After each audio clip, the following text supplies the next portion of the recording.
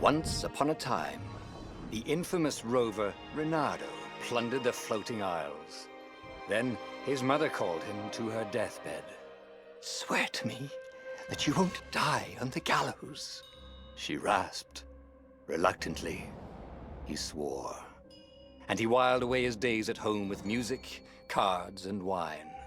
But the Emperor had changed. He'd been good once, a shy, almost humble toad. He'd built universities. But then people started whispering about mass graves in the woods, midnight rituals, victims screaming. The Imperial Ravens would round up entire villages, and no one ever returned. The Ravens had come to Ubar scouting for ancient books said to be of great power. But the librarians had hidden the books, so they'd burnt the librarians. The citizens, outraged, had driven them off. The Ravens had come back with dropships. The kid had fled with one of those books. He was brave and dumb and wanted to join the rebellion. And Reynardo had promised his mother he'd protect him.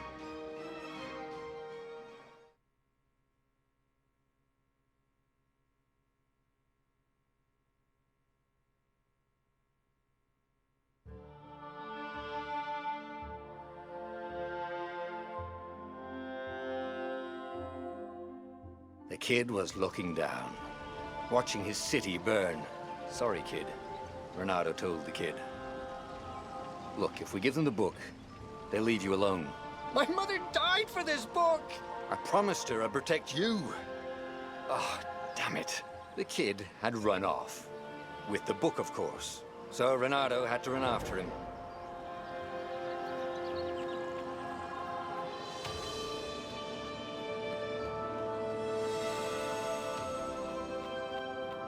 The two Ravens were staring at the kid like he was their dinner, which probably was what was in their tiny brains.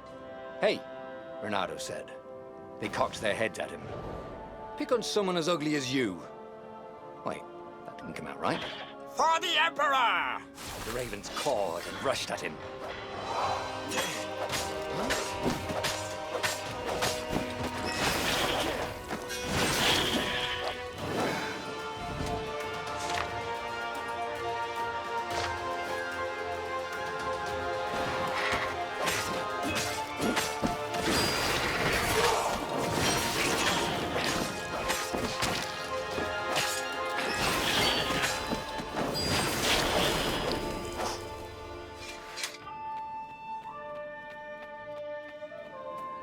A dropship flew overhead.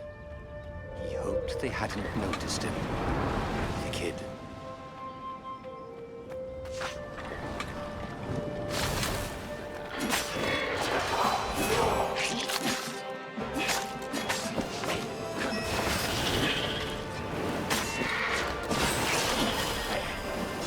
Oh, right. The Gate of Heroes. Someone's idea of a joke. Making the skyship docks a gated community. You needed a hero's sword to open it. And the kid was on the other side of the gate. Who let you through? Promise me you'll take the book to the rebels. Or I'm gonna steal your ship. I'm not taking that damn book anywhere. And neither are you. Try and stop me, laughed the kid. I bet you don't even have a hero sword. And with that, the kid hopped away. Had to hand it to the kid. He was an idiot, but he had guts. Where was Reynardo going to get a hero sword? Ore and wind essence? That sounds about right. I'll need a... Perfect.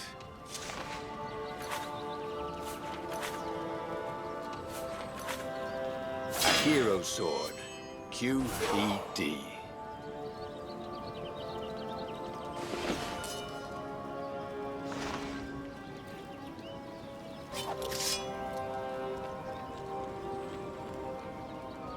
This is what he got for settling down and finding people to care about. The kid's mum had been a swell cook, and she'd laughed at Reynardo's jokes, even when he didn't know he'd made one. And then the Ravens had come to burn her. And she'd made him promise to protect the kid.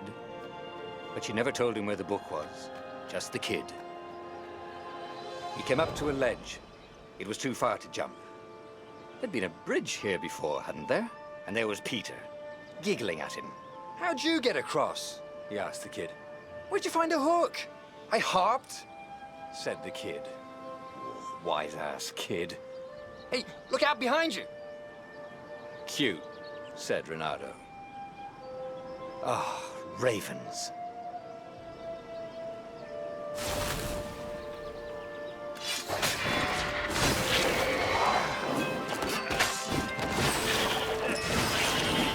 It was time to talk some sense into the kid.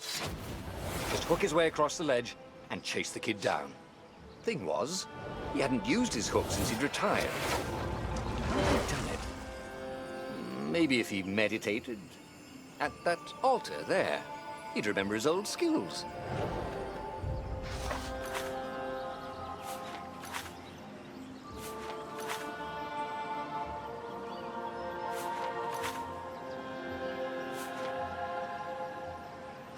It was starting to come back to him. Something you never completely forgot, like how to freeze time when attacking. The more he fought, the more he'd probably remember.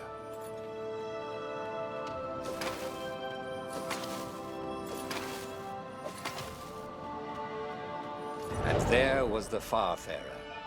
She was the fastest ship he'd ever known. She could do the Kessel Run in 12 furlongs.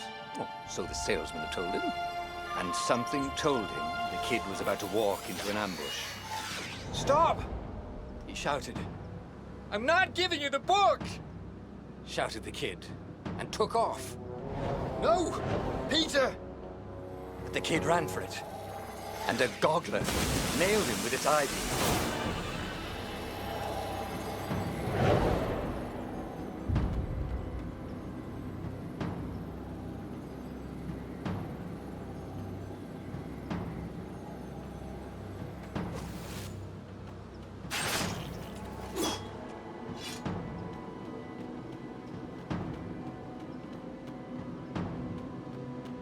The book was unburned.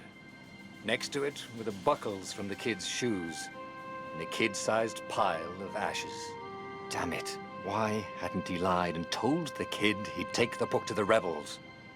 The kid would be alive now. Really pissed off and betrayed, but alive. Oh, damn it. Reynardo picked up the book. He couldn't let the Empire have it now. He was going to have to get it out of there.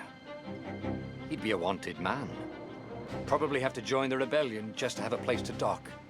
Well, he'd hated home life anyway.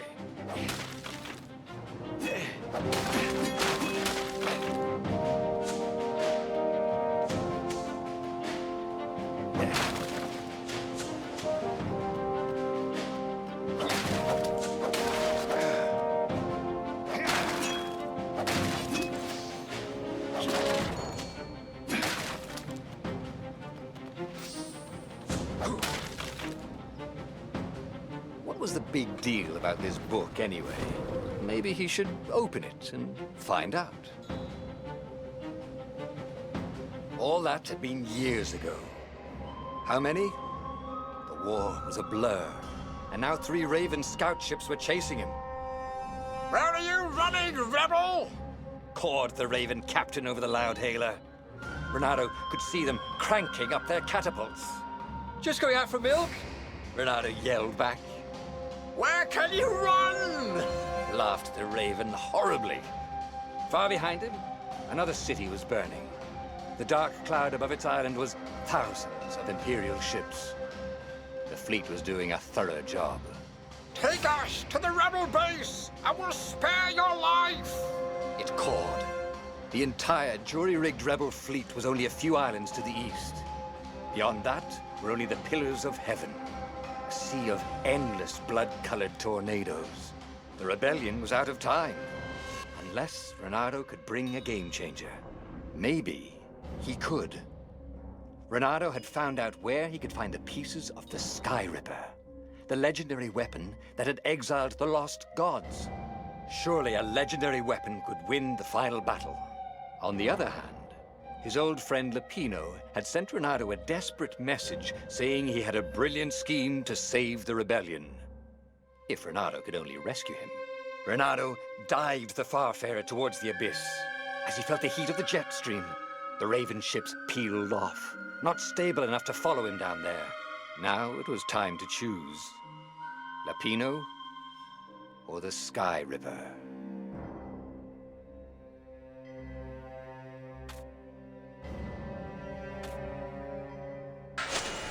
Ah, Lapino. Apparently, the Mad Rabbit had sold a Pegasus that he did not exactly own.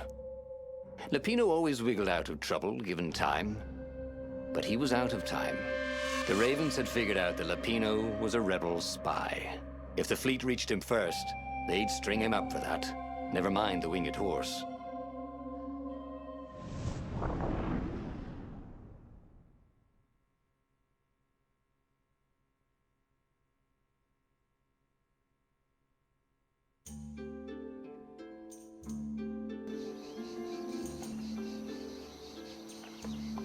Lapino had apparently managed to confuse the judge by arguing that he hadn't actually stolen a winged horse. He'd only sold it.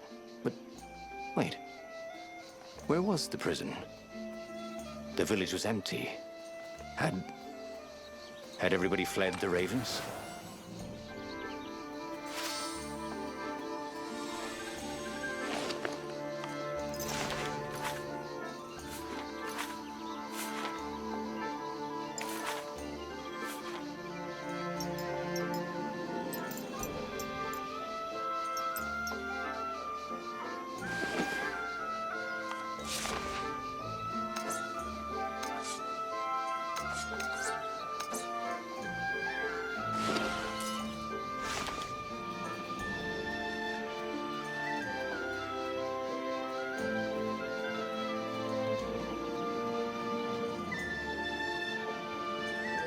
This is quite the view, he thought.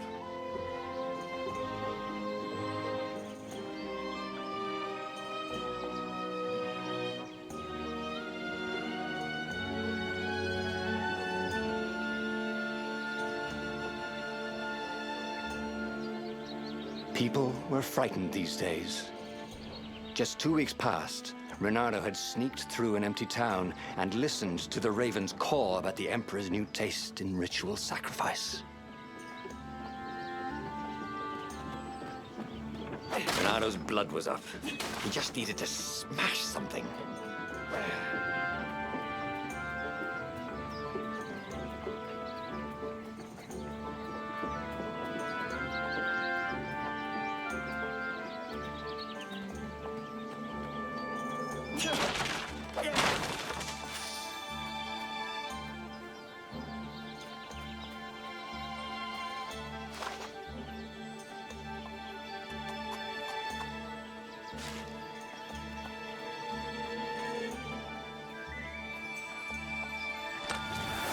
This chest had teaspoons stolen from every inn in Boreas.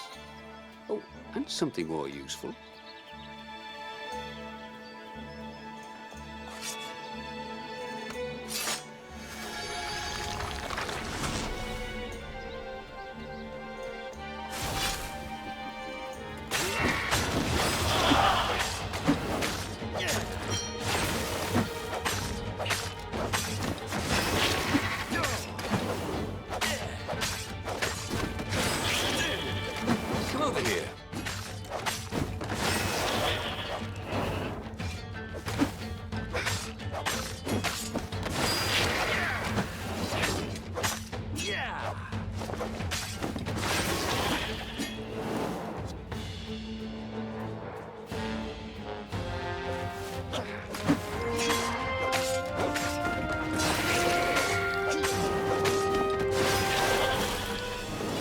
Ravens were landing everywhere.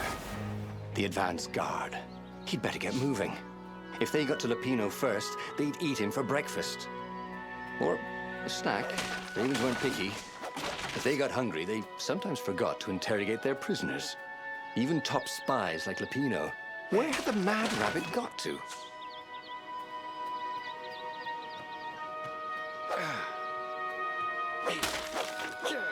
It was good to practice your moves, thought Reynardo. Keeps you limber.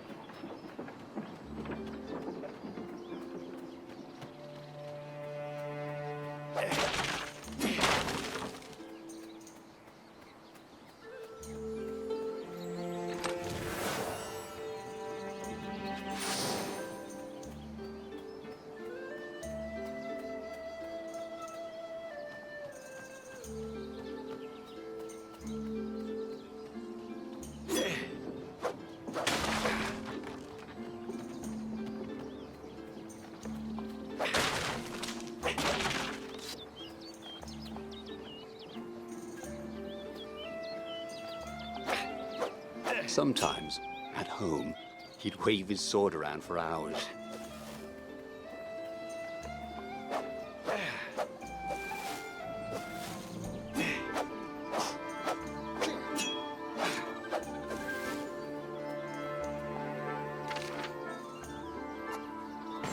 It was starting to come back to him.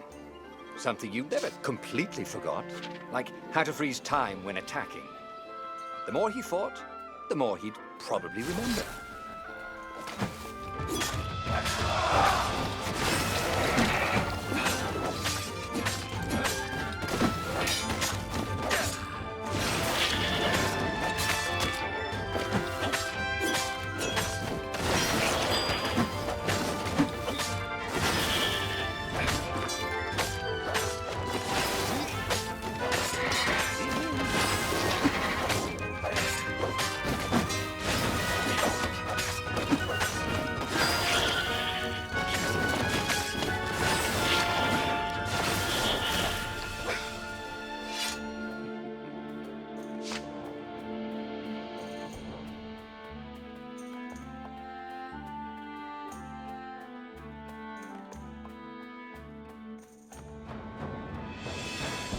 Reynardo felt a chill run down his back. Or possibly a flea.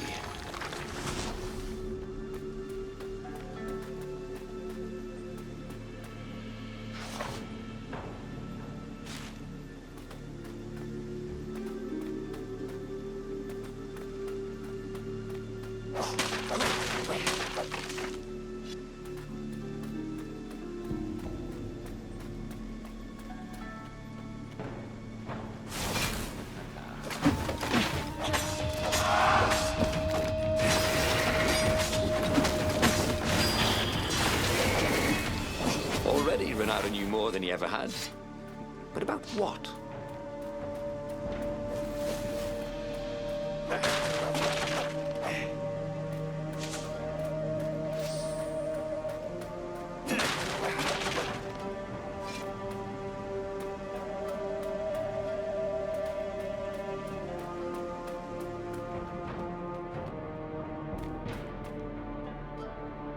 Dirty and bloody, Reynardo finally reached Lapino. The rabbit was practicing his shuffle. Reynardo recognized the cards. It was Lapino's favorite deck. Oh, I thought you were in danger. I am. The ravens are coming. Oh, the prison thing. Right, yeah, we see this guard owed me 53 ducats, so we made a deal. They're very reasonable people, actually, for weasels. Now, I got a brilliant plan to kidnap Zenobia. We capture Zenobia, we find out what she knows, and that's the whole war right there. Easy peasy, lemon squeezy. Capture the Emperor's greatest general, who also happened to be a deadly sorcerer and, oh, his only daughter? That would be worth it. On the other hand, he could still get to the core of the Sky Ripper, even if he couldn't get the whole thing. It must have great power.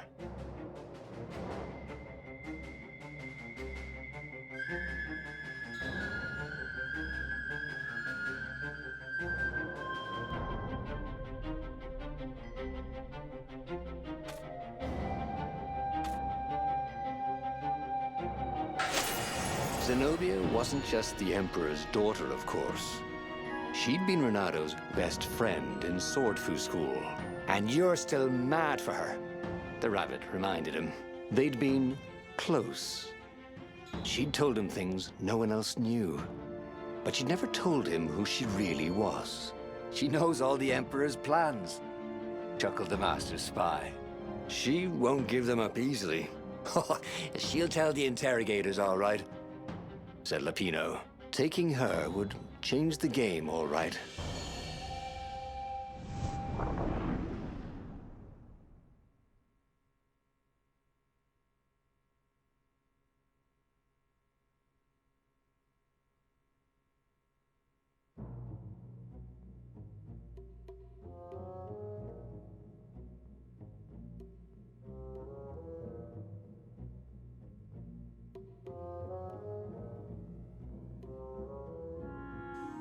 The city was already under Zenobia's control. I had to admire her efficiency. Reynardo shivered at the thought of Zenobia at the mercy of the interrogators. Could he really turn her over to them? But this was war. It wasn't meant to be pretty.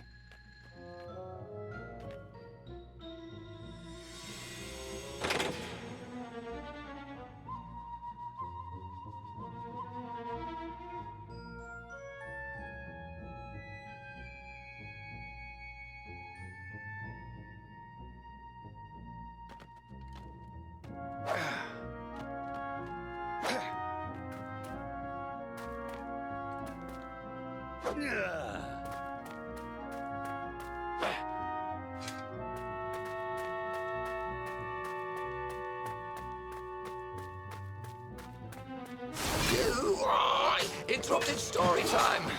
Caught the lead raven. Now we'll never find out how it ended.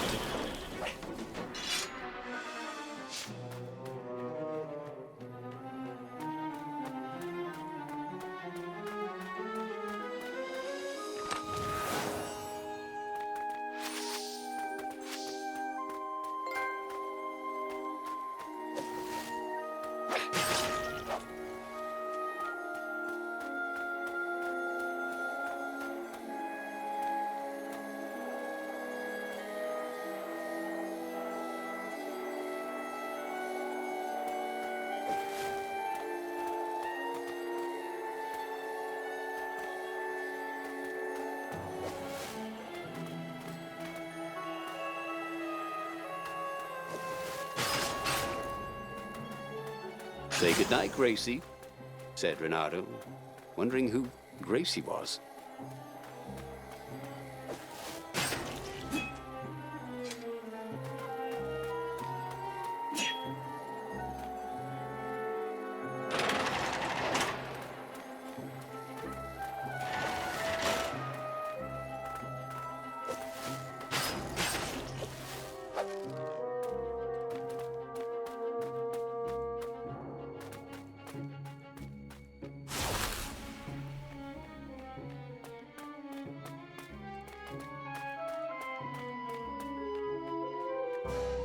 So, what's this plan of yours? Use me as bait, said Lapino. And he outlined a slightly complicated plan that involved geese, a net, setting the Farfarer a little bit on fire, Lapino dressing as an old blind toad, and Reynardo hiding inside a monstrous watermelon. What could possibly go wrong? Thought Reynardo.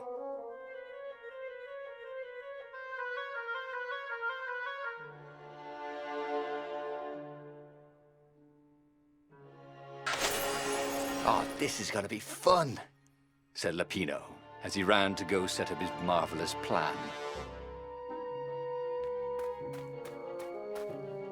If I craft a sword now, it's gonna be really short.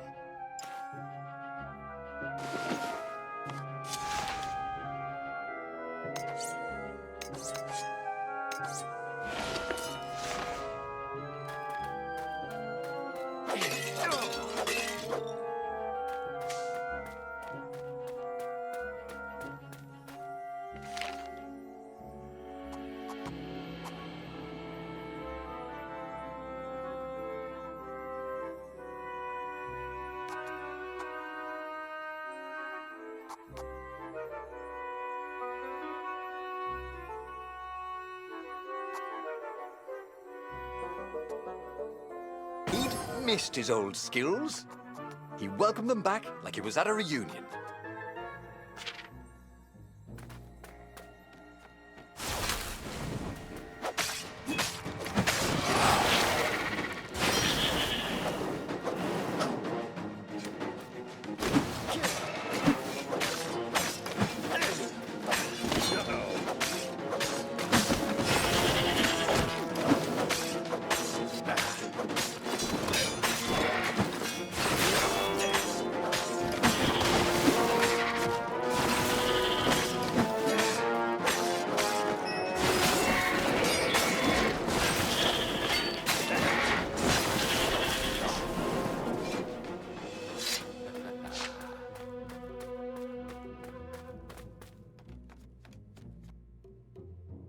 Reynardo felt dubious about the whole plan.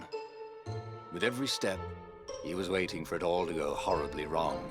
But against all odds, Lapino's idiotic plan worked.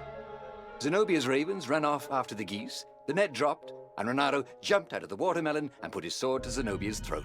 Reynardo, she said. Are those new scars? They look good on you. You never return my velvet jacket. It was my favorite. You look stupid in velvet. Ah, what does an imperial princess know about style? Oh, get a room, you two, said Lapino. But the fleet was coming on fast. So they put Zenobia on the Farfarer and took her east, over the Nexus. She'd vanished from Swordfu School, from his life, without even saying goodbye. Without ever telling him she was the Emperor's adopted daughter. Ah, Lapino was right, Reynardo thought reluctantly. She knows things. She recognized his look. You're taking me to the interrogators, aren't you? She said, wide-eyed. And then she jumped, with horror. Reynardo saw Zenobia plummeting. Then he saw the Nexus below them. Cats always land on their feet. Ah, she'll head for the Imperial outpost, yelled Lapino. You have to catch her.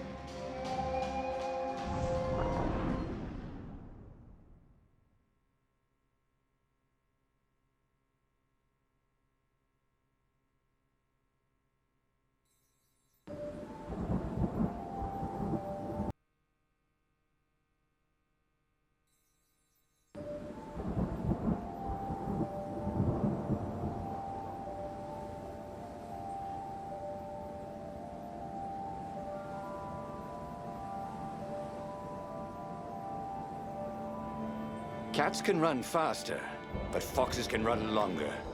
If he ran, he could head her off before she reached her minions at the outpost. Well, he did love a good chase.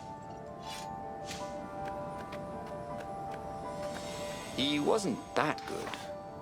Yet.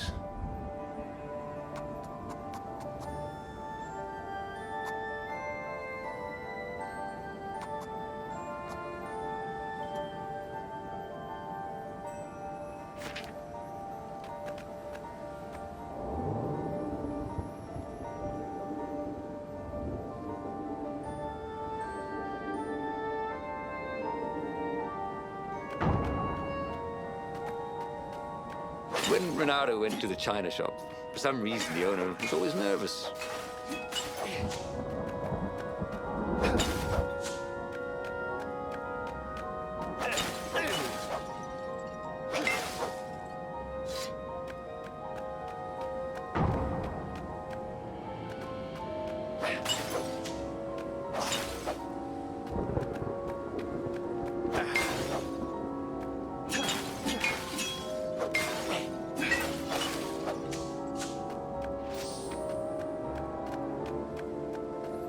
Who needed bridges anyway?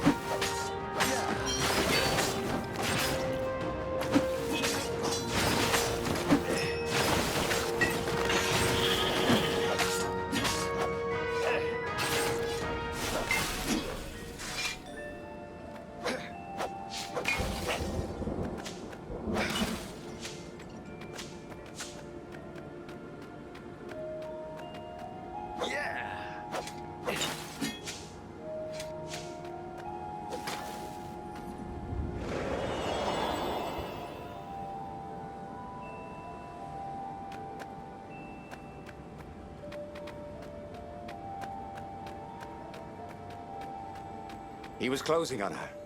He could smell her fear. He tried not to think about the interrogators at the secret base. What they'd do to her. Maybe it didn't have to end that way. Maybe he could talk to her. But, after all, there were worse things the Imperials had done to friends of his.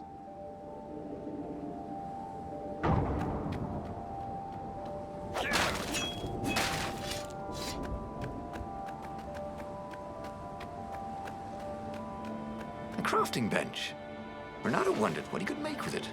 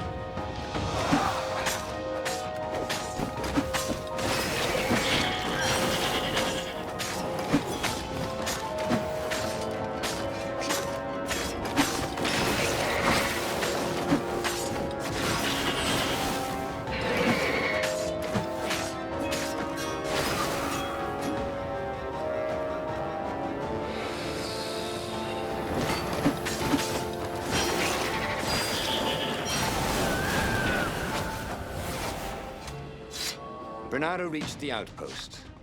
The Imperials there were no match for him. Soon after, Zenobia limped up the path. When she realized he was already in front of her, she didn't even try to run. "Oh, you left without saying goodbye." Again, he said, "Please, you're enjoying this a little too much," she said, shaken. "Oh, spare us the chit-chat, would you?" said Lapino as he shackled her hands so she couldn't throw spells. "She knows all his plans." All the way back to the Farfarer, Lapino nagged Reynardo about how the interrogators would pry all the intel out of Zenobia. How that would turn the tides in the imminent battle. All they had to do was take her to the rebel secret base. Reynardo didn't like to think about what the interrogators would do to her. Couldn't he just talk to her?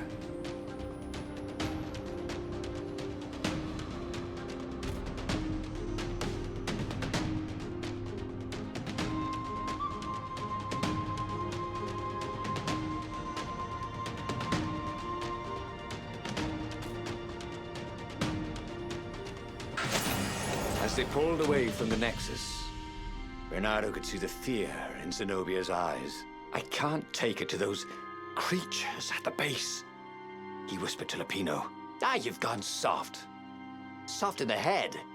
We captured her for what she knows. I'll take her to the mountains. Tell all the horrible things the Emperor's done. Yeah, believe me, she'll turn." And he turned the wheel. "The hell you will!" shouted Lapino, and he grabbed the wheel back from him. The two of them wrestled for control of the ship. It shot off like a mad sparrow. Suddenly, Reynardo was falling.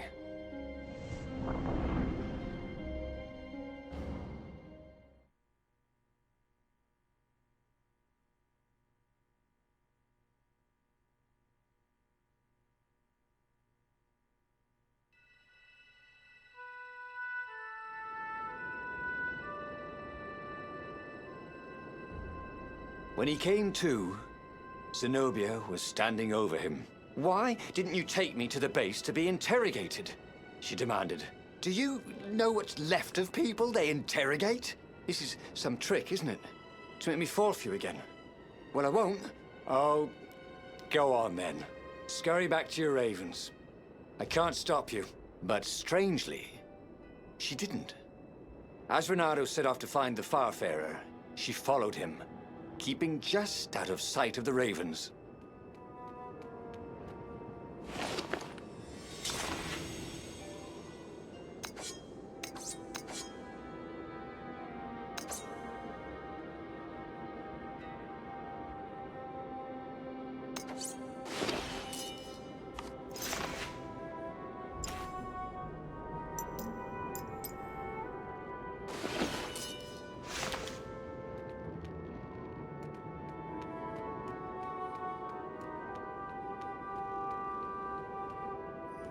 He'd once met a pirate captain who used hooks to get around his ship.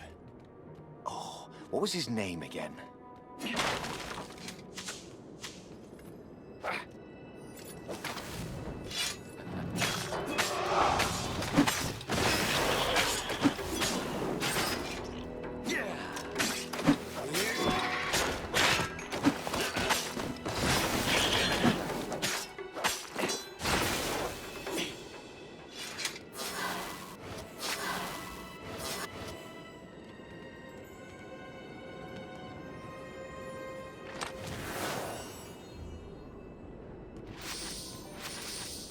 With materials like this, he could probably make a really nice pair of barbecue tongs. Or even a sword.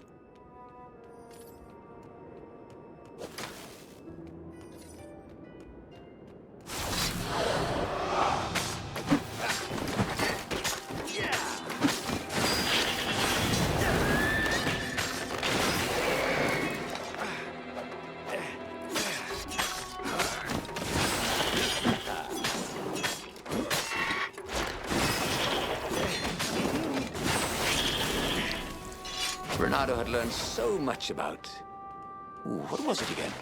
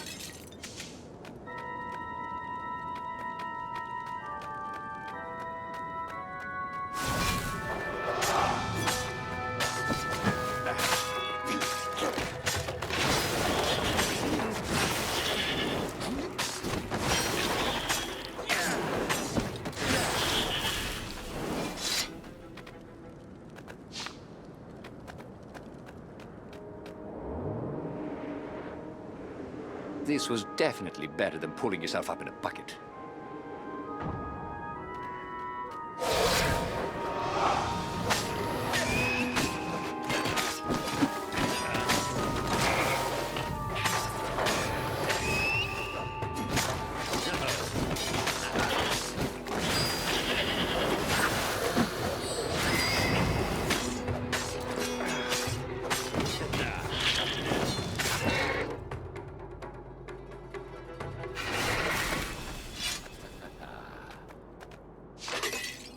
As Reynardo stopped to sniff the wind, Zenobia came up, still mad.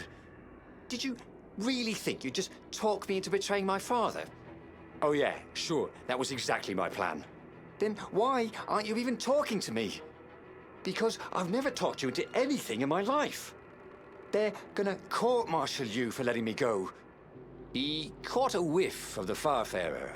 Wet rope, tar, and a cask of Scoble ale he'd spilt last year. It was that way.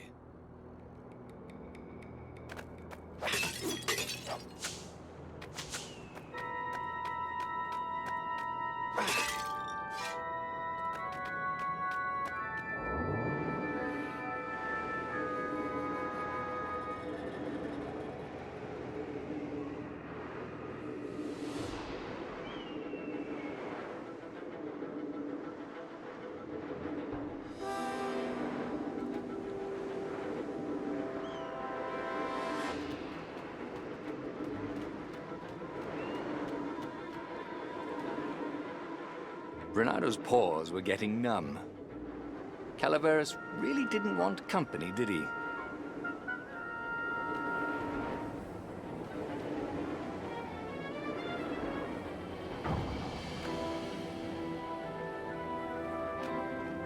Reynardo wondered if he should have taken Zenobia to the rebel base for real. Maybe she wasn't playing him after all. After the bleak talk about the Emperor's dark secret, he was regretting his suspicions.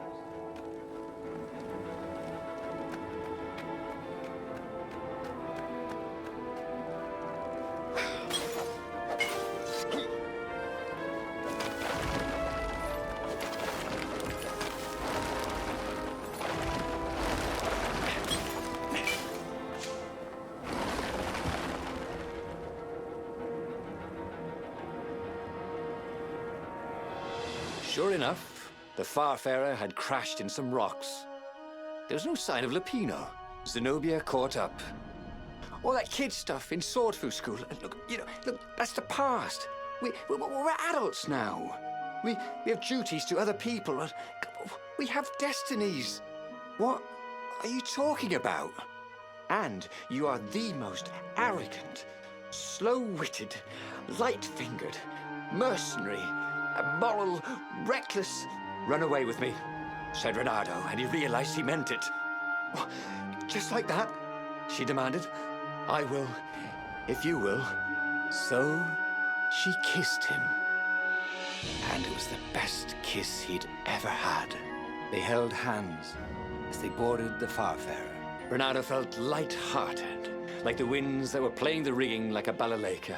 But Lapino, I need to get back to Lapino, he said, suddenly realizing he could have been captured. A prisoner. He's not. How'd you know? He saw something in her eyes he didn't understand. He fell, didn't he? Into the abyss. She looked away, wouldn't answer. But then a bolt smashed through the Farfarer's keel.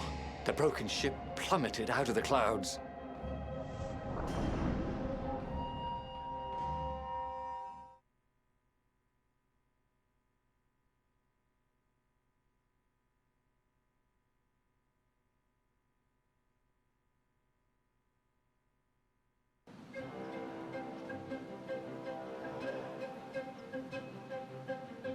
Reynardo picked himself off the deck. They were alive. We have to get to my private ship, she said. Do you trust me? I guess I must, he said. You go on ahead. Clear the path, she said. I can't kill my own soldiers. He wanted to say that he didn't trust her, that he had no idea what he was getting into. But he had no choice, did he? He was following his heart. That's what it means to be a hero. You had to follow your heart.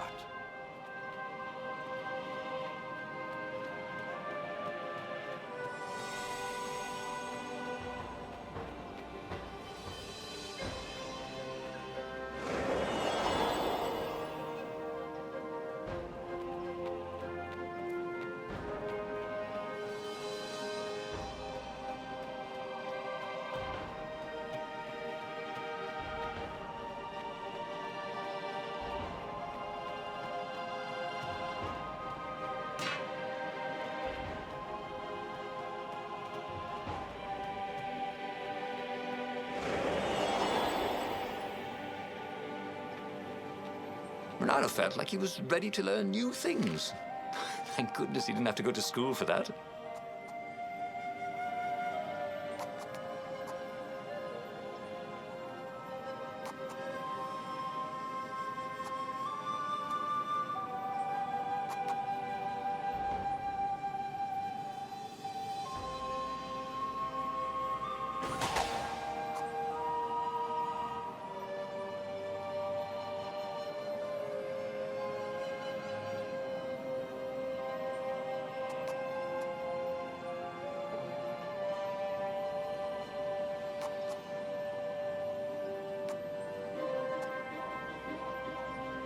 Every day he was getting better and better.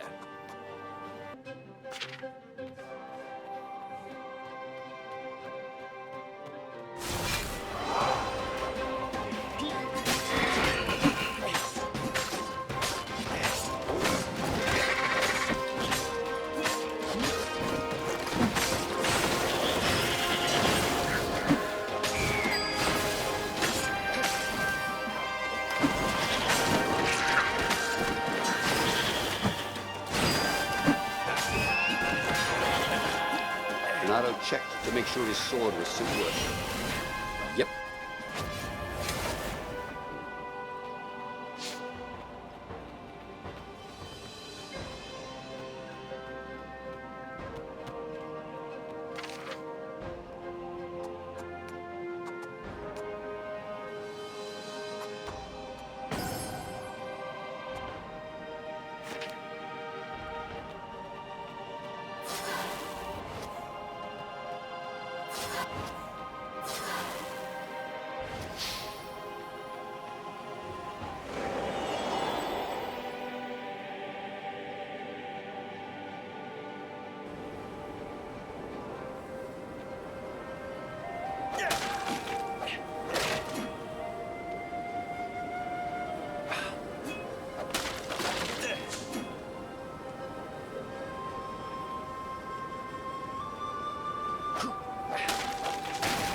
Sometimes, Reynardo really hated inanimate objects.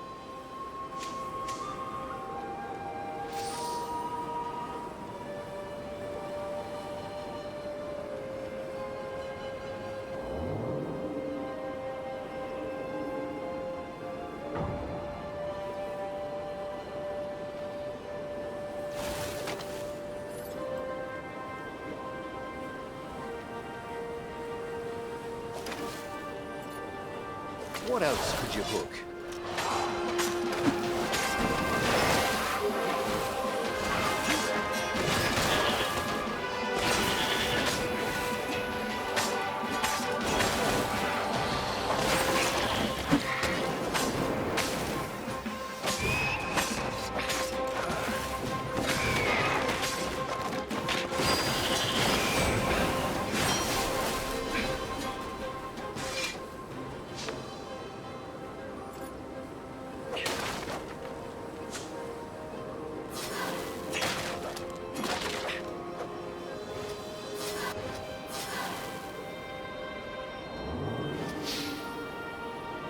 What did you do if one of these platforms stalled?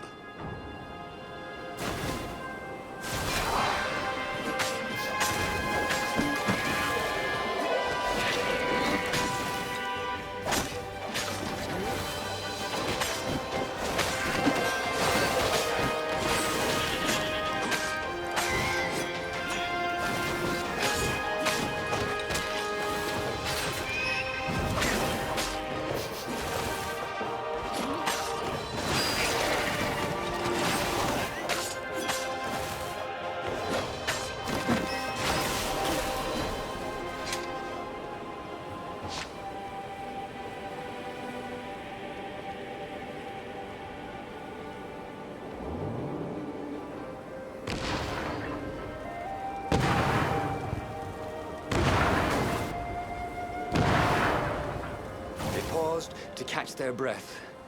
It was strange to be so close to her. What are you thinking? He asked. I'm trying very hard not to think. Me too, he said. Up ahead, he could see the thin silver of Zenobia's personal ship. It looked fast. They would leave all this behind.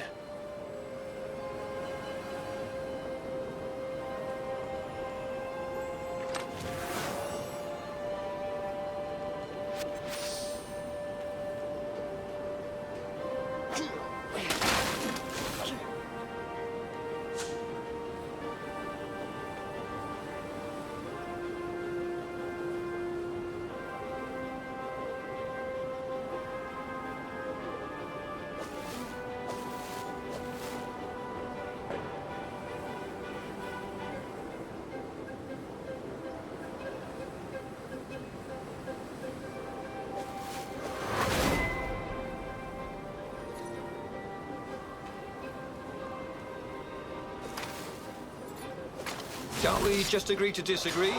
Said Reynardo. No?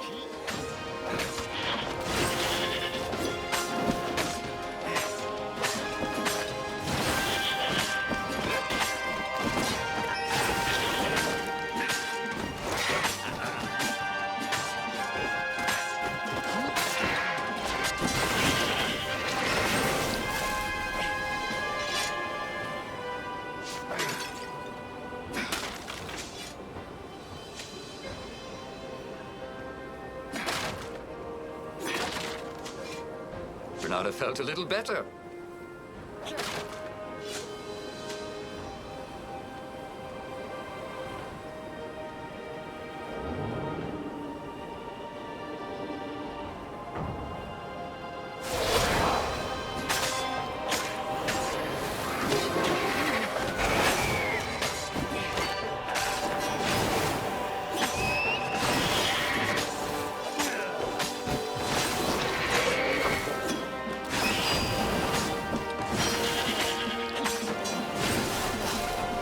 Reynardo wondered if he could learn to cook this way.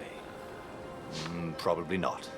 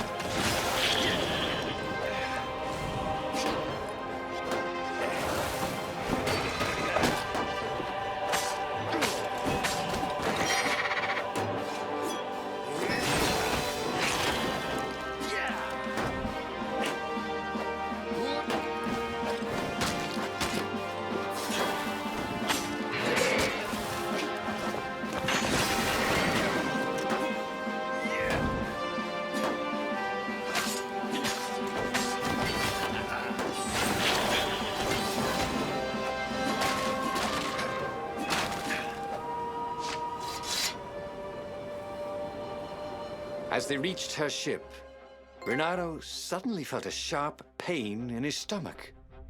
He was surprised to see a crossbow bolt sticking out of it. "I was going to lead the Empire to our secret base," said Lapino. "But no, you had to screw up my plan because you've still got a thing for her." Reynardo stared at Zenobia. The kiss. Was it real? She said, with a look of indescribable sorrow. She gestured and said an arcane word, and Lapino went flying into the abyss, screaming, "I'm telling your father!" Then she knelt down to cradle his head, and her paws felt very soft and warm. Okay, that was weird. He could have sworn he just died. Instead, he was on the Farfarer, sailing away from Ubar. And it was still burning. He'd fled burning Ubar years ago, hadn't he? And now he was back there. Had all those years fighting the Empire been nothing but a vision into the future? A useful vision if it was true. He'd learned something. Lapino was a traitor. Reynardo had suspected there was something wrong with the Mad Rabbit. But now he knew there was malice behind his goofiness.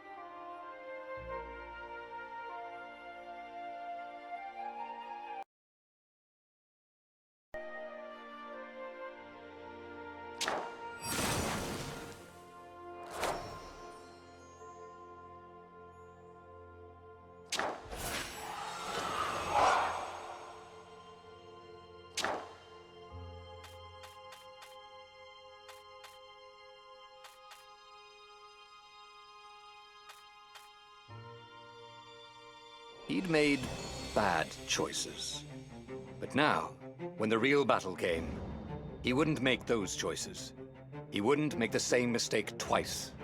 The book's pages began to flip backwards, towards the beginning. And he realized that his adventure was just beginning. The clouds parted over the Isles of Boreas. It was time to choose. The rebellion was in trouble. Ravens were scouting for the secret rebel base. They needed a game changer. Pieces of the Sky Ripper had surfaced. Or so a scholar in the mountains had told him. Surely the weapon that banished the lost gods could defeat the Emperor. Also, a temple had risen out of empty desert. The Emperor had brought the Sky Ripper pieces up out of ancient burial by his obscene rituals. Could this be where the Iblis stone was hidden?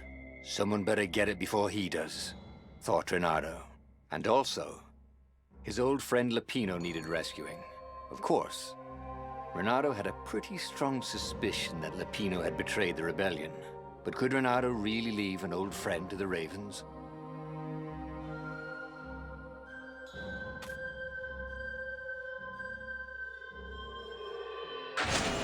Every child knew about the Sky Ripper. The Transcendent Emperor had buried its pieces. What could have brought them to light? This Emperor, Isengrim III, had once been kind, but he'd gone mad. And now he was conducting secret, obscene rituals to bring back the lost gods. Had he, somehow, summoned the long-lost components of the legendary weapon out of the deep places of the earth? It was more than Reynardo could fathom. But if he could find a legendary weapon, he would use it.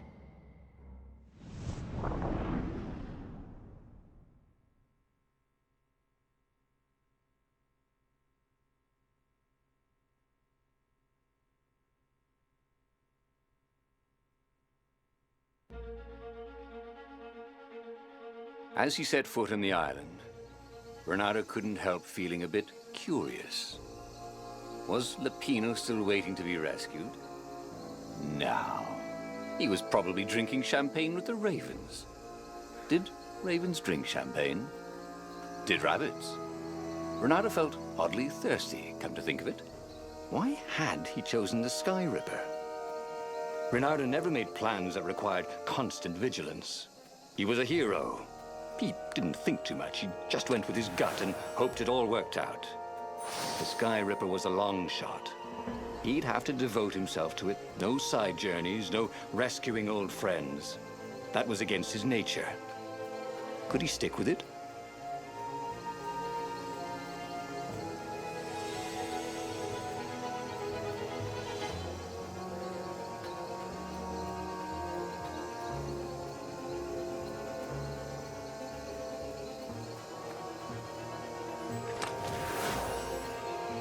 I wonder what I could make with all these sword crafting materials, thought Reynardo.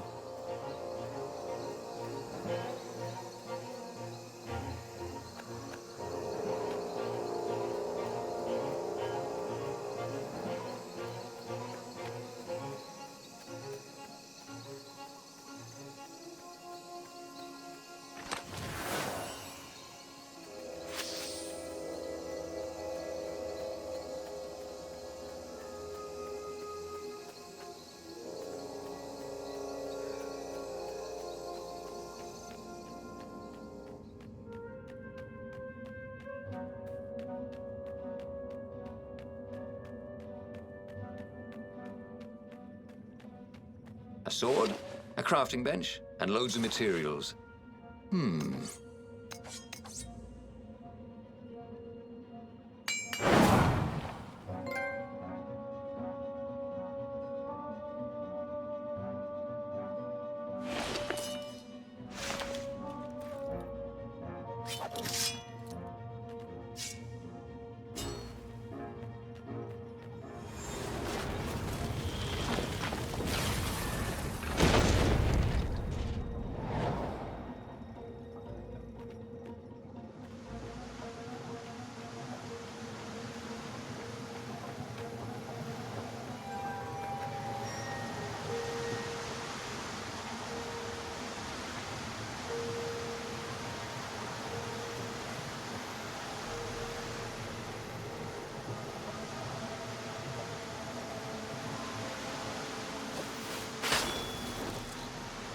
Ha!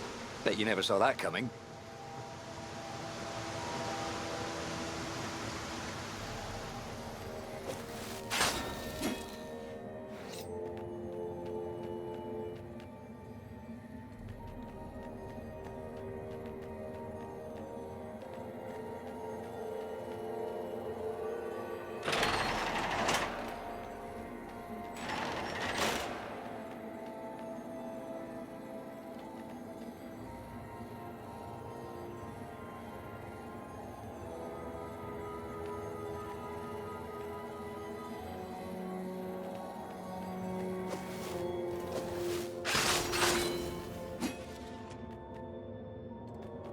The people who had built this castle, did they even know what monstrous weapon lay hidden within their walls?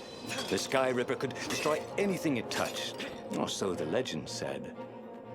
As the Transcendent Emperor had fought the Lost Gods, thousands of thousands had died. But Reynardo had been through wars.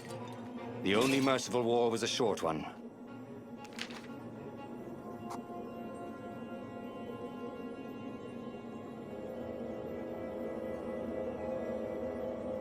This was way better than being able to shrink down to the size of an ant. What was that all about, anyway?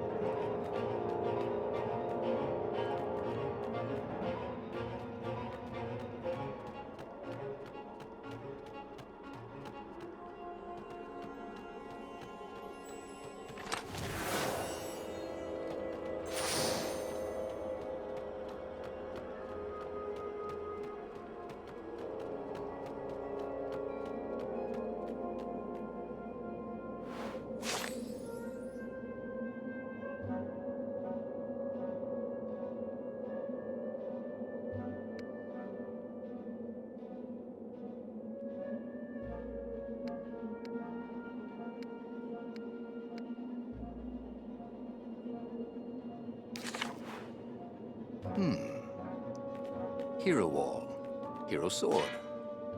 Ice wall, ice cube.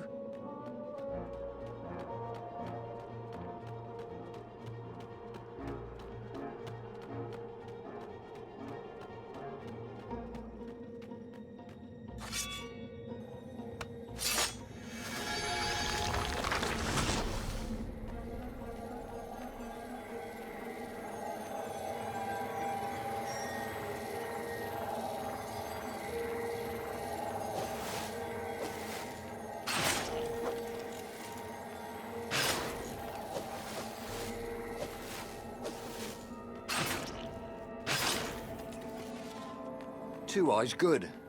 One eye, dead.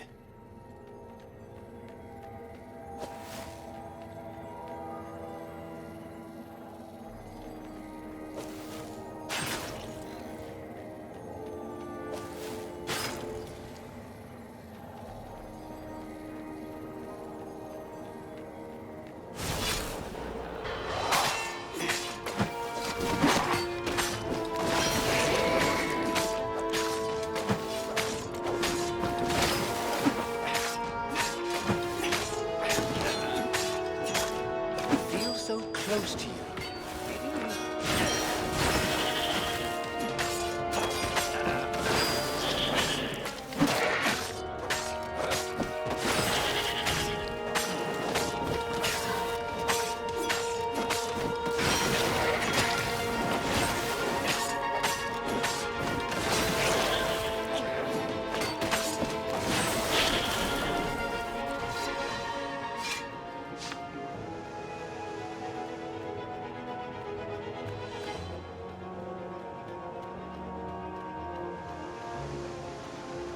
Ah, a puzzle.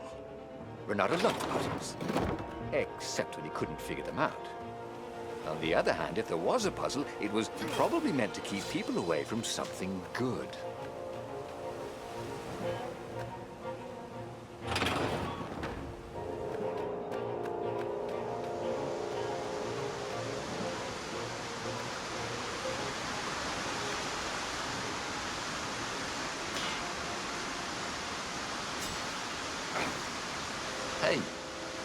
Hey, I'm a firefox, thought Reynardo.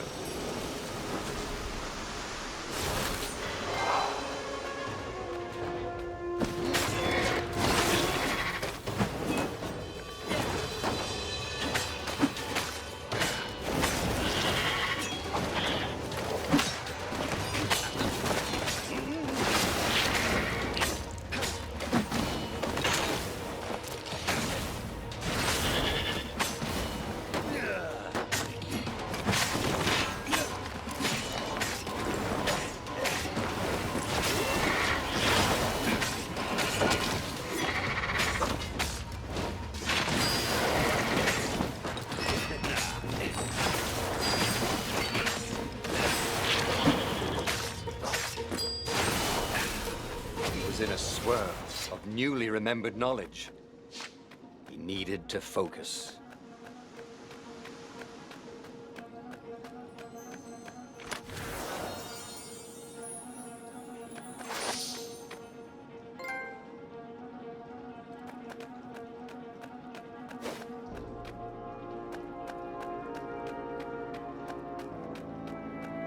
That had been his mistake before. Trusting his old friend Lapino, who had been through so many battles with him and shed so many heartaches, who he'd rescued so many times. What was up with that guy anyway?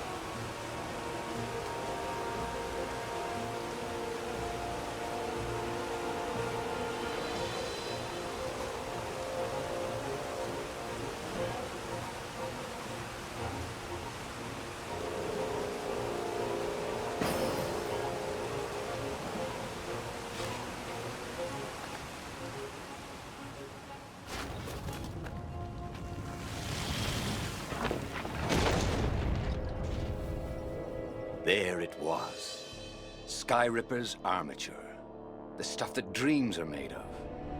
Engineers' dreams, anyway. The device was intricate. No one alive had the skill to make a thing like it. How was it part of a weapon at all? He'd have to ask a scientist. But first, he'd get the second piece. Skyripper had a heart. A core that had come to rest on the next island. Well, there was another island he could reach. Zenobia had just invaded it with her father's Raven battalions. She must be encamped there still. But fighting Zenobia now, that made no sense at all. He'd already sacrificed one friend to get this armature, was it? He didn't need to hurry to face her. She would find him.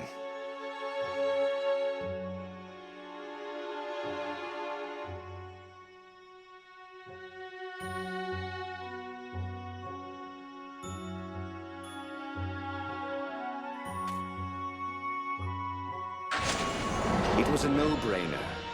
He'd sacrificed his old friend Lapino to get the armature. And the armature was useless by itself, only a series of coils and wheels.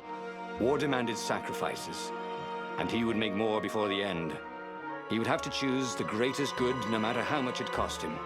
Zenobia. Well, he would see her sooner or later, across a battlefield or a sword's point before all this was over. He was sure of that. The power was in the core.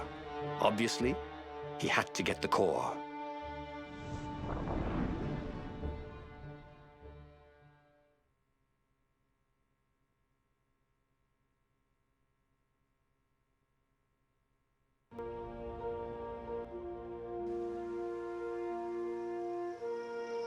Doubt sunk in before he was even out of sight of the Farfarer. Why had he chosen the Skyripper? It was the sort of path he'd always avoided. The path of responsibility, of seriousness. Had he grown up? He didn't feel grown up. He'd made this decision from his gut, like he always did. Somehow, he'd impulsively decided to stop being impulsive. Did that make any sense?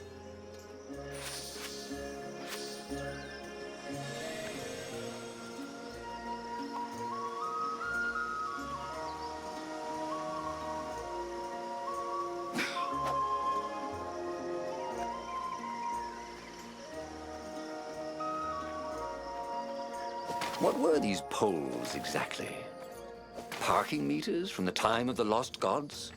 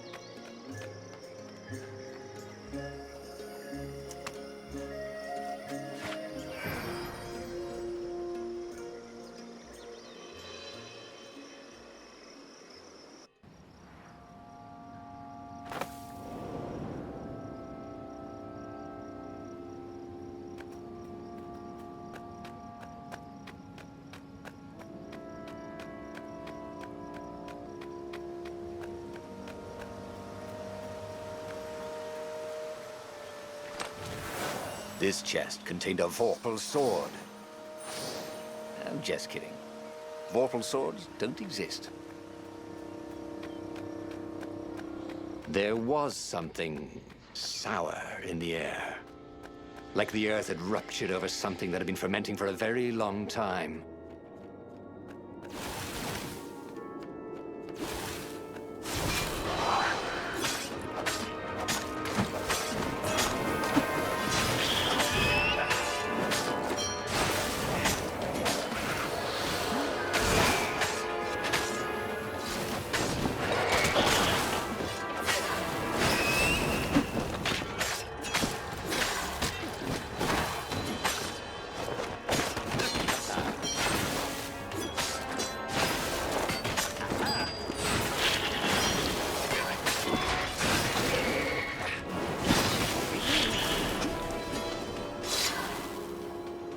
There were fewer and fewer trees. There were only these huge crystalline growths. Had those been here before? He no longer heard birds except for the feverish cawing of the ravens when they attacked. He couldn't smell the small animals of the forest, the mice and rabbits. Where had they gone? And he was getting hungry, too. This was an unhealthy place to be.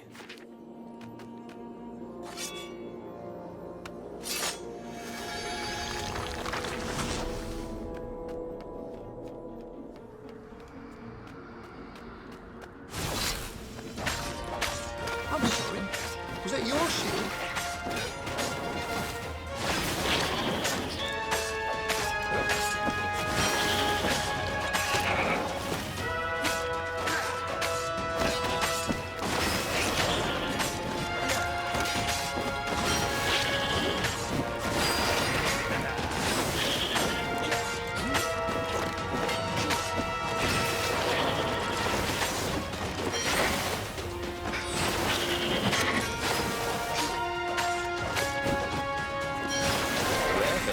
Now you're foxed.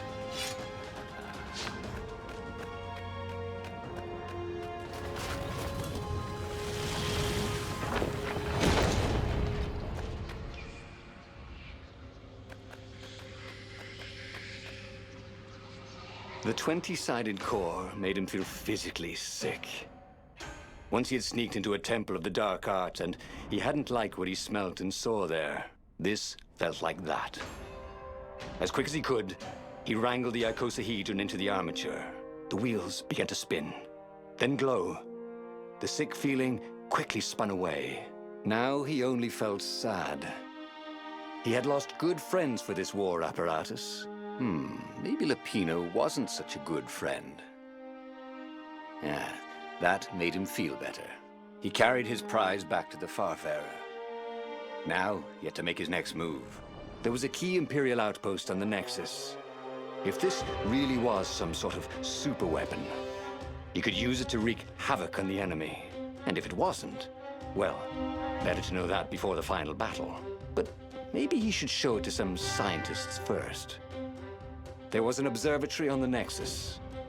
Maybe he should go there before he fired it.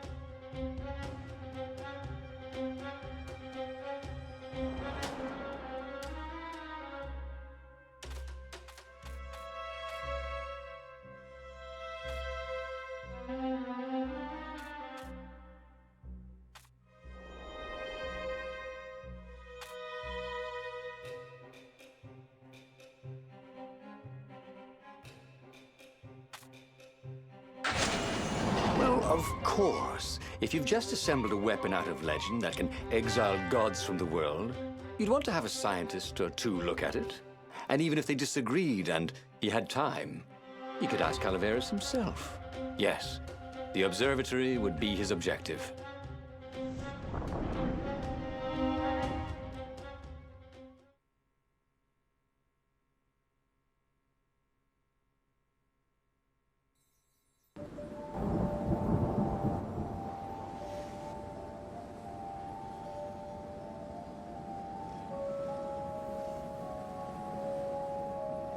Why had the parts of the Sky Ripper only surfaced now, thousands of years after the Transcendent Emperor had dismantled it? The mad Emperor Isengrim had performed terrible, bloodthirsty rituals to invoke the lost gods. Was that why these ancient artifacts were rising out of the ground? How perfect, then, that the Sky Ripper would reappear to be his destruction.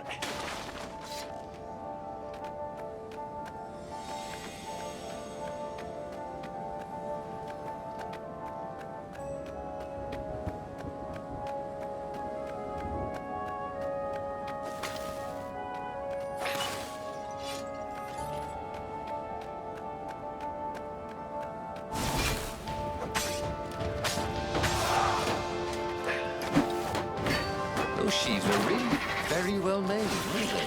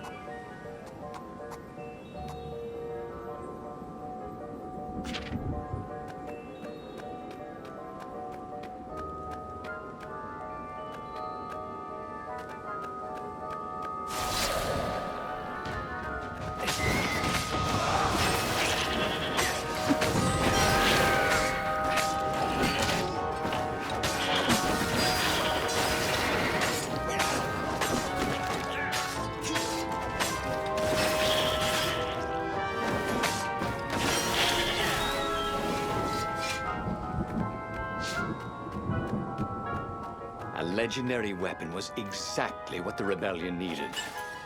They were outnumbered. The once kind emperor had become a tyrant. But his ravens stayed loyal, for he fed them his victims, and the other animals were too frightened to rebel. Reynardo shuddered at what the emperor was trying to do. To bring back the lost gods, the Black Harvest, the Black Sun? No. He would stop that toad, no matter what the risk.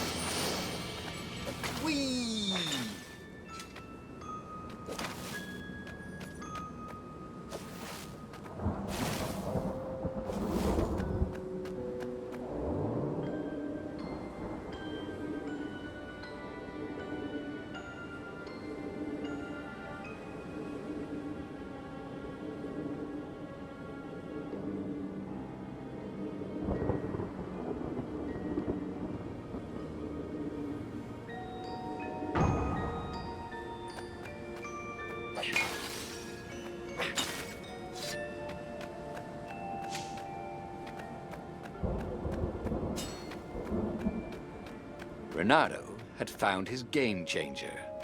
He would ignore all distractions and focus on the Sky River.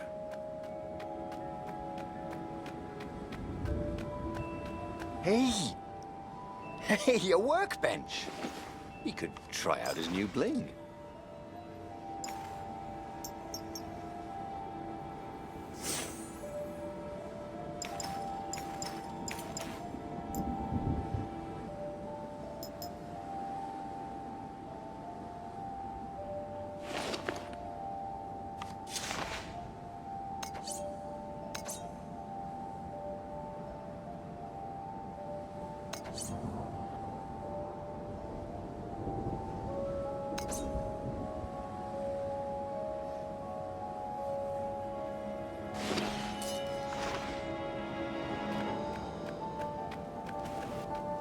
There was an inscription, no spitting.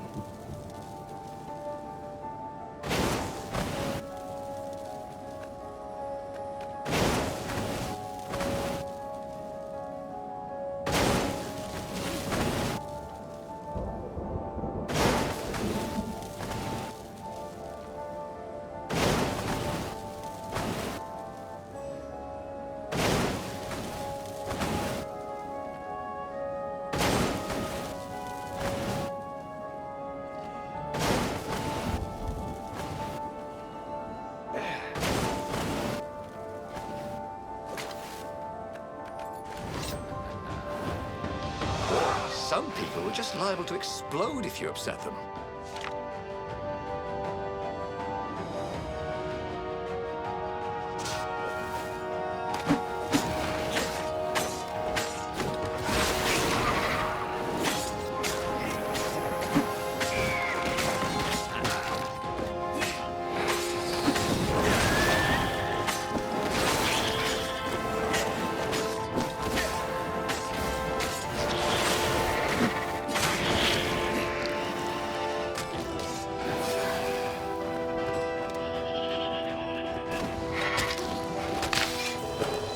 What's for dinner, you thought? Hope it's not broccoli.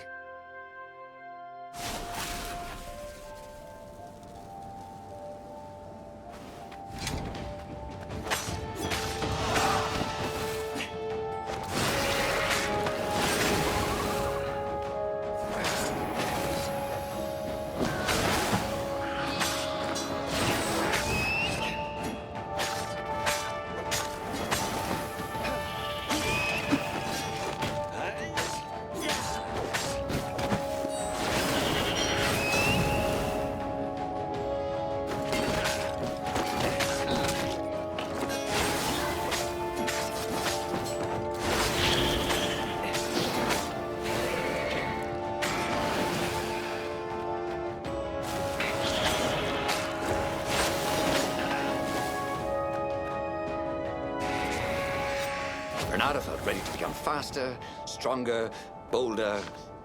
If only he could figure out which.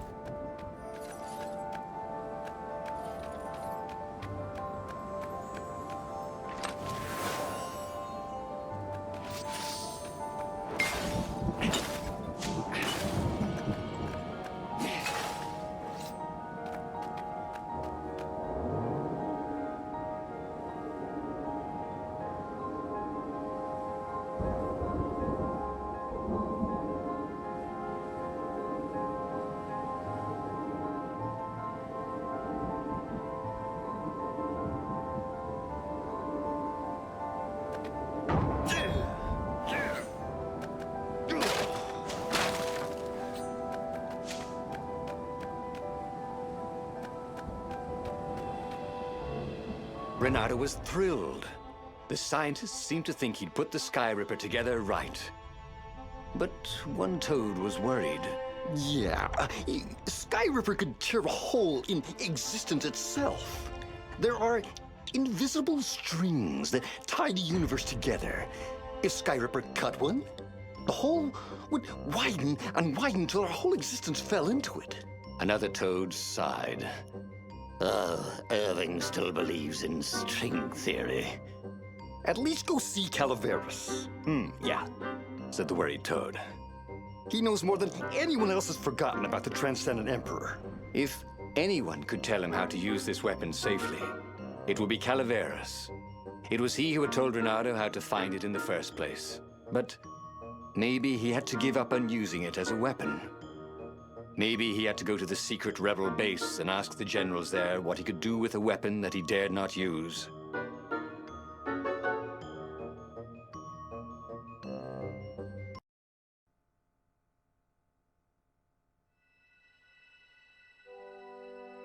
Maybe it was the cold. But after a few steps, Reynardo's optimism started to slump. What if Calaveras couldn't help? Did Reynardo dare use the Sky Ripper? Oh, he hated that he had chosen this path. It was so much simpler to rescue friends and attack enemies. Even if some of those friends were more trouble than his enemies, some of those enemies had been friends before and might be lovers after. No, okay, it wasn't all that much simpler, no. Physics made his brain hurt. That, at least, he was sure of.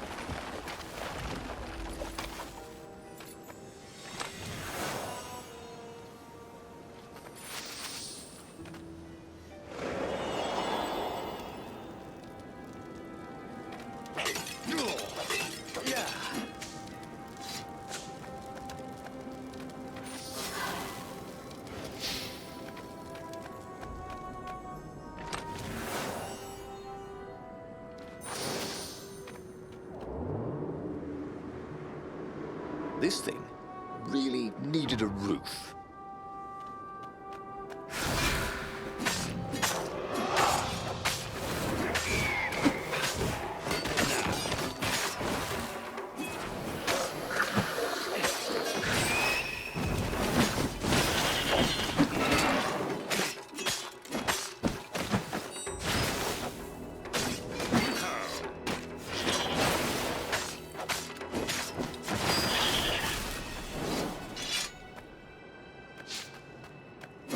Tried to focus on the now.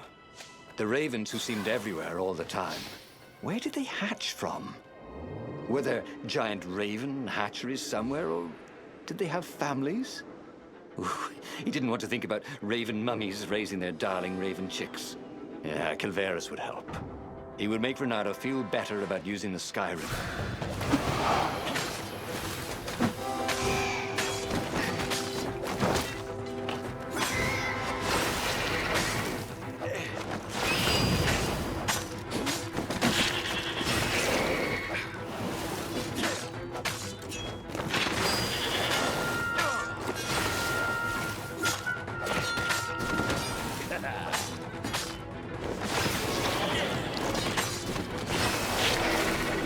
Reynardo had learned so much. It was time to turn it into something he could use.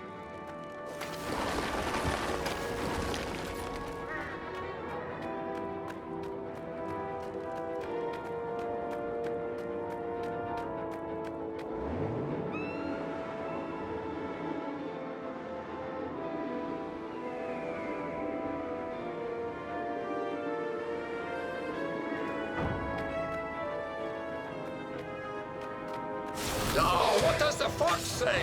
Asked one raven. Another one called back, "Go, go, I'm dying!" They both laughed hysterically.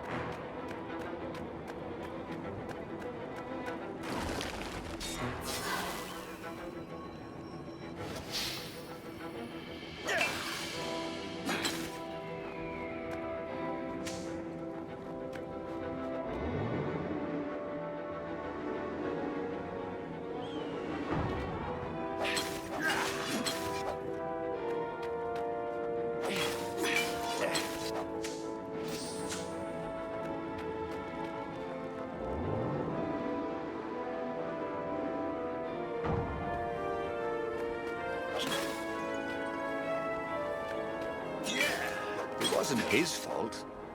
They looked so breakable.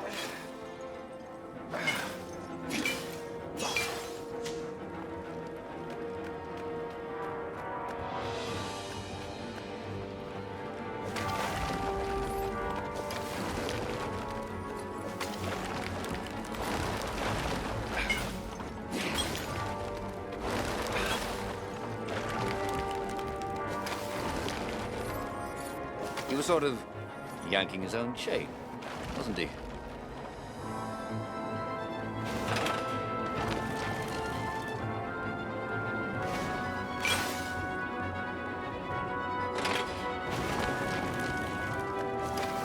Reynardo had sacrificed a friend for the Sky River. It would be worth it if he could bring a super weapon to the rebellion, but the scientists had ruined everything.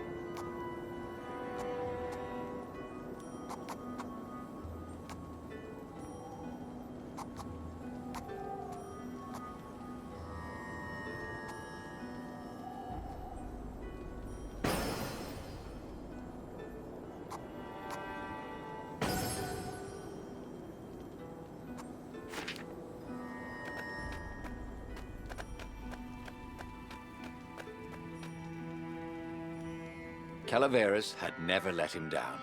Yeah, of course I can make it work better. But when Reynardo explained about the strings, Calaveras grew thoughtful. Oh, strings, you say?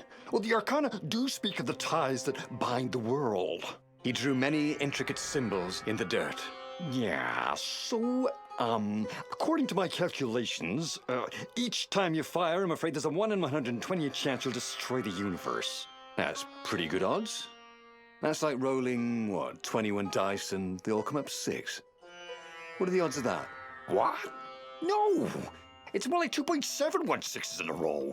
Anyway, with those odds, it won't happen if I use it just once. What? No. That's so not right. Each time you use it... Okay, look. Just don't use it ever. At all, okay? All right, I guess. As he sailed away from the mountains, Reynardo could see clouds darkening. Rain? No. Ships. Imperial ships, swarming thick as bees. This was it. The big battle. They could not afford to lose this one. What if it did not go well? What if he had to use the Sky Ripper? Could he gamble the universe? On the other hand, what were the odds of rolling 21 6s in a row?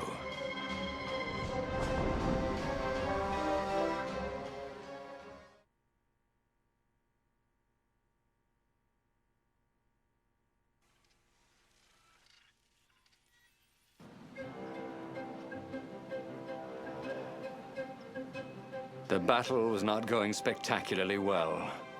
What had the rebels been thinking? They'd been thinking he would bring the Sky Ripper, or the Iblis Stone, or that he'd sideline Zenobia somehow, or turn her. Couldn't he use the Sky Ripper just once?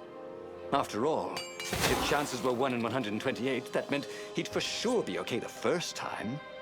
They'd get worse each time he used it, but the first time would be okay, right? He wasn't sure that it was right. So he didn't fire the Sky Ripper. He just brought it along, in case.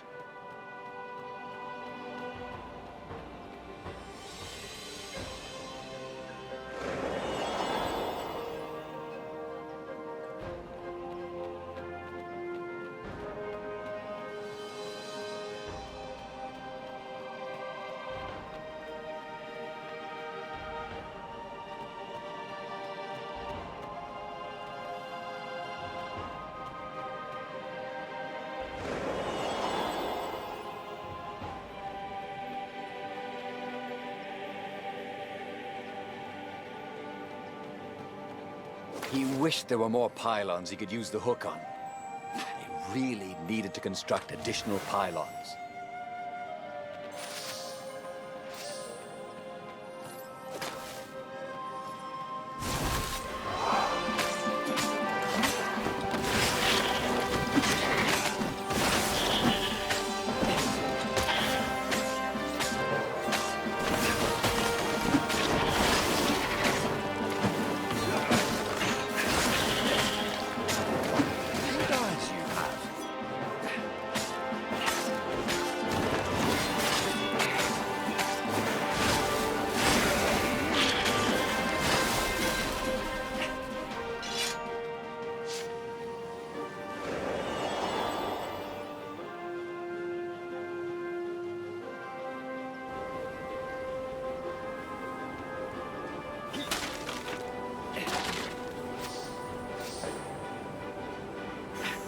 It was definitely easier to fight inanimate objects.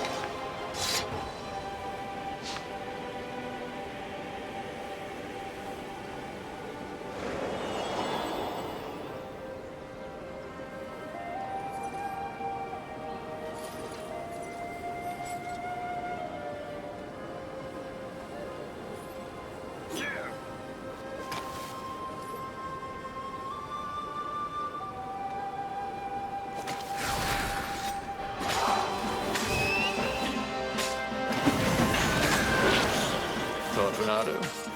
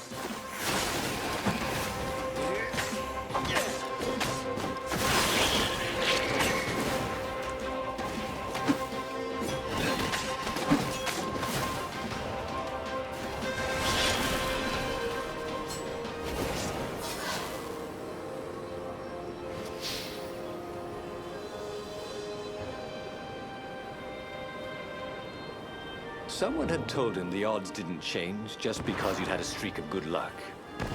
His gut told him that was wrong, though. And he always listened to his gut. On the other hand, 128 chances to win, but one of them would destroy the universe. That seemed a bit serious. Maybe he could defeat the Emperor without firing the Sky Ripper. Maybe he could bluff, but with a real weapon. Like in cards, when you had 3 knaves, but you pretended you had a fizbin. That could work.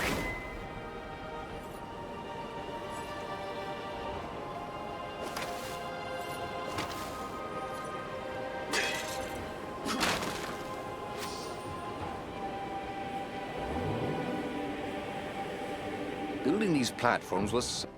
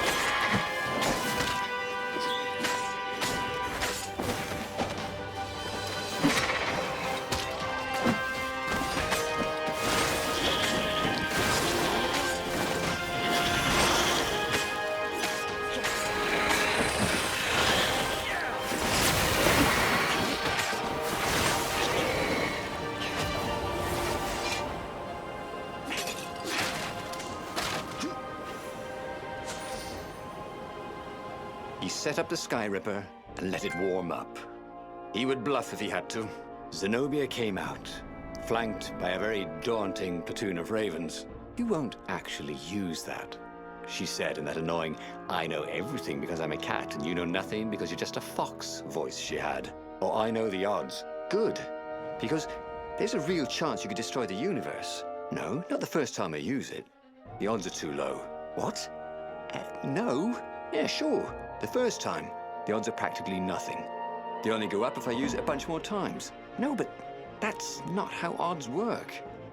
Didn't you pay attention in class? Now surrender, or I'll use it.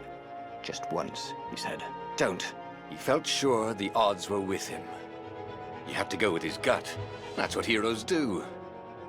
Fire, he said. Please? The Sky Ripper fired. With a tremendous whoosh, the Emperor's flagship went up in flames. It was awesome. Then he noticed there was a hole in the air. A blackness, like a tear in a parchment. Wind was blowing into it, widening it. It grew larger, and even larger. Crates fell upwards into it, and the world itself seemed bent, like the reflection on a curved mirror, as it poured into the ravenous hole. Ah, 1 in 128. What are the odds? Thought Reynardo, and then everything fell into the hole and was gone. Reynardo stared at the book. He was still alive. Again. And still only flying away from burning Ubar. Had he lived that adventure? Or only dreamt it? Had he really died? It felt so real, not like a dream at all. And he'd lost again. Oh, he hated that. But he had made different choices. And he'd lost in a different way. It was the book, wasn't it? Oracles showed you your destiny. But this was showing him different ways he could die miserably. Thanks a bunch, book, he thought. But these were destinies that he did not have to fulfill. But he'd learn another true thing. The core was powerful, but dangerous if used improperly.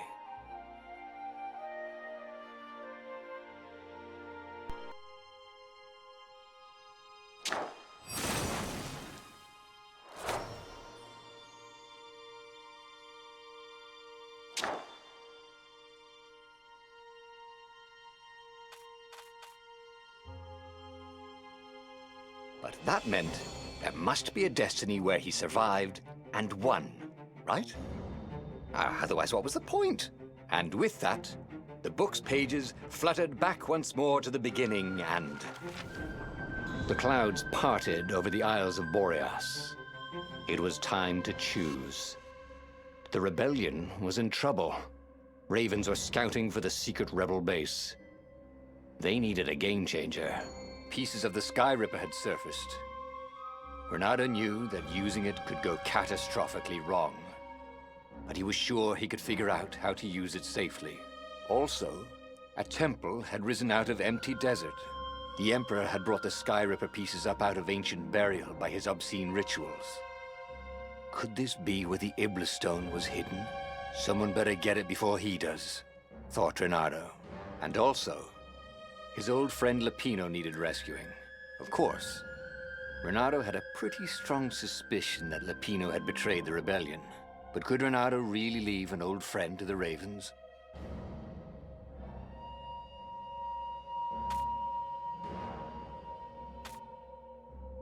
The island was windswept desert. No one went there except ostriches and ostrich hunters. The Iblis stone. It sounded ominous. It sounded powerful.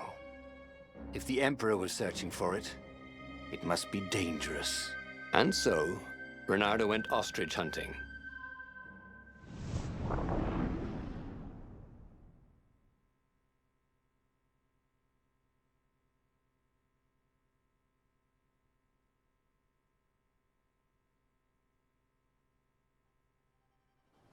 Every child could sing verses about the Sky Ripper, but ancient codices held hints of other things.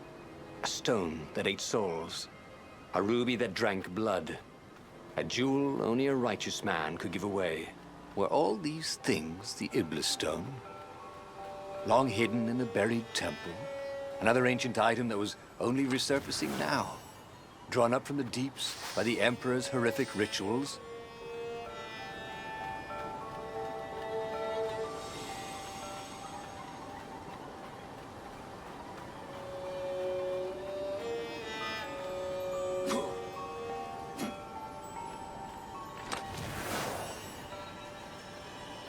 That ought to be enough for a proper sword, you thought?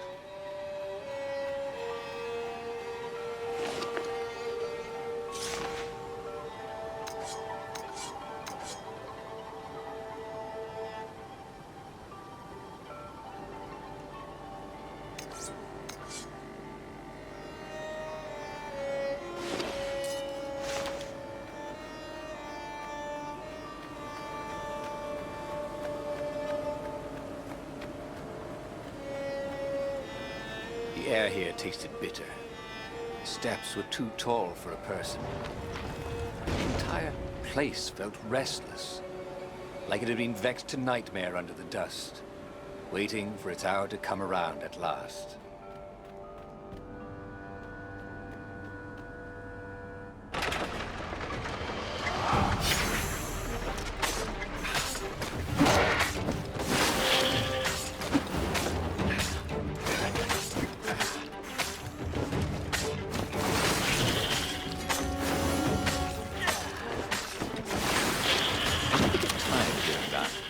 Reynardo.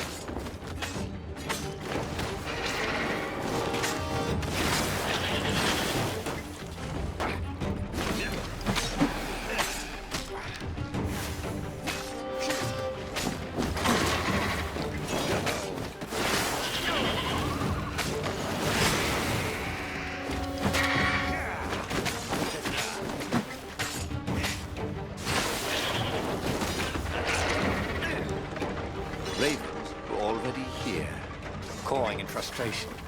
They were still searching for a way in. Good. And he hadn't come too late.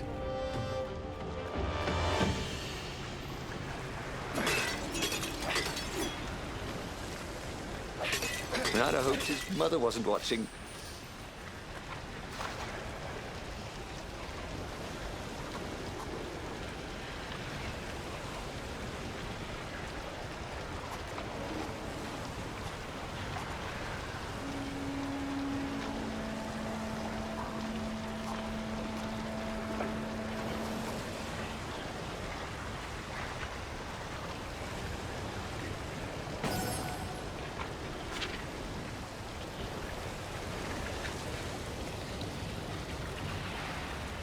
Death to traitors! Roared the raven.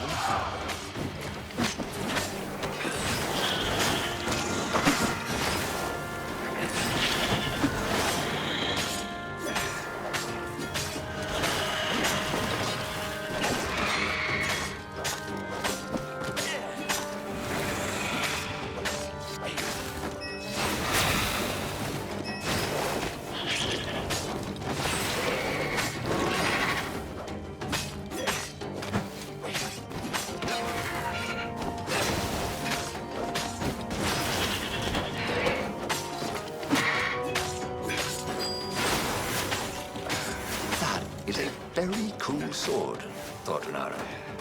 No, seriously, he couldn't feel his paw anymore.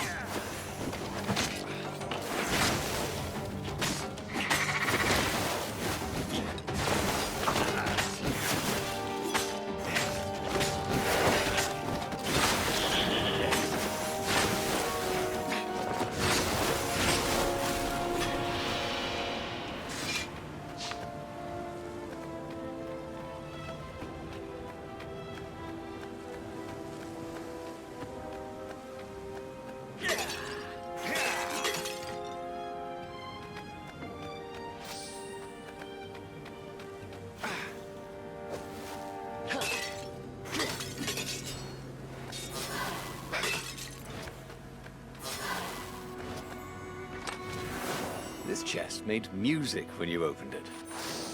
Too bad it was Muzak.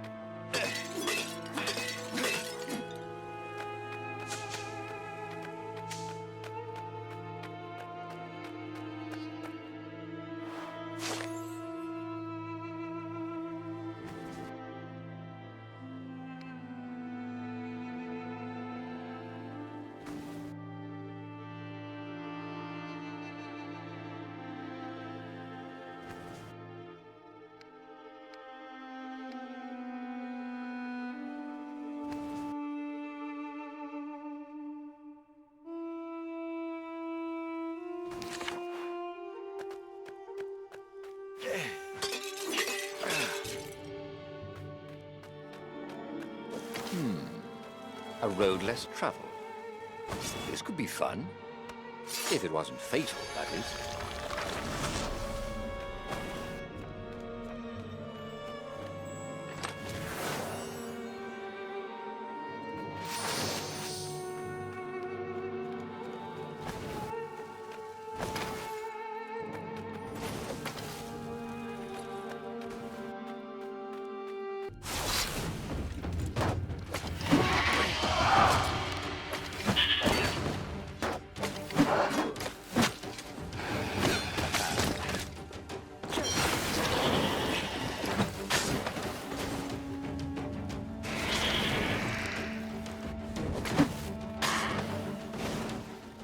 I think this is yours, said Reynardo. But he couldn't hear his enemy's answer.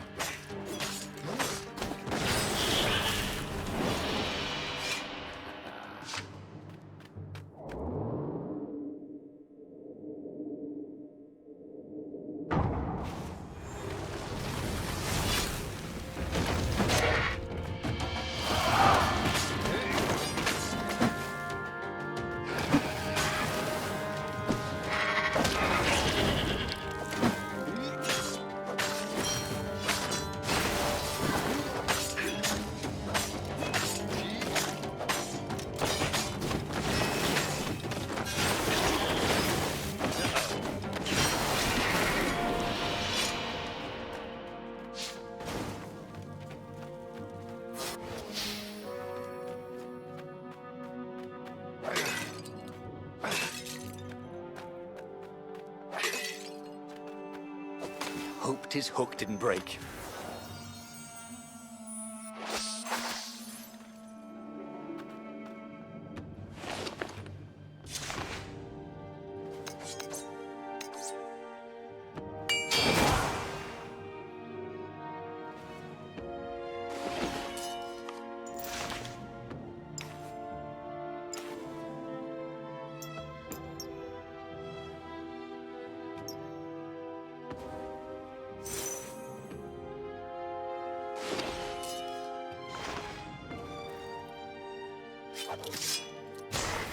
How could a temple to Iblis still even exist?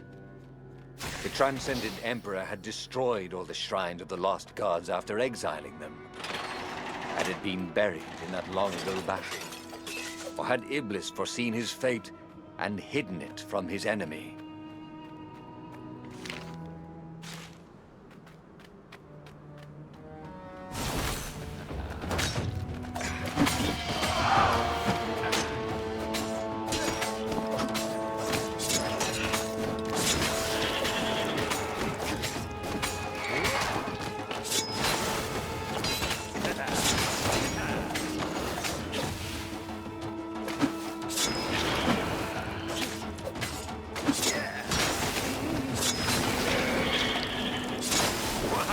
That was good. Was it good for you?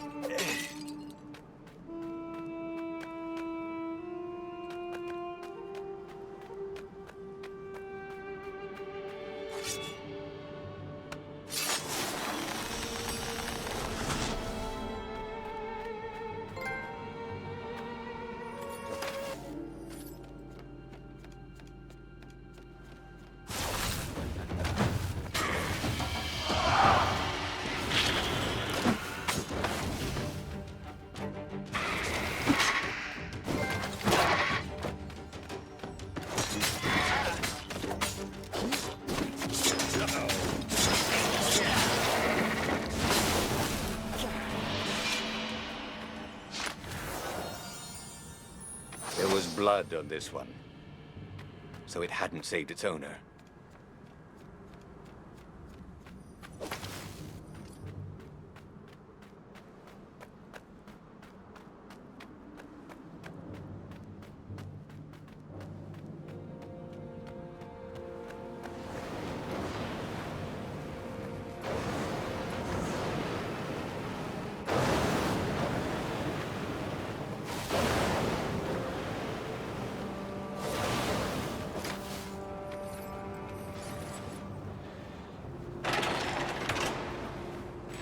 Romans at least could not get past this point.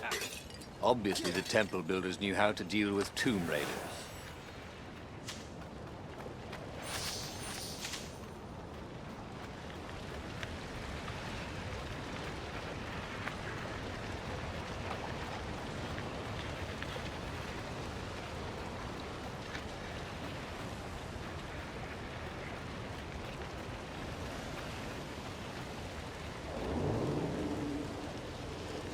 Reynardo wondered what would happen if he jumped. Would he be rescued by an emergency platform?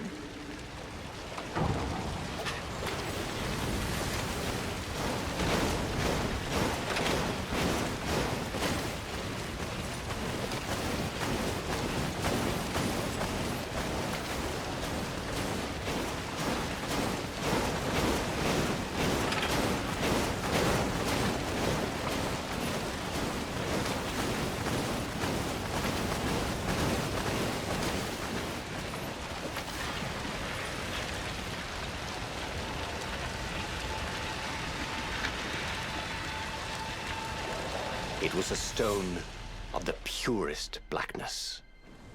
It reflected no light, like a void made solid. Nervous, he picked it up. I can make you mighty. Who said that? Give me blood. It was the stone, eager, thirsty.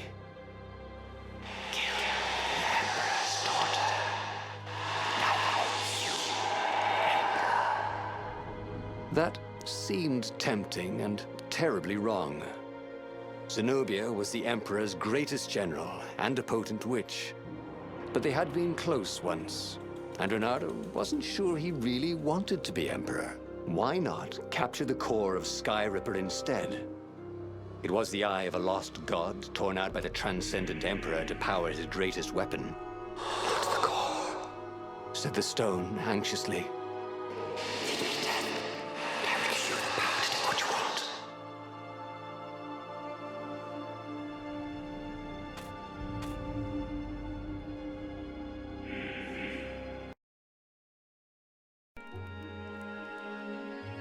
It was a stone of the purest blackness. It reflected no light, like a void made solid. Nervous, he picked it up. I can make you mighty. Who said that? Give me blood. It was the stone, eager, thirsty.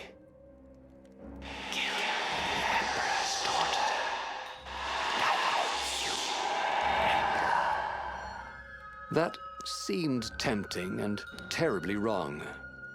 Zenobia was the Emperor's greatest general and a potent witch. But they had been close once, and Reynardo wasn't sure he really wanted to be Emperor. Why not capture the core of Sky Ripper instead? It was the eye of a lost god torn out by the transcendent Emperor to power his greatest weapon. "Not the core," said the stone anxiously.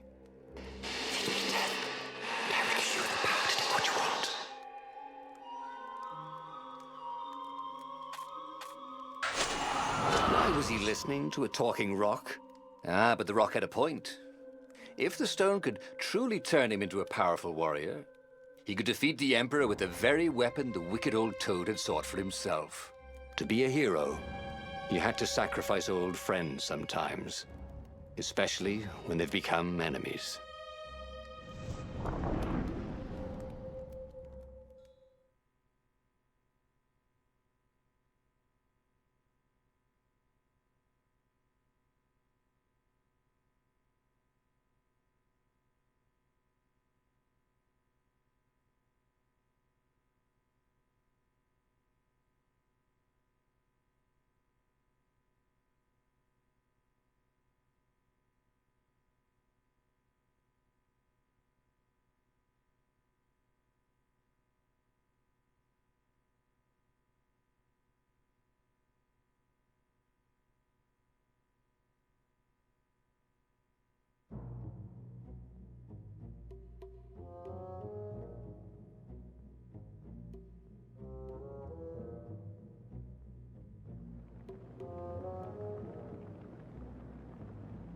As he placed the impossibly black crystal in his gauntlet, Reynardo had a sudden vision. Charred fields covered in dead ravens below a black sun. Was it the time of the lost gods before the transcendent emperor? Was it the future? Feed souls, it whispered. Take the power. He could feel the stone's hunger for souls. Its thirst for blood. All right, I get it. This was going to be interesting.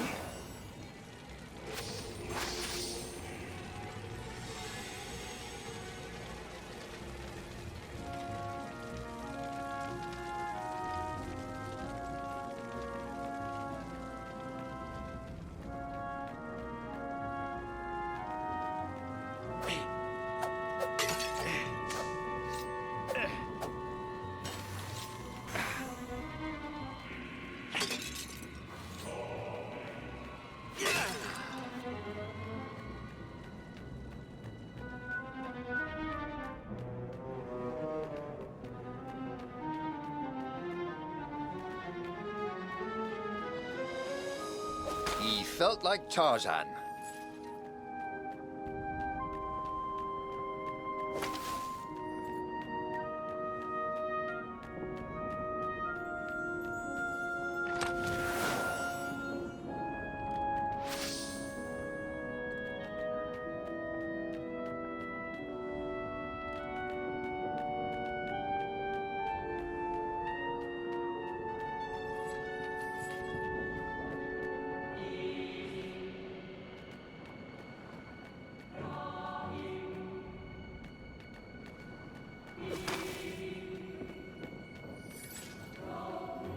Impatient.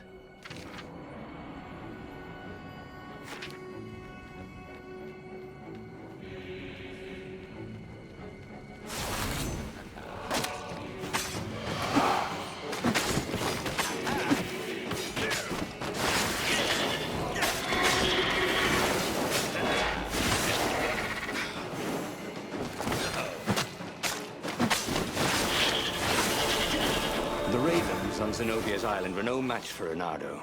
They screamed as the stones sucked out their souls. And with each death, he felt stronger. Take the power, the stone told him.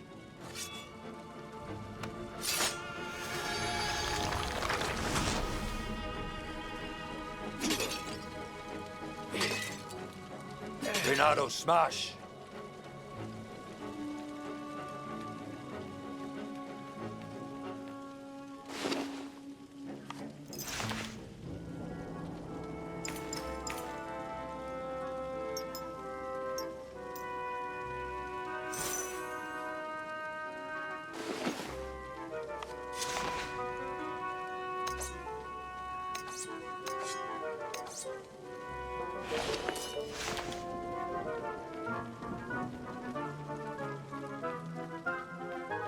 Firewalls only let you through if they think you're hot enough.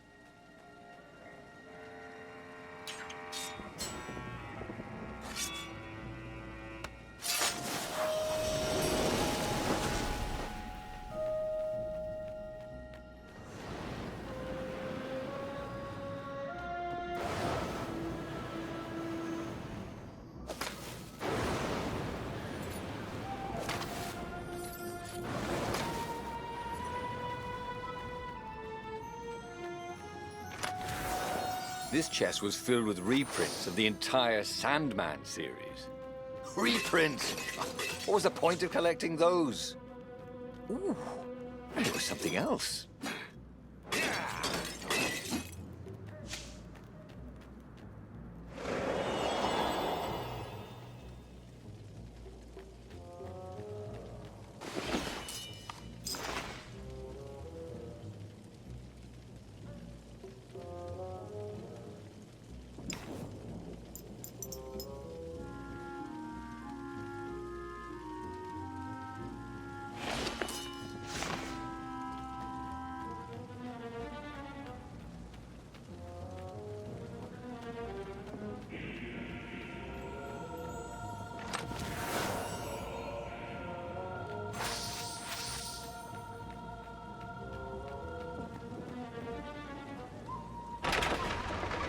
couldn't do worse with Zenobia than he'd done with the core, could he?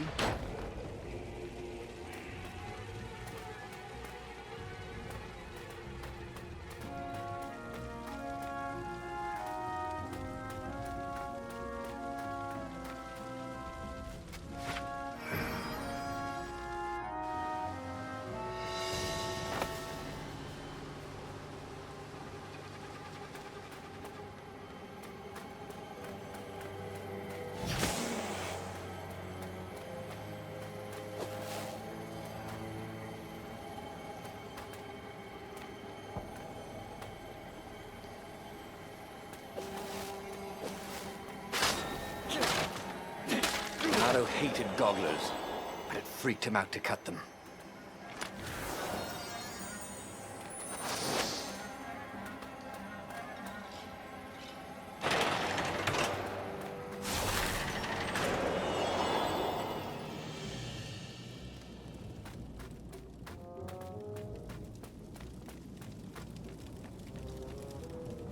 Zenobia was waiting for Reynardo.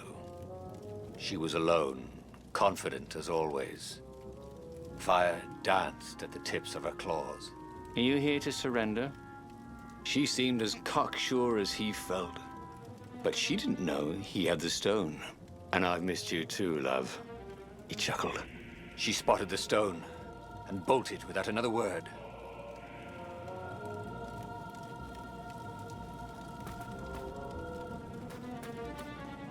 It would be fun to try out that one. And here was a handy workbench.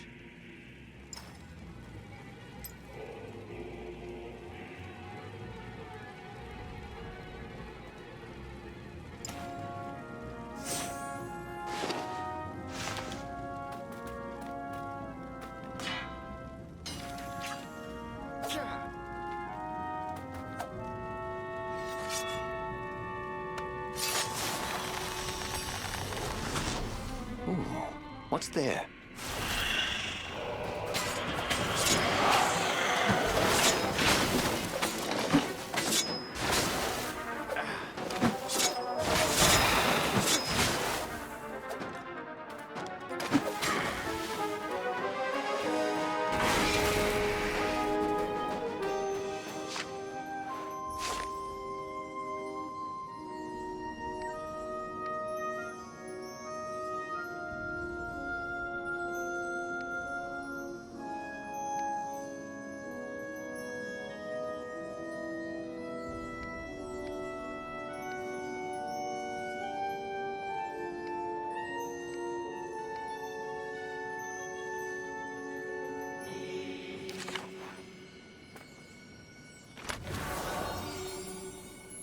Boy, someone has spent a lot of money for a graduation present.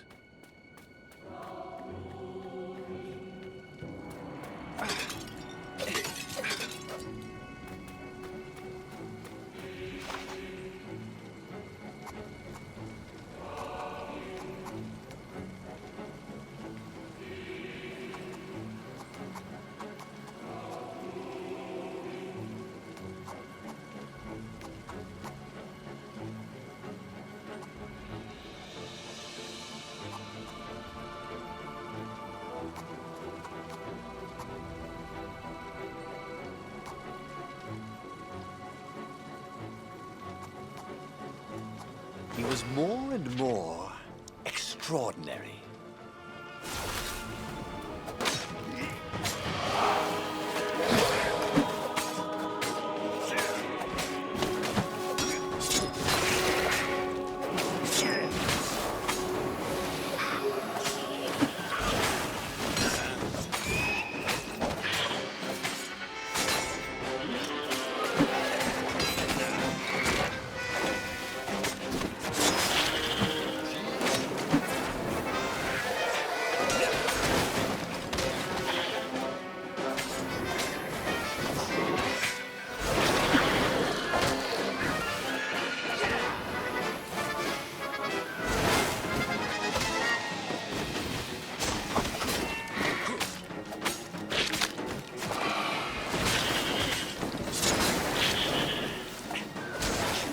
Cowardly warlocks. Why wouldn't they come close where he could kill them?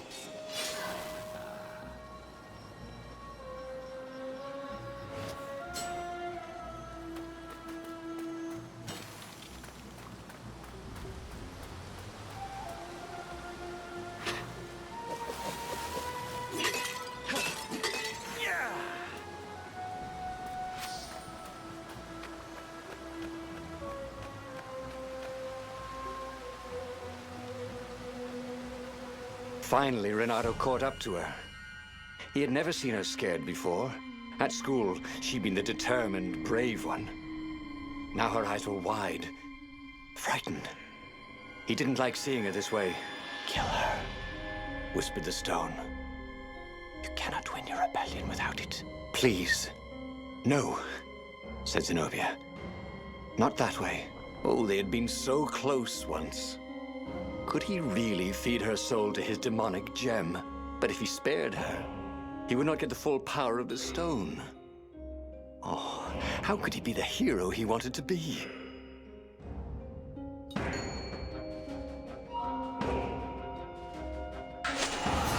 With a flick of his wrist, he slashed Zenobia's throat. Her eyes widened even more. Then the light went out of them. Reynardo felt amazing. Power was rushing into him like water from a burst dam. Oh, such brilliance, exulted the Iblis stone. Tasty. Reynardo returned to the Farfarer and set a course for the Nexus. The Empire had a communication outpost there. He could call the Emperor directly. It was time to seize the outpost and let the Emperor know what he had done.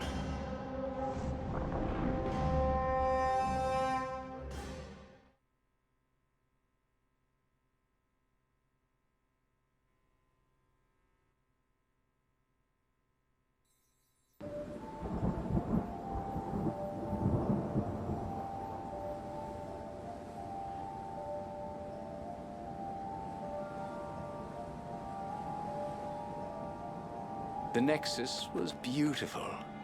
He'd never realized how beautiful. Everything glowed. The wind was so sweet.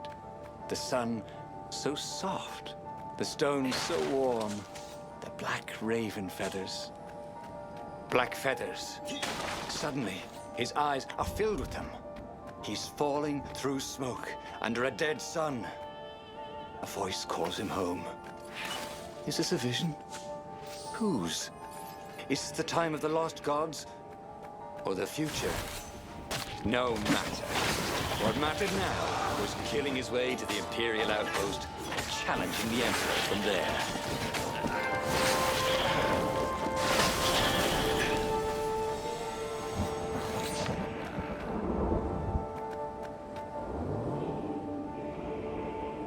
There was a sign. Take the goat across first.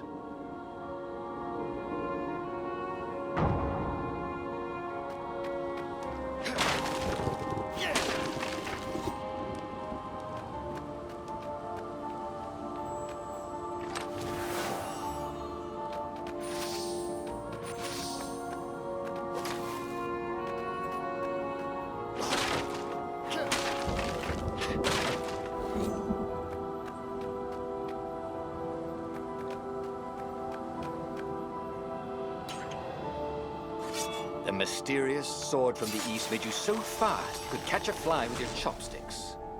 If that's what you really wanted.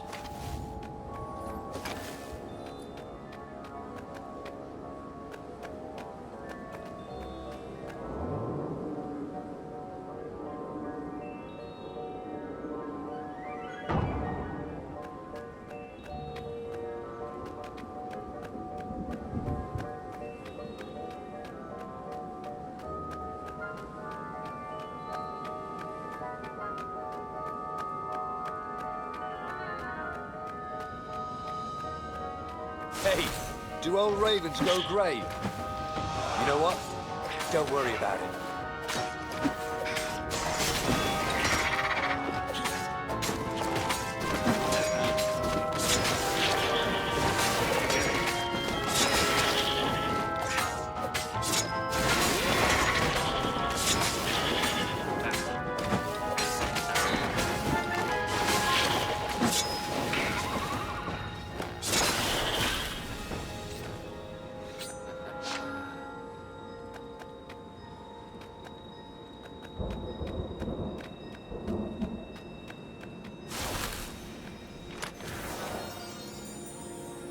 His sword fu teacher used to say power gems were cheating.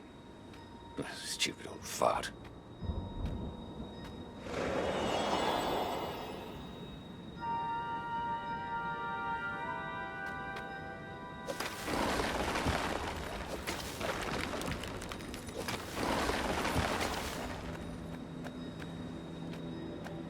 Up ahead was Lapino.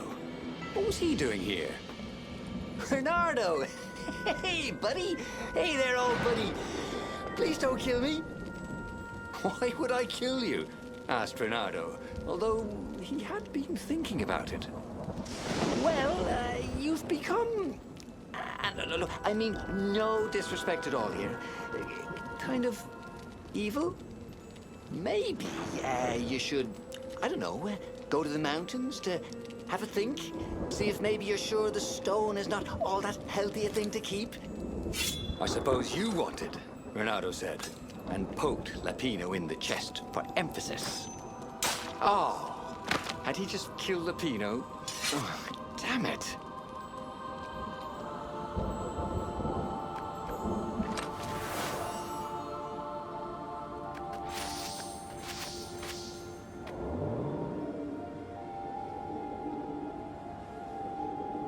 He'd go to the outpost, use their far speaker, tell the Emperor what he'd done, and then he'd go to the secret rebel base. Let them know he was ready to lead them to victory.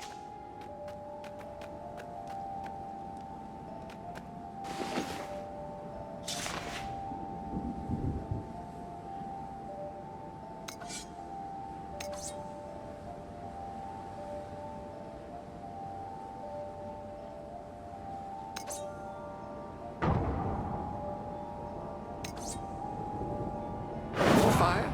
Yes, please.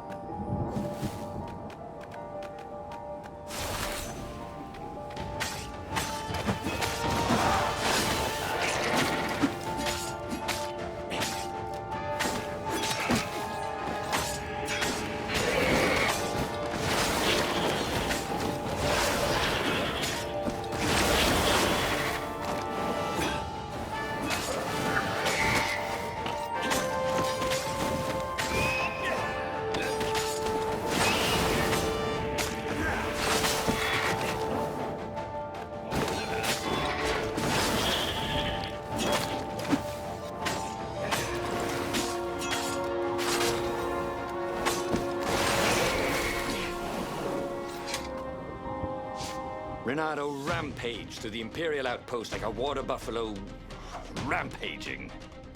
At the last moment, he remembered not to kill the far speaker toad. After all, he wanted a word with the Emperor. But there was only silence. The Emperor was scared, like little girl. Well, he would gather the rebel army and slaughter the Imperial fleet. Yes! Applauded the Iblistone. Tremendous. Then the Emperor would have to answer his far speaker, wouldn't he? Who are you? Asked a distant voice that sounded uncomfortably like Zenobia. What have you become? The mountains. Go to the mountains, urged another that sounded a bit like Lapino.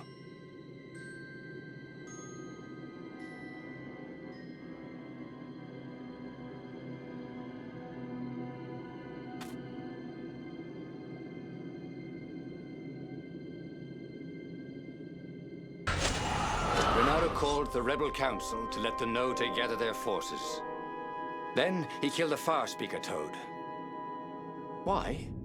Well, because to make sure his sword was sharp. Oh no, that's awful. So no one else could use it. Yes, that's it. Then he set off for the ruins and the secret rebel base.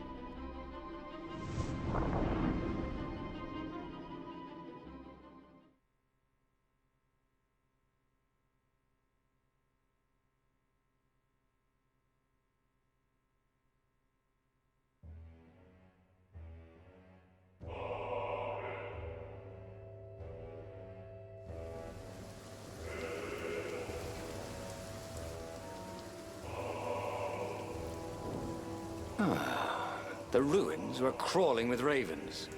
Probably looking for the secret base, Reynardo thought.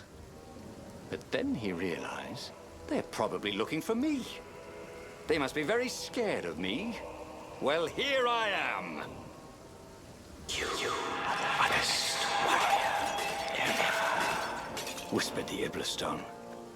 And he had to agree with it, for once. Who was as good as Reynardo?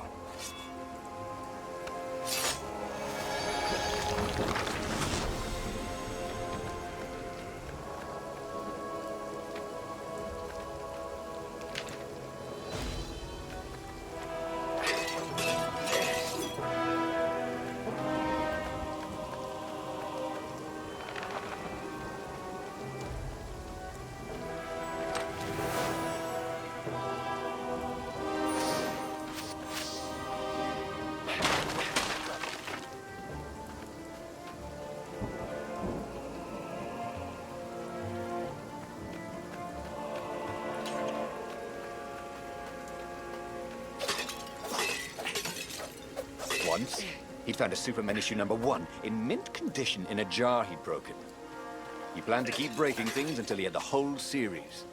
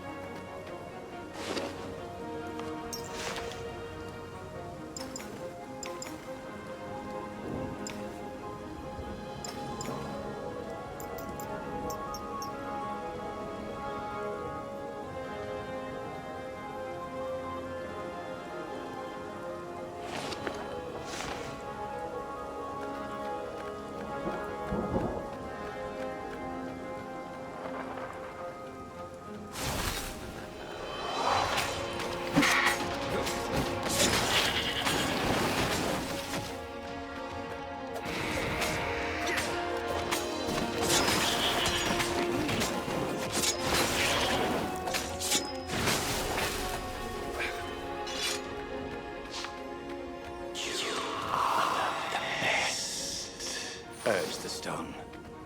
Let it make you an emperor. Come to think of it, Reynardo thought as he put down another raven, why shouldn't I be emperor? How did anybody get to be emperor anyway? By making war.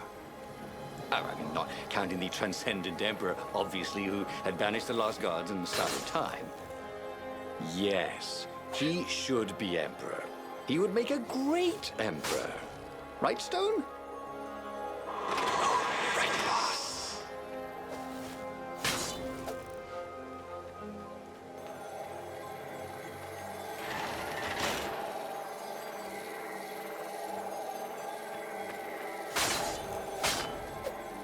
Hey, how do you tell if someone's far away or just really small?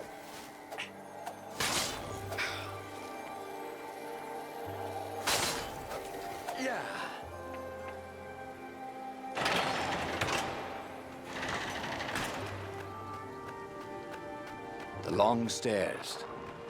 So he was close to the rebel base. Nothing was on fire. So far, so good.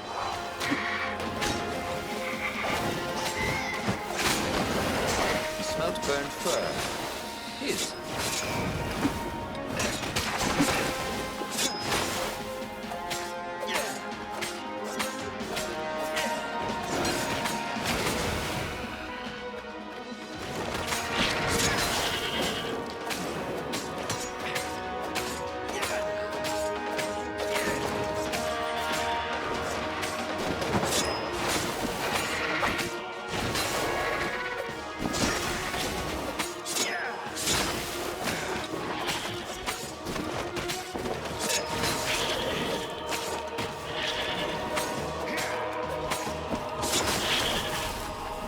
Reynardo felt new powers ready to blossom within him, or something.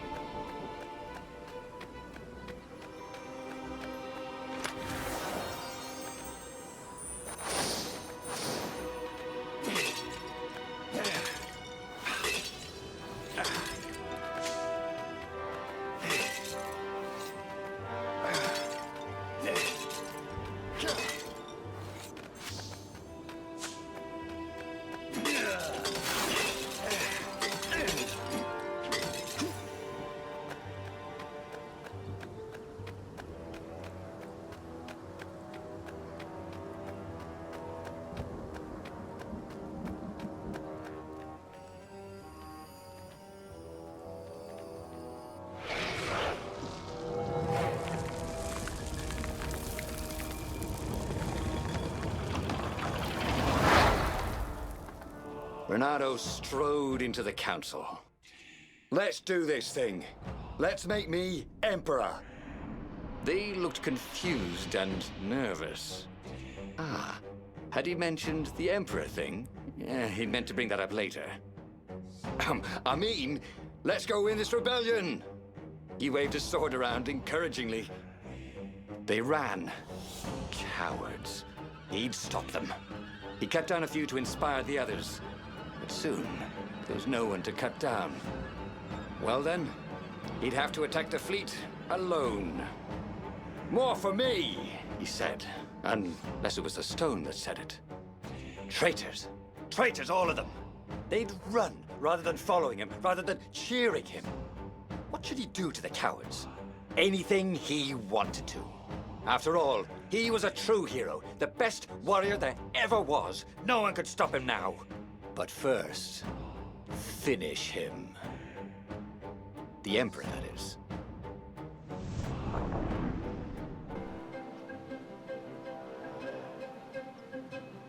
Where was the rebel fleet? They weren't even trying an assault. They were going to miss a day in history. The downfall of this dynasty, and a new one to take its place. He didn't have to kill all the ravens. He could enslave them, and enslave the toads too. All the animals would worship him as a god, for he had once been a god. They would willingly give him their blood and their souls. And the world would change, would become familiar again.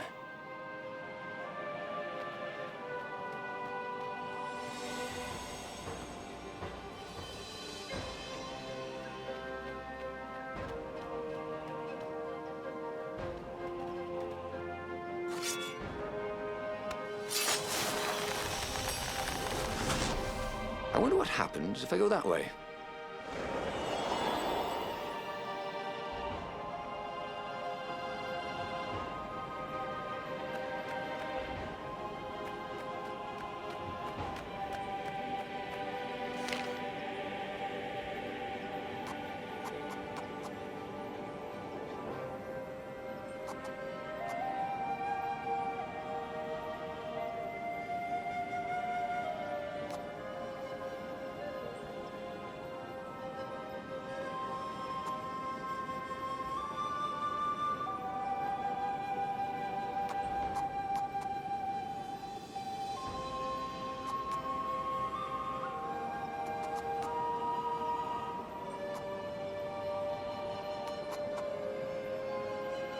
Well, he'd always wanted to do that.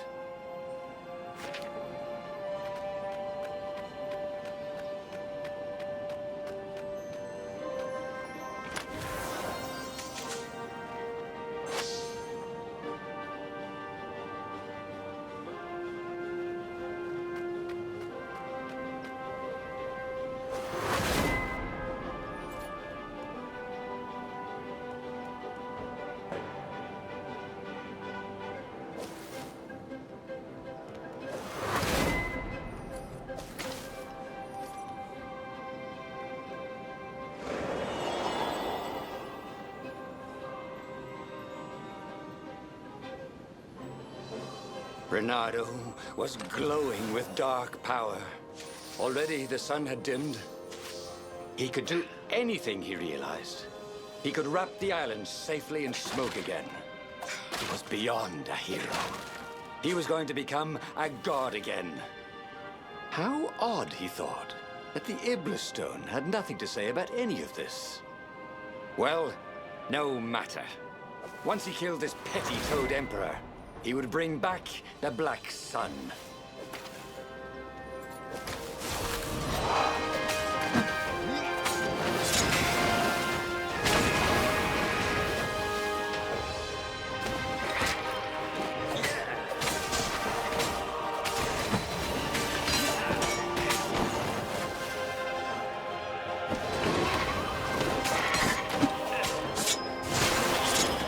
And I was just getting warmed up, he thought.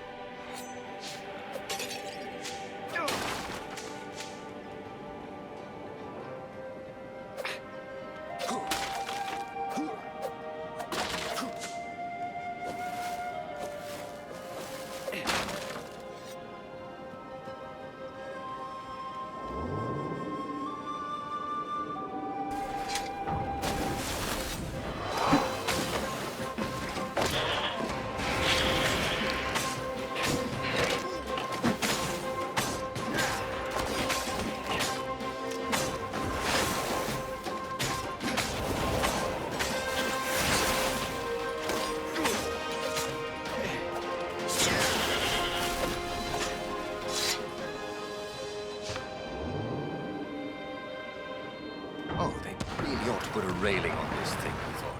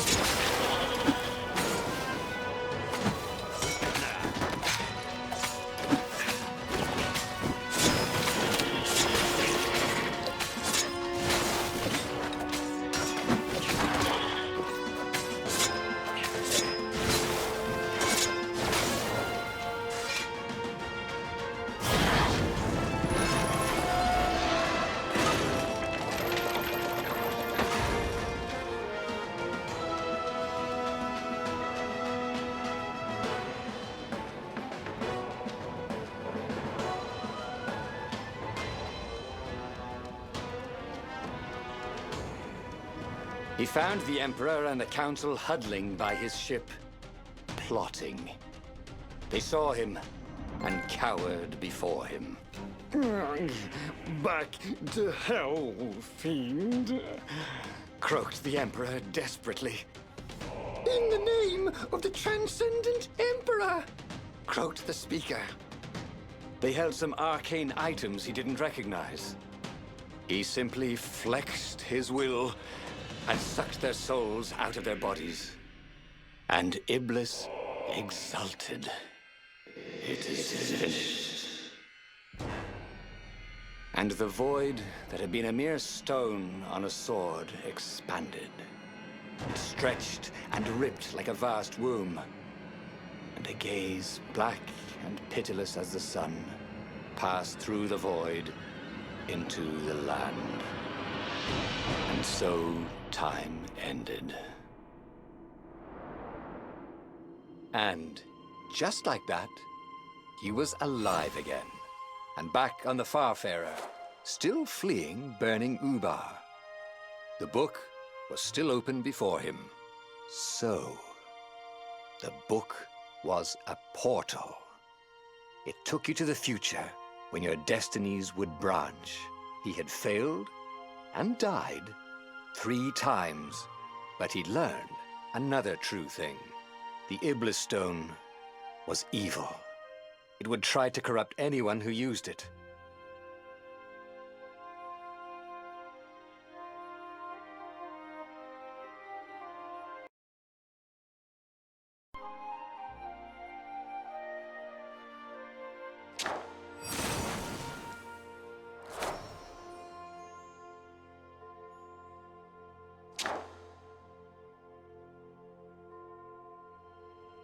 But he was starting to feel like he was getting the hang of this.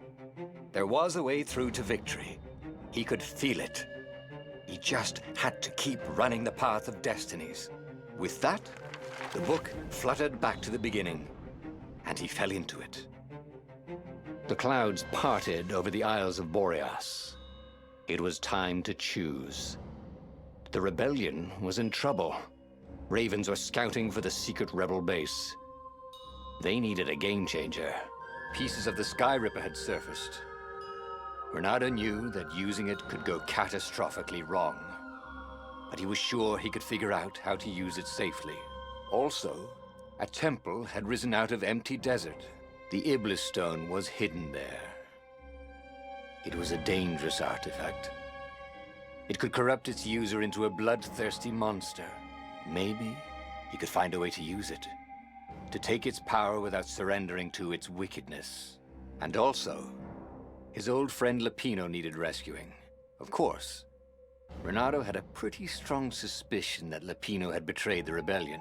But could Reynardo really leave an old friend to the Ravens?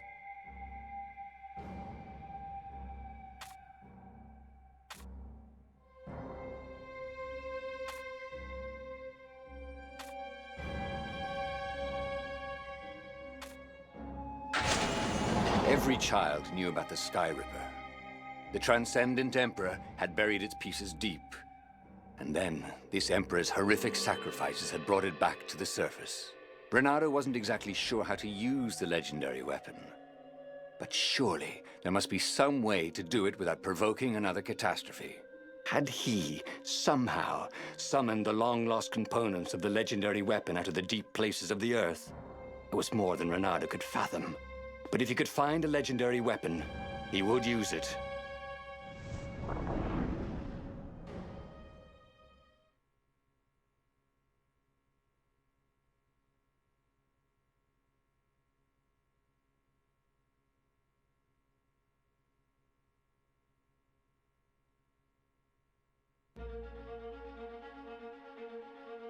As he set foot on the island, Reynardo couldn't help feeling a bit curious. Was Lapino still waiting to be rescued? No. He was probably drinking champagne with the ravens. Did ravens drink champagne? Did rabbits? Reynardo felt oddly thirsty, come to think of it. Why had he chosen the Sky Ripper? Reynardo never made plans that required constant vigilance. He was a hero. He didn't think too much. He just went with his gut and hoped it all worked out. The Sky Ripper was a long shot. He'd have to devote himself to it. No side journeys, no rescuing old friends. That was against his nature. Could he stick with it?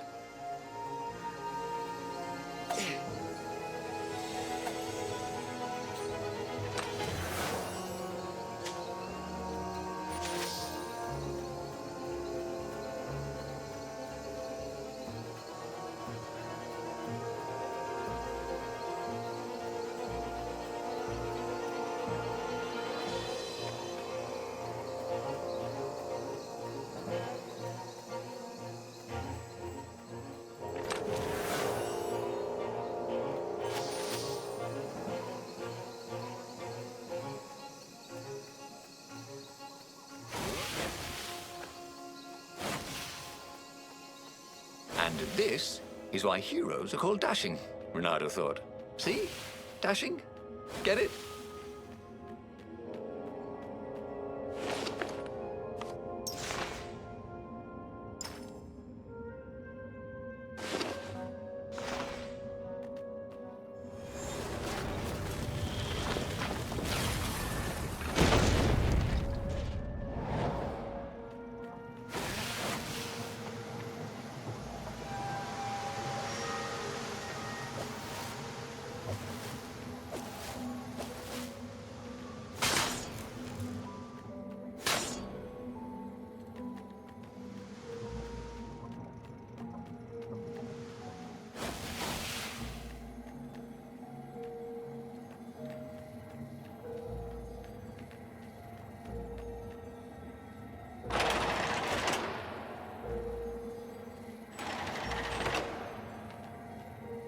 When I build my castle, thought Reynardo, all my gates are going to open with buttons, and all the levers will drop rocks at your head.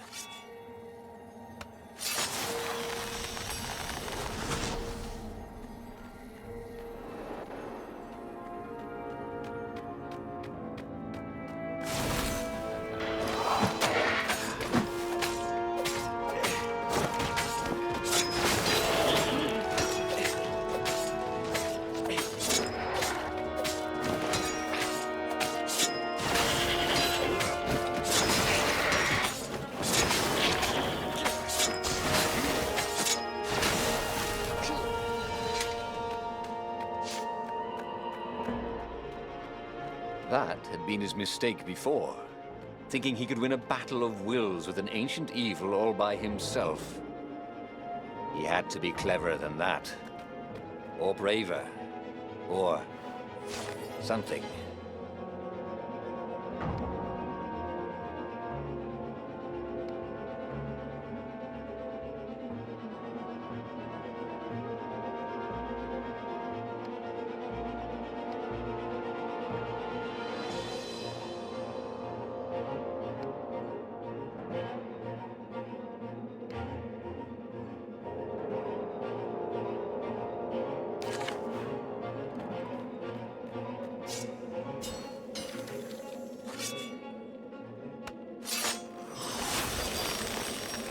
Maybe I should follow my nose, thought Reynardo.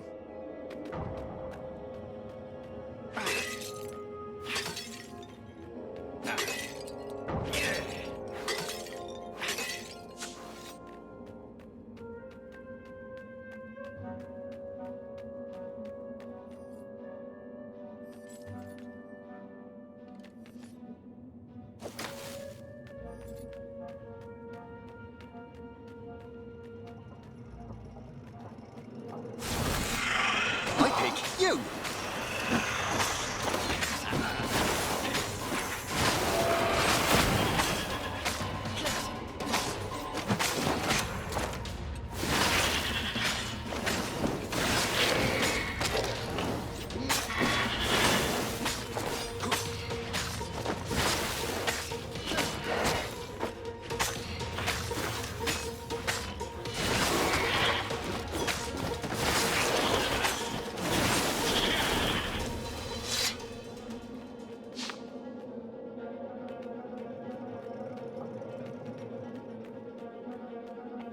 Well, they really needed to redecorate anyway.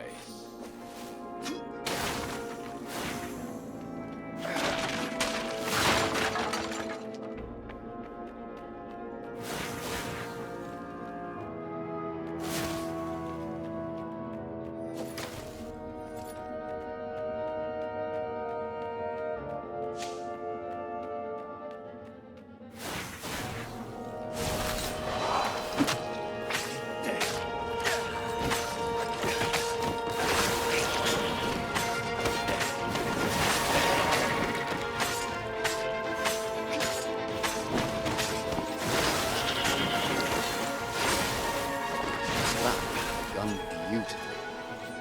Who was a bard when you needed one?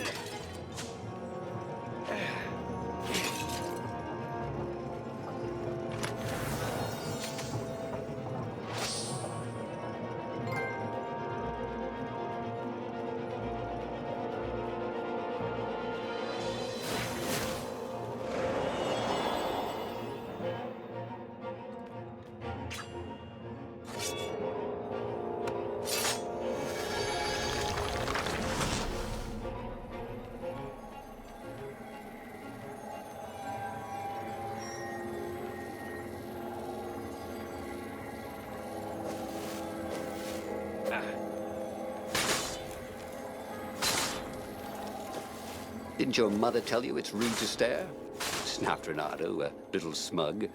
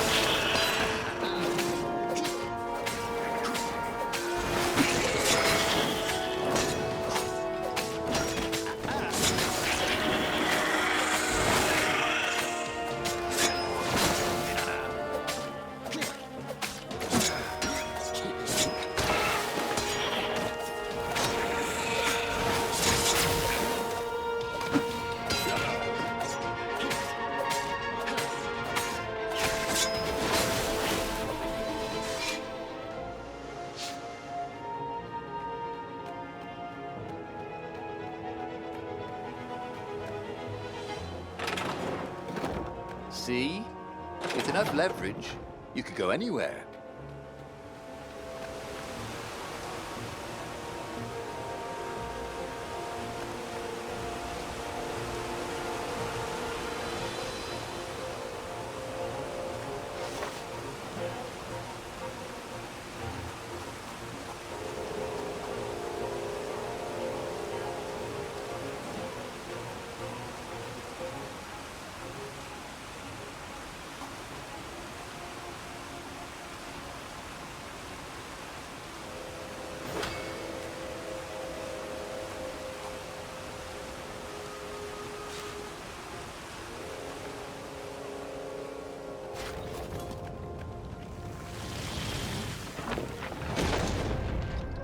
There it was.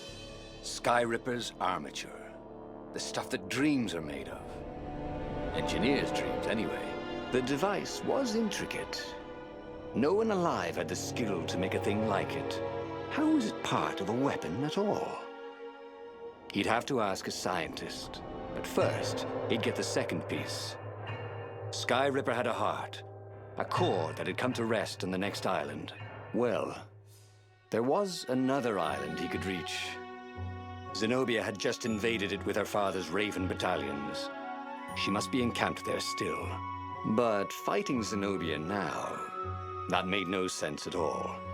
He'd already sacrificed one friend to get this armature, was it? He didn't need to hurry to face her. She would find him.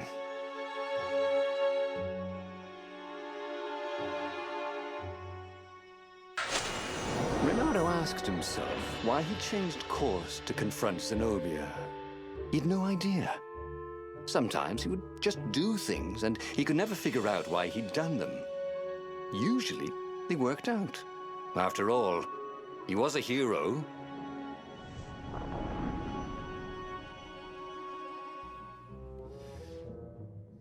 The truth is, though, he wanted to see her, wasn't it? It had been a dozen years since Swordfu School. He'd followed every rumor about her, every scrap of news. Not that he still loved her. After all, she was his enemy. No, it was solely because know your enemy. But it would be great to see her. Even if they faced off across sword points, as they'd done so many times at school. The world was a less interesting place without her.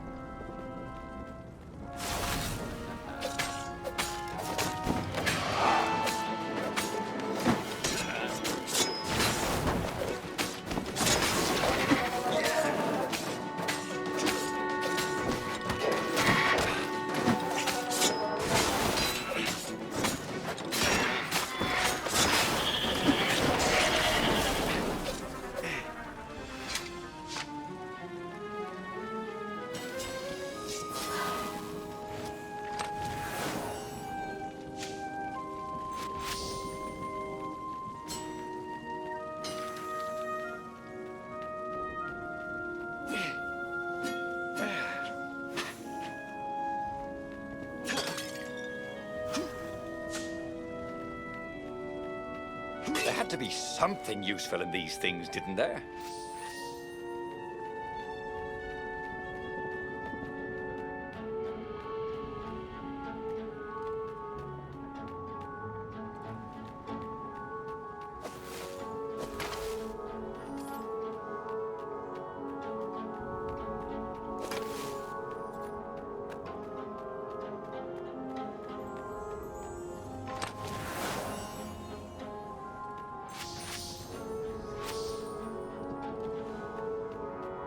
Reynardo wondered if his future self had commissioned these poles.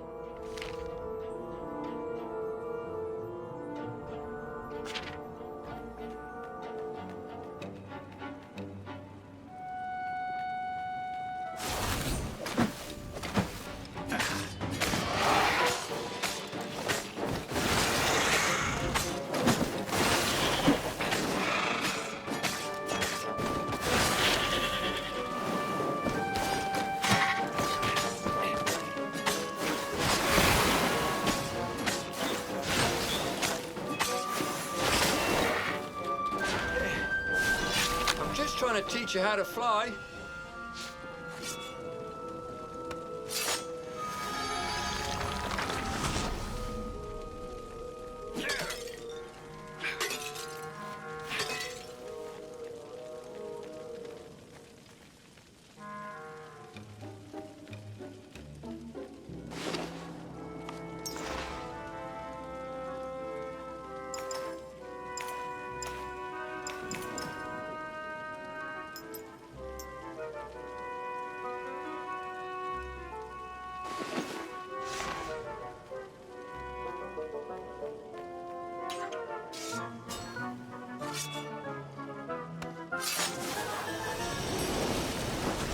The new pathway made Reynardo curious.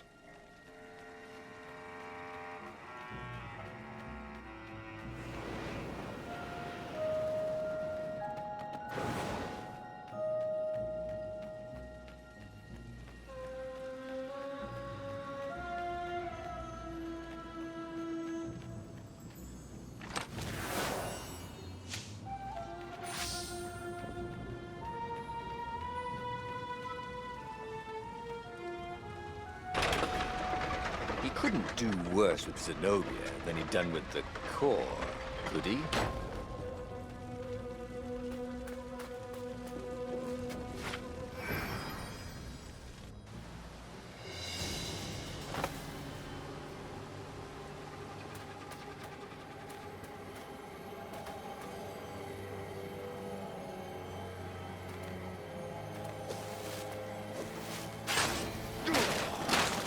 Hey, why don't you guys fight in groups?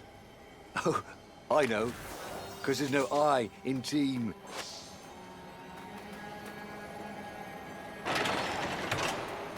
Reynardo wasn't entirely sure how he was going to capture Zenobia. She'd be expecting him. And he didn't have Lapino to cook up a clever plan. Why was it again that he hadn't got the core? Maybe because the results tended to be disastrous. These streets were familiar. The Sword Fu School was closed now, but he had been down that street 1,000 times. He knew that pub. He knew that alley. He knew the alley behind it much too well. No wonder Zenobia had chosen to invade this island herself.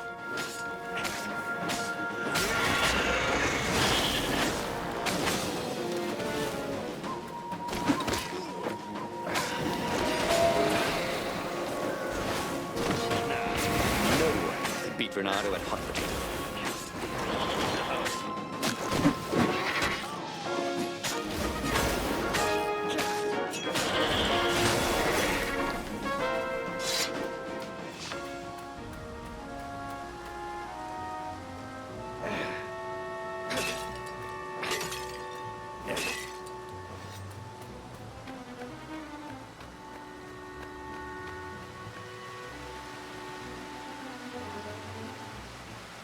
Reynardo slinked through Zenobia's ship, making no sound at all.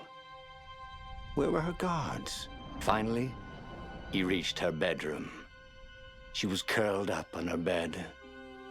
Oh, he'd forgotten how beautiful she was. How sleek, how soft. He tapped her on the shoulder with his sword. She vanished. And he suddenly noticed he couldn't move except his mouth. In fact, soon he couldn't keep his mouth shut. He told Zenobia everything. Sky Ripper, the Iblistone, even where the secret rebel base was, until he was hoarse. It was some kind of truth spell. A talky truth spell. She called her father by Farspeaker Toad and filled His Majesty in. Yeah, but why didn't he get the core? Croaked the Farspeaker in something like His Majesty's croak. Because I missed you, darling. Reynardo grinned. He doesn't even know why. Frowned Zenobia. That makes no sense. It's a trap. Shouted the Emperor. I'll meet you at the outpost, and I'll bring my interrogators. If Reynardo came face to face with the Emperor, maybe he could assassinate him. But maybe it would be smarter and safer to turn Zenobia against her father.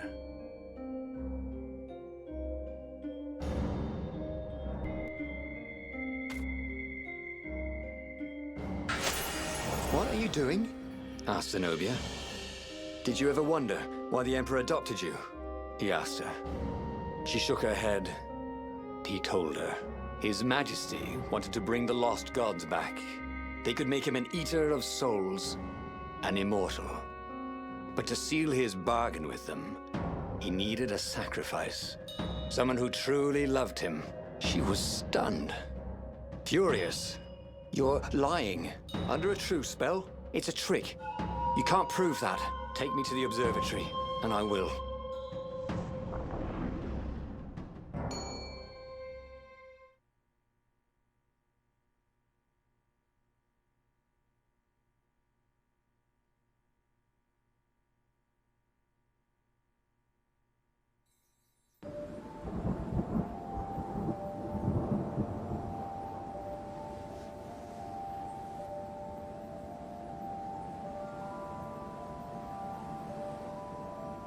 What kind of proof could you possibly have?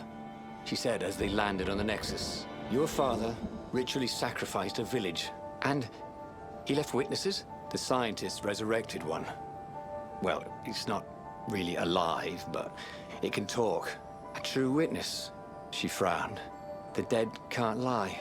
Well, I bet they could. They just don't have any reason to. She nodded grimly.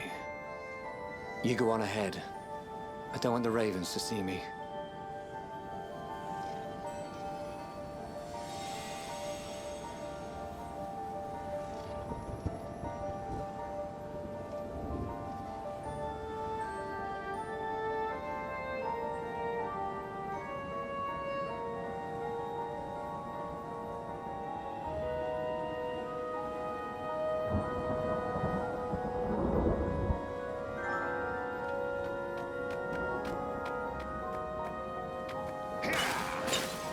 He was practically sure he'd find something useful in one of these things.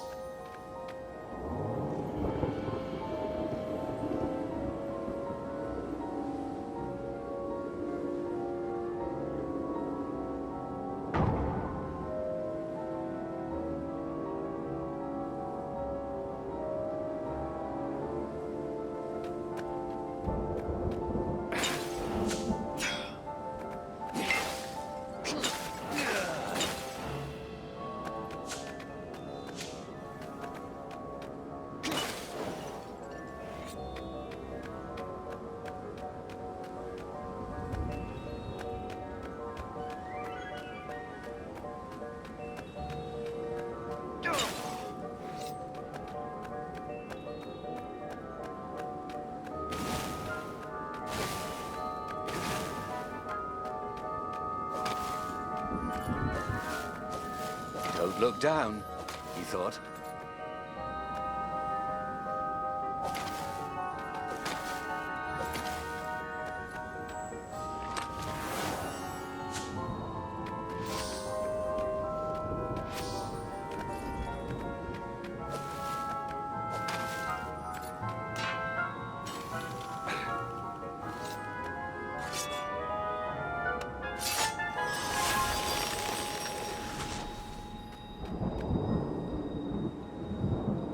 This would be the perfect place for a tic-tac-toe board.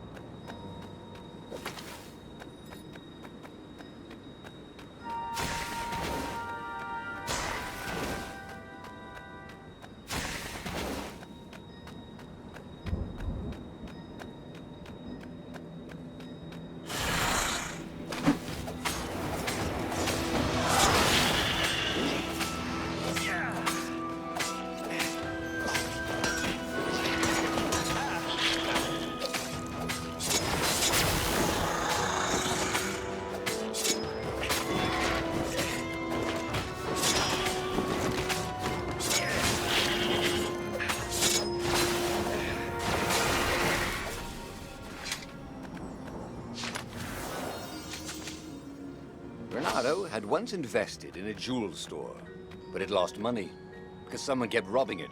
Twist, it was him.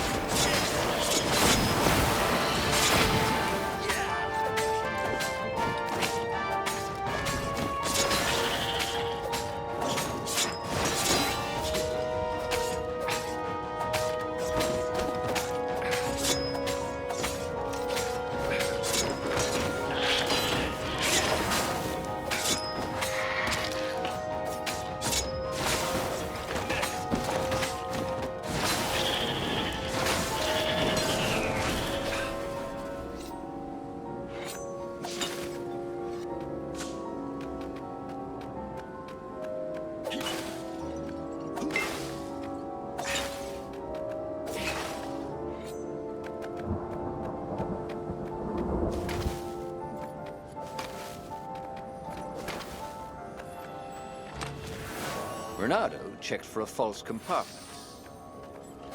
Nope.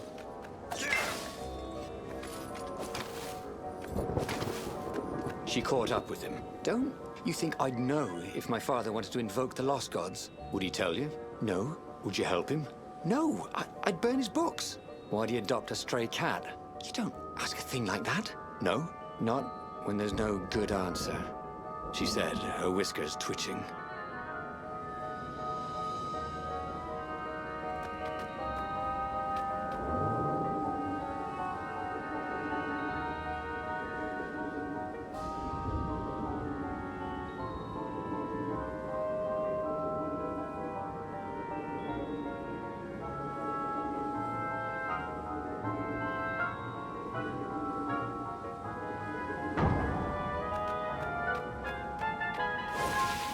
With all the secrets he revealed to the Emperor, the Ravens were probably heading for the secret base.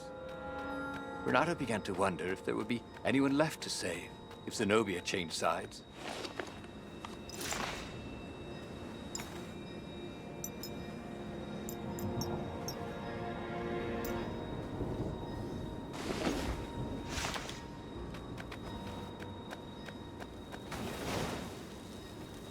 Reynardo had always wanted a flying carpet. This was more like a flying tabletop, but it would do.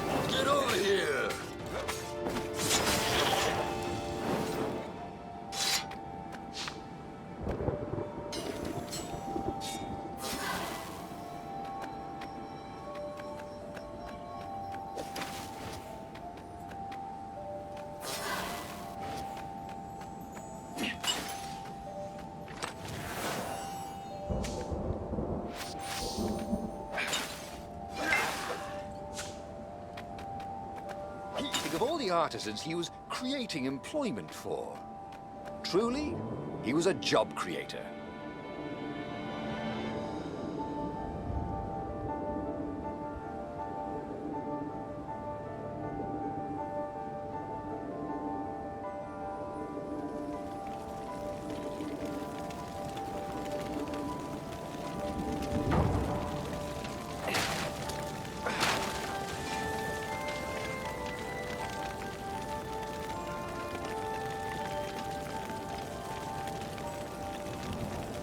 The observatory was a burning hulk.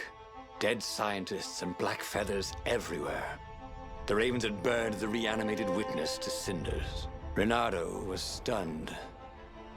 There goes my proof. These were scientists, not rebels, Zenobia said, upset. Why would he do this? I don't know. Let's go to the fleet and ask him. Yes. I'll meet you on the mountains. There's something I have to get first. But could he afford to meet her in the mountains? He'd given the Empire the location of the secret rebel base. They would need rescuing.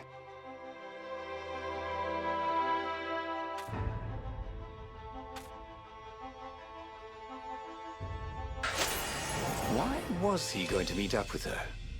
Wasn't it more important to rescue the Rebel Council from the almost certain Imperial attack? Why was he in this war anyway? Was it really to fight the good fight, or did he just want to see her again? One of these days, Reynardo thought, I should really figure out my motives before I pounce. Nah.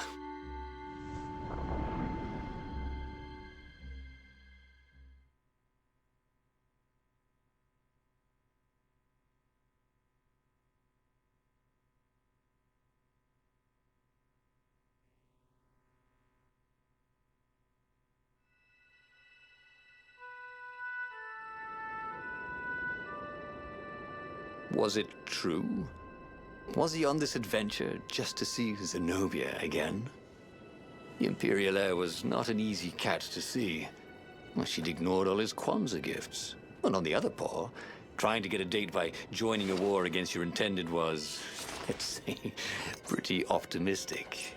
But on the back paw, thought Reynardo, yes, it sounded exactly like him.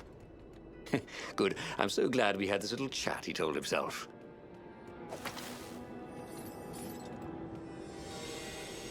Once you try it, you're hooked.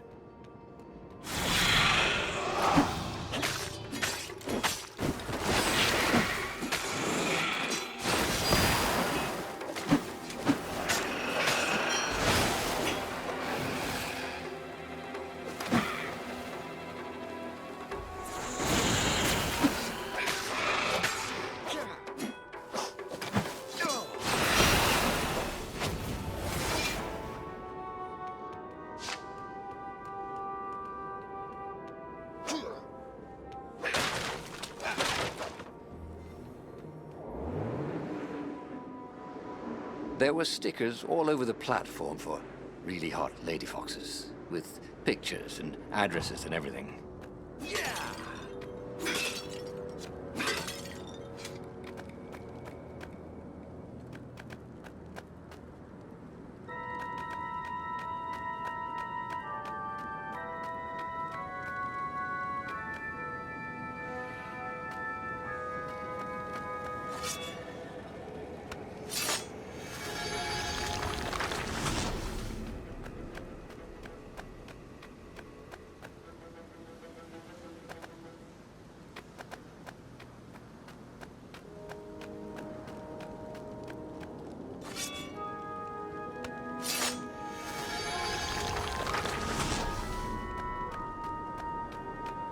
You guys ever eat fresh food? You don't smell like it.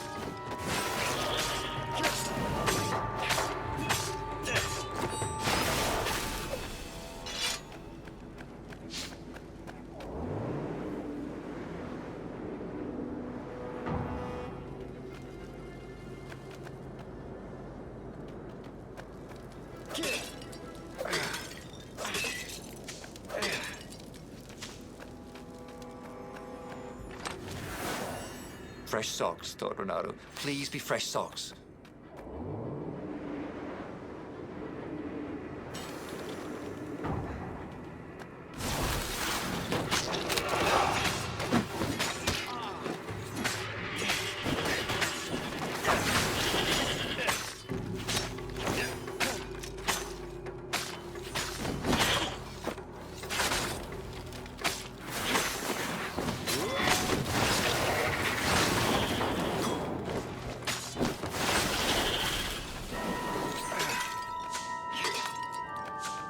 There were a lot of dead ravens along the side of the road. Someone had rampaged through here on a killing spree. What had Zenobia gone to get? He had a chilling feeling it was the Iblis stone. Zenobia was level-headed. A stone could make anyone bloodthirsty. He could tell her style from the blade work on the dead bird.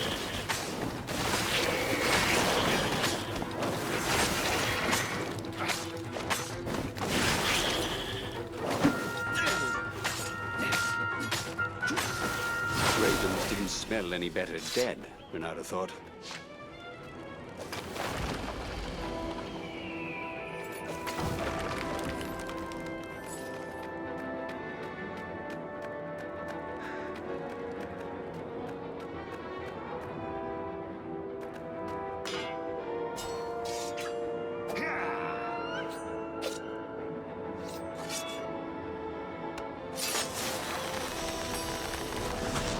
Or I could go that way, he thought.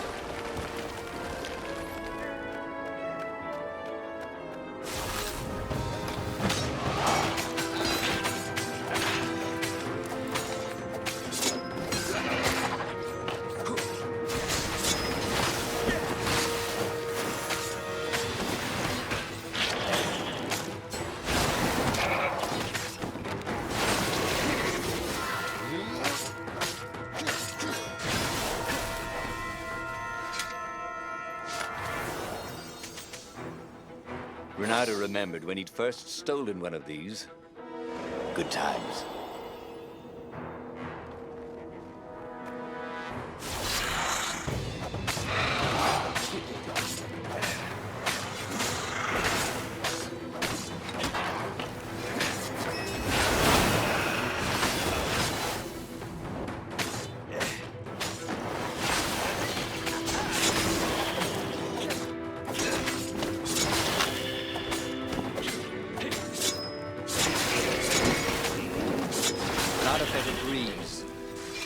Through his armor.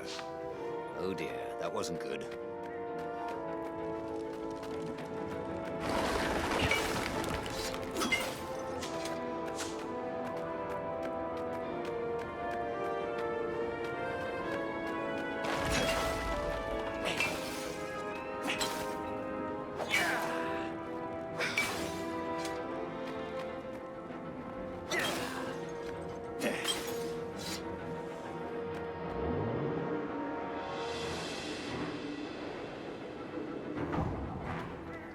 Boom!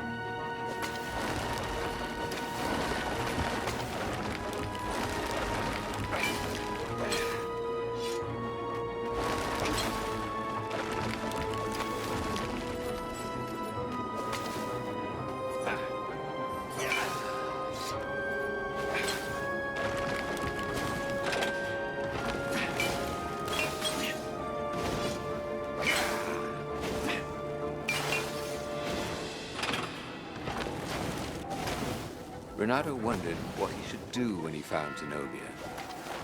What could he do if she had the Iblis stone?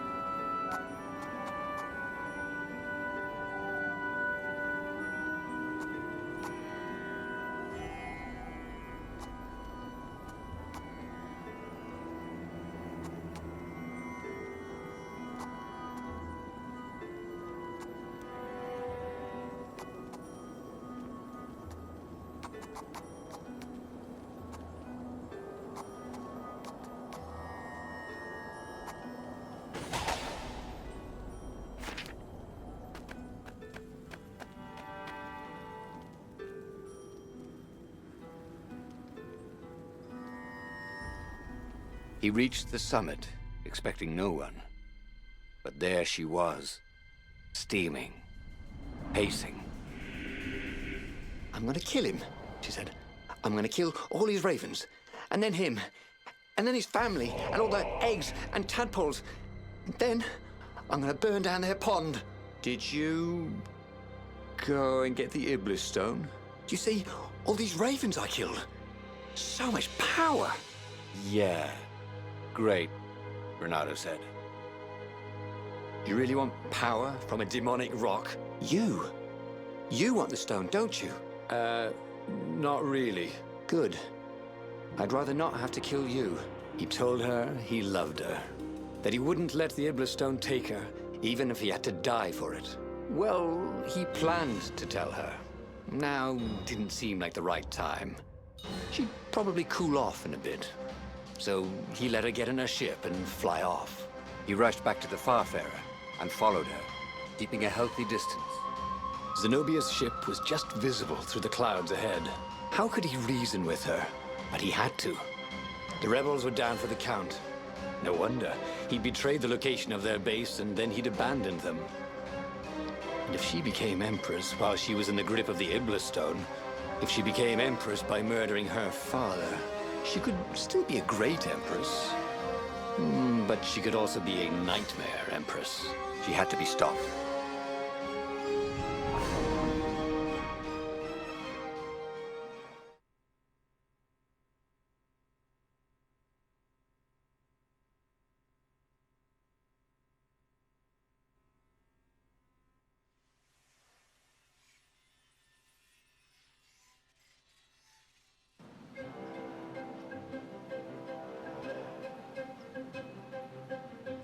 There were more dead ravens along his path, some of them wounded in the back. He knew she could have easily talked her way past them, or clouded the little tiny raven brains with a spell. She was going out of her way to kill everything in her path. This wasn't Zenobia, not as he knew her.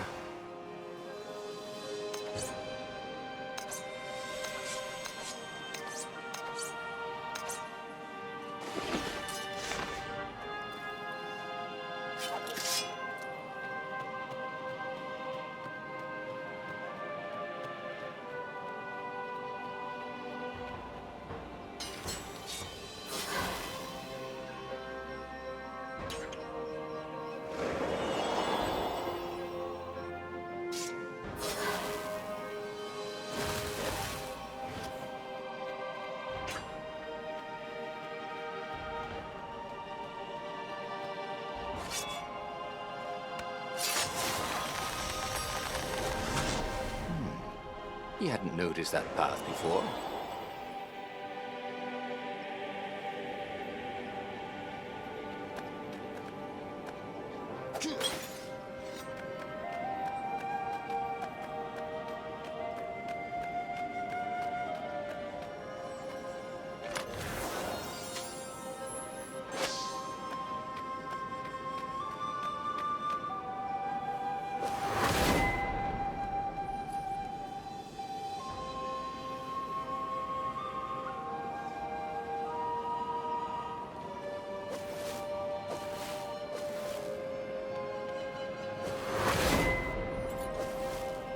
Reynardo wondered idly if people who had built these poles had really, really long tentacles.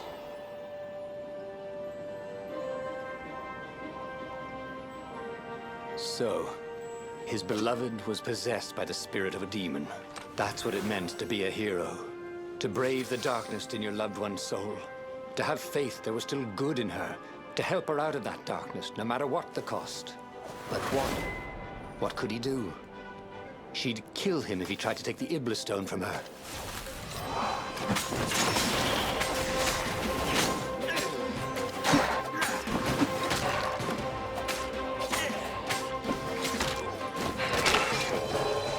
One small step for a fox, he thought.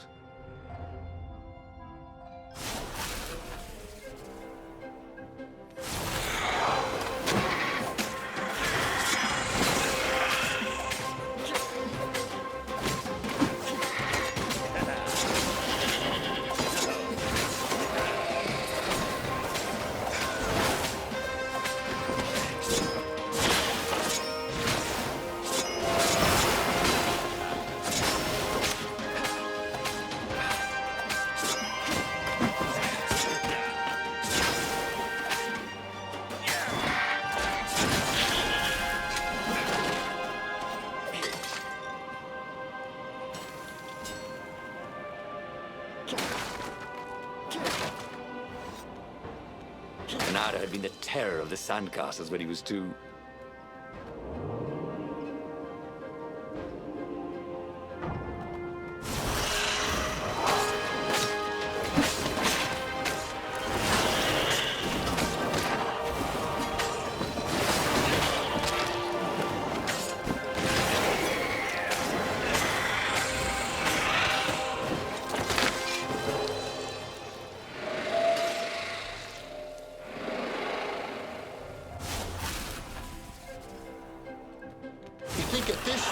The Imperial army would run out of ravens.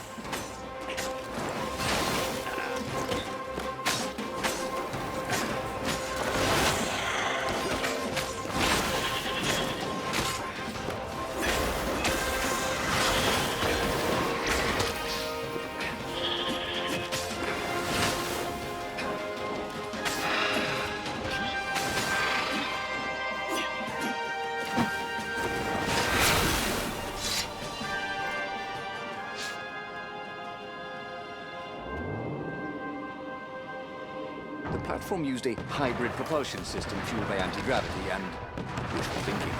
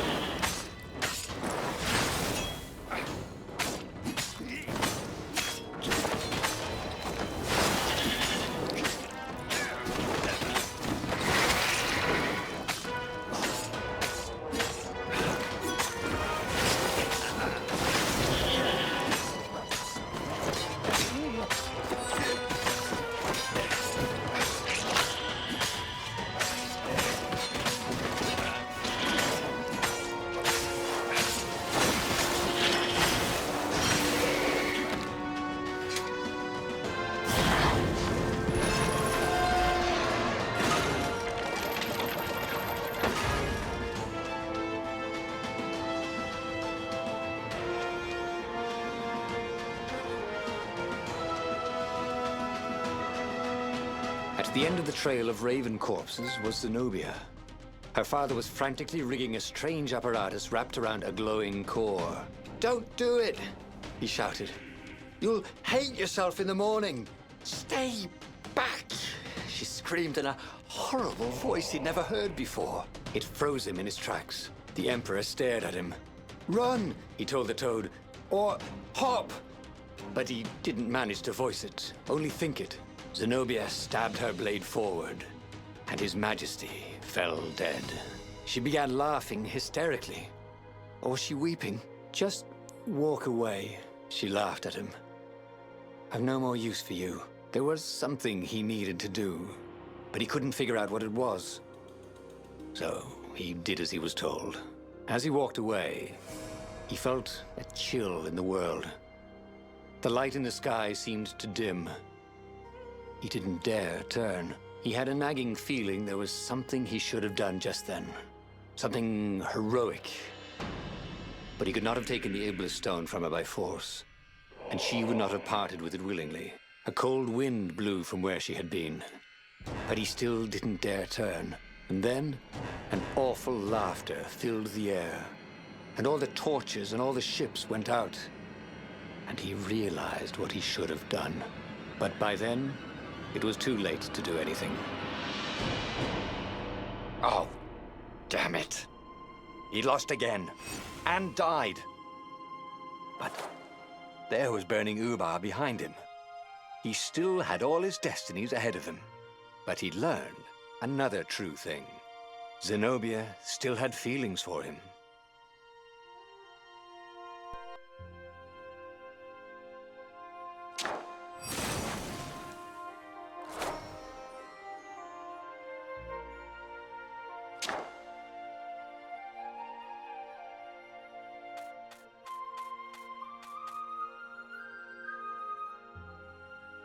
He knew enough now, he thought. All these truths tumbling around each other in his head. There must be a way to puzzle the pieces together. If he used everything he knew, he could discover a new path to destiny. The book's pages fluttered to the beginning once again. Faster than before, and he fell. The clouds parted over the Isles of Boreas. It was time to choose. The rebellion was in trouble. Ravens were scouting for the secret rebel base.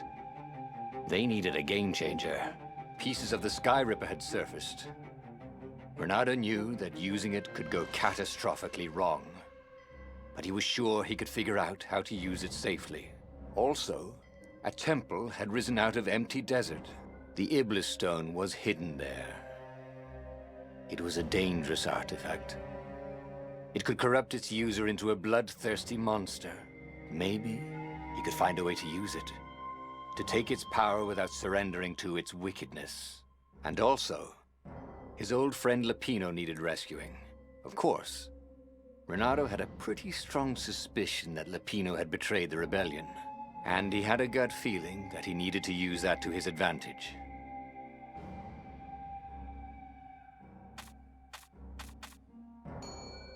Reynardo finally realized that Lapino was a traitor to the cause, and maybe Reynardo could use that somehow.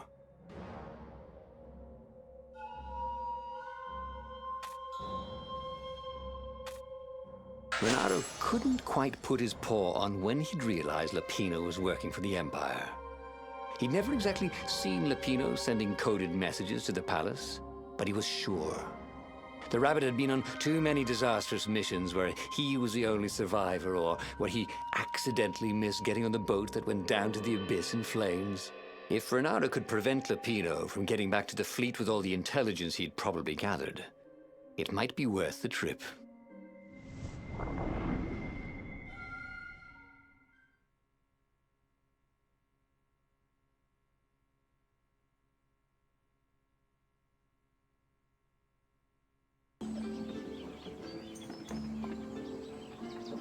How had they come to this?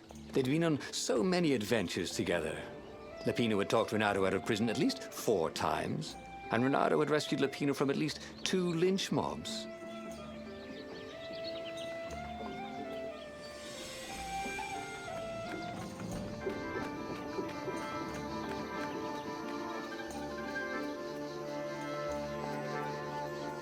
I need more materials, thought Reynardo.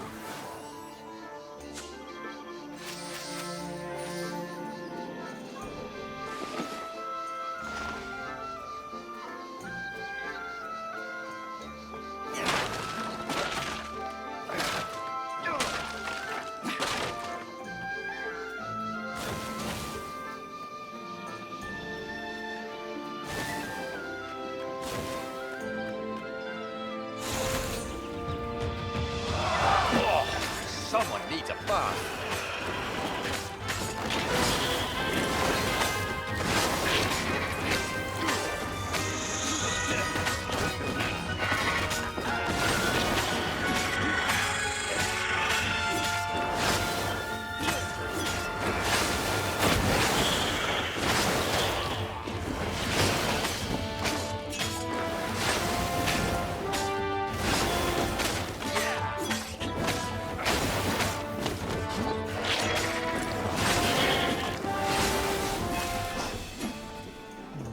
Felt that the rabbit resented him. Lapino was hilarious because he was so down on himself and everyone else. But behind the laughs, he wasn't a happy camper. Ooh, was this payback? Or did the Empire have his little white tail in a vice?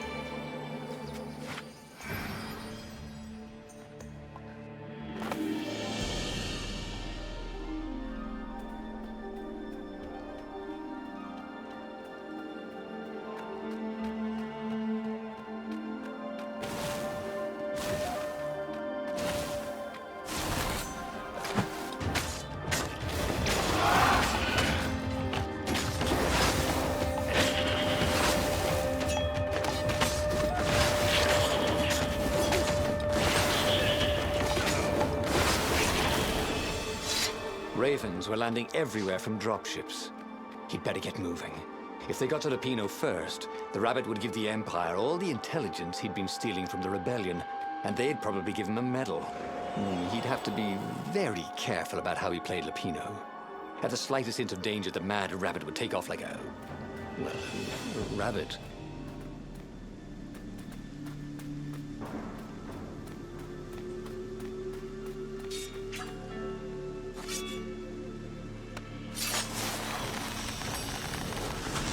Had that door been opened before?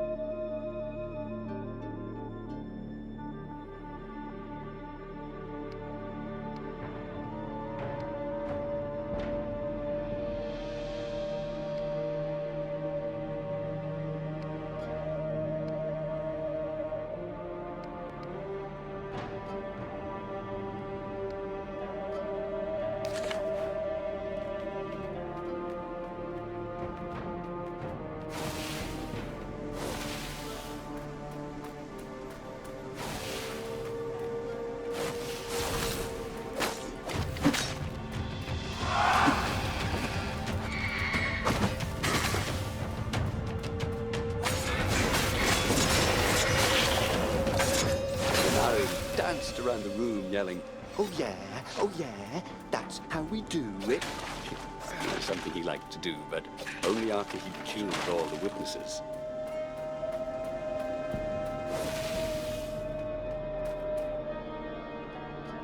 Bloody and exhausted, Reynardo finally reached Lapino.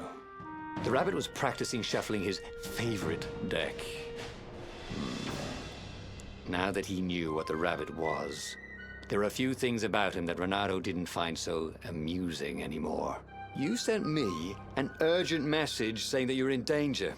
Oh, I am. The Ravens are coming. Now, I've got a clever plan to kidnap Zenobia. Reynardo wanted to clap shackles on the rabbit and shout, "You're a traitor, and I'm not falling for it." But if there was one thing Reynardo was sure of, it was that the core of the Sky River was dangerous mostly to its user. If he could put it in the Emperor's hands, old Isengrim III might blow himself and his fleet up with it. Yes, that was it.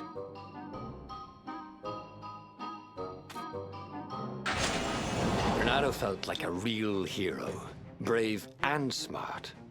He told the rabbit all about the Sky Ripper's God's Eye core. "I'll go get the core while you attack Zenobia," he told the rabbit. "But wait, I've an even better idea. I'll get the core and you attack Zenobia," said the rabbit.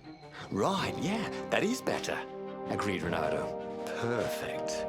The traitor would make sure the Emperor got the core. Now Reynardo just needed the Emperor to use the core. If he could only get something that the Emperor wanted very badly. Zenobia. He could save her and bait the Emperor at the same time.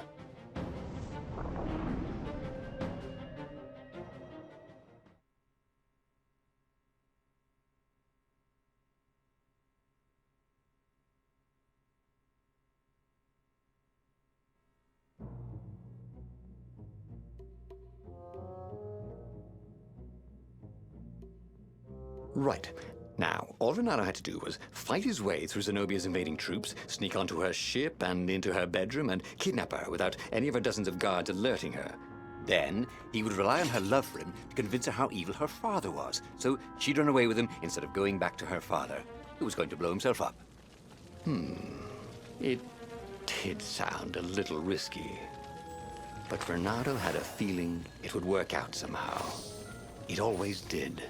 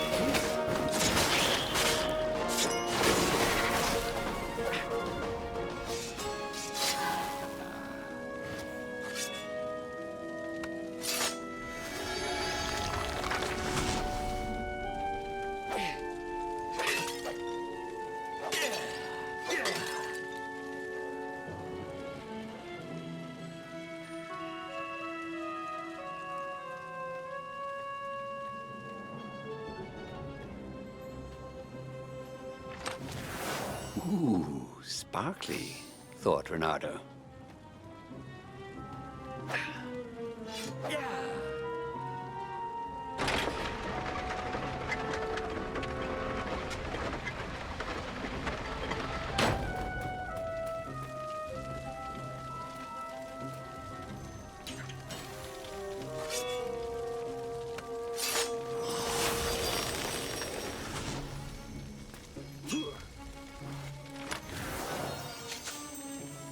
This one looked familiar.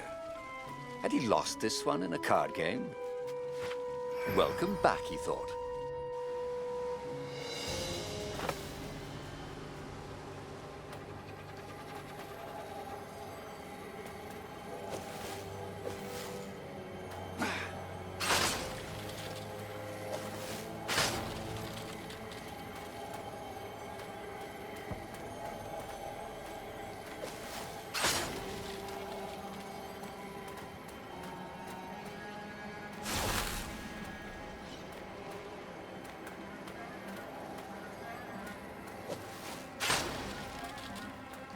Well, the eyes have had it.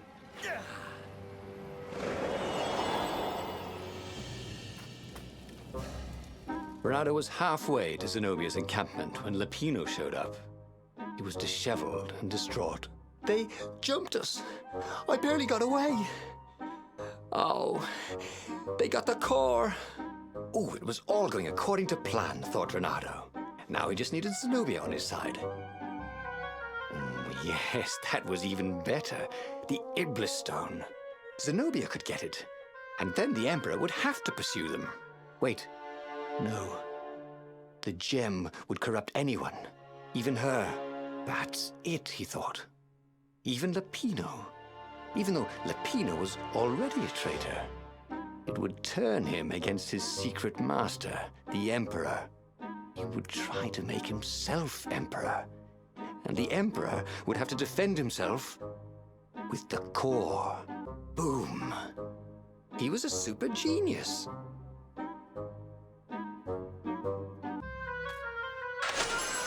This is terrible, Reynardo told the rabbit. If only I had gone for the Iblis Stone. But now it's lost in enemy territory. He handed Lapino a map.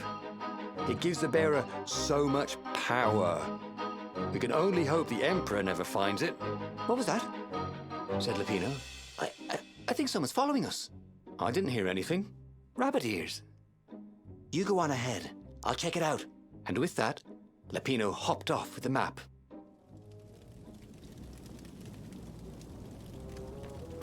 People had laughed at the government workbench placement program. But you could see the benefits everywhere.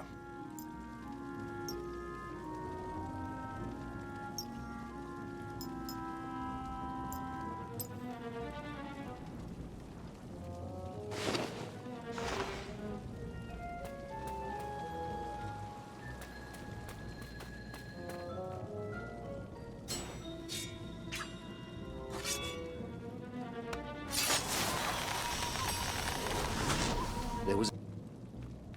Everybody who wants to die, raise your weapon. All right.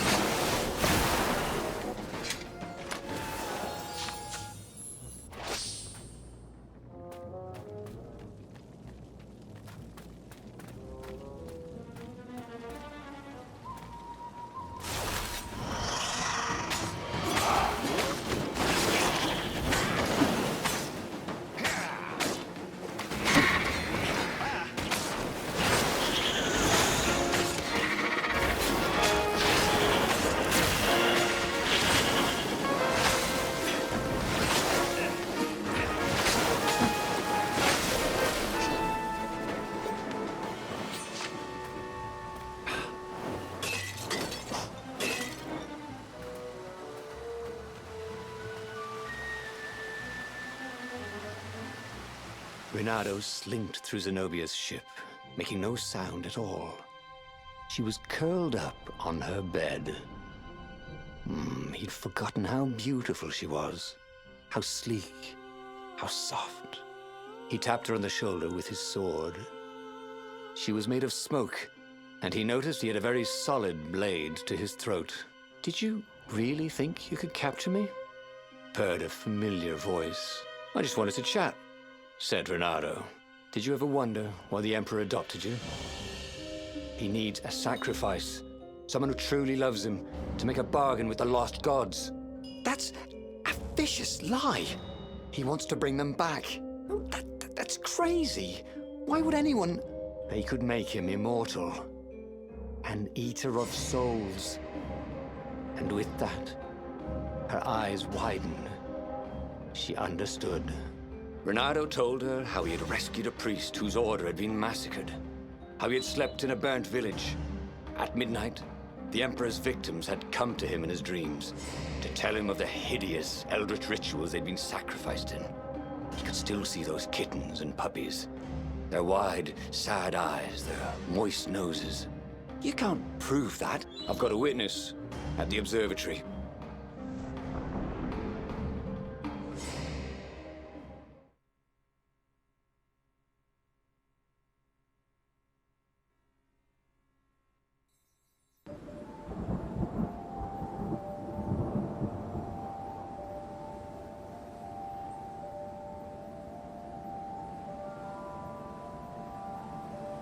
He couldn't tell her, not yet, why he was really here.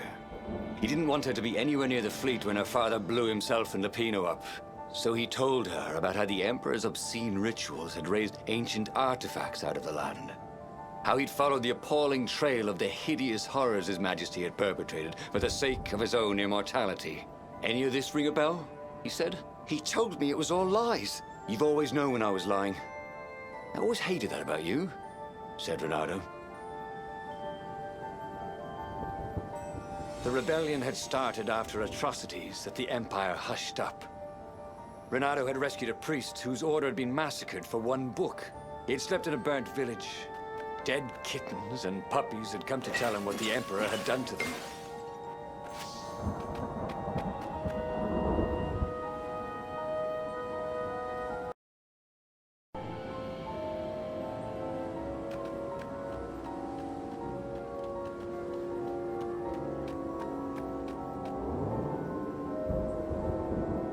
These platforms were great. Reynardo wanted one for his house.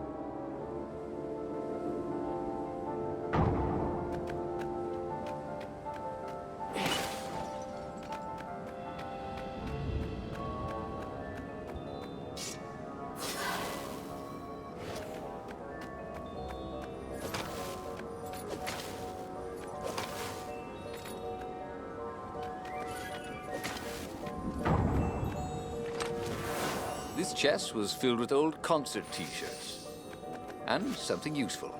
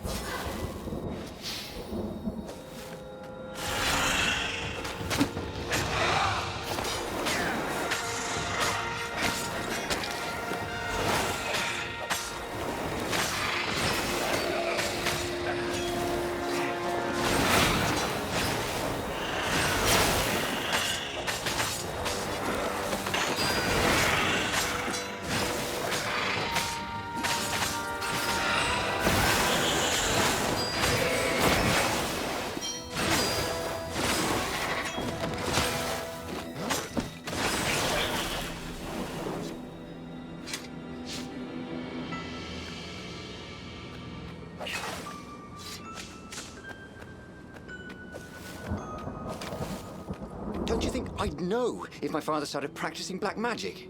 Why? Would you join in? No. I'd destroy his books and I'd... Oh, God. Okay, you're not completely wrong. They've resurrected one of his victims.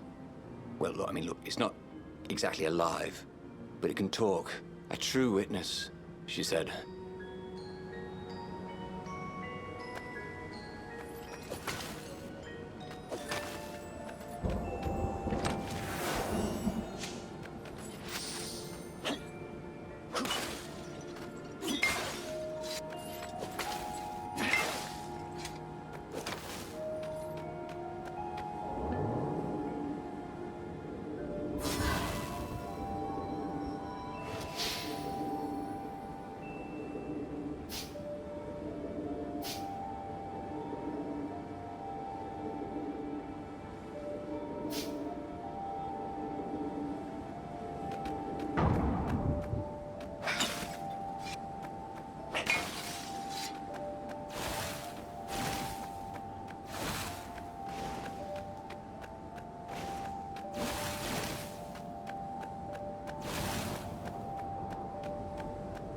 Ooh, wouldn't his gauntlet look swell with that jewel in it?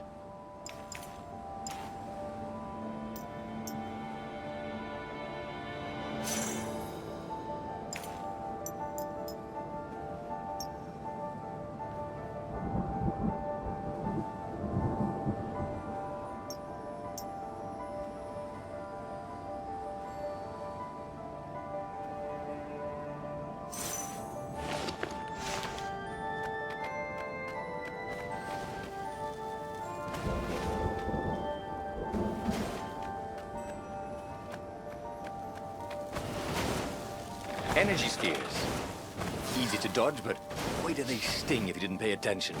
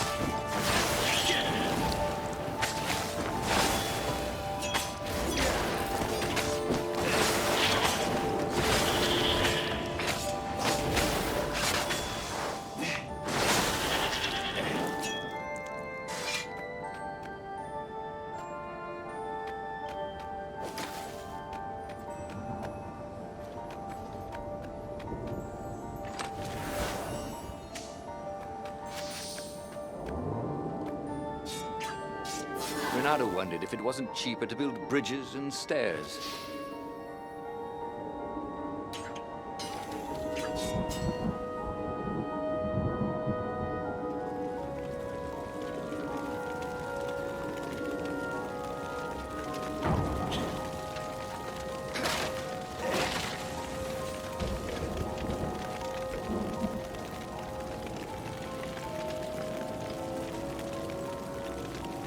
The observatory was a burning hulk. Dead scientists and black feathers everywhere. The Ravens had taken special care to burn the reanimated witness to cinders. Zenobia stared at the carnage. He didn't want me to hear the witness, did he? I guess not. What's your plan? She asked. So, Reynardo explained his brilliant gambit. Sending Lapino to get the Iblis Stone, become super powerful and corrupted, provoke the Emperor into using the core against him, thus blowing up both of them, and hopefully the fleet too. Let me visit your council, she said, shaken. I want to help. Could he really trust her?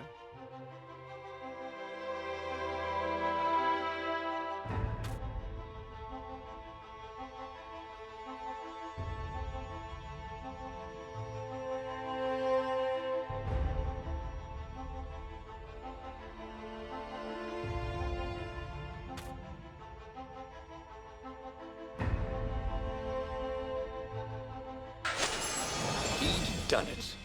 He'd made Zenobia see how evil her father really was. He wished she didn't feel this urge to join in the rebellion. After all, he'd taken care of the Emperor, right? Yeah, but she'd always been conscientious like that. She told him she had to go somewhere first. So Reynardo gave her the location of the secret base, and they agreed to meet in the ruins. He had a very good feeling about this.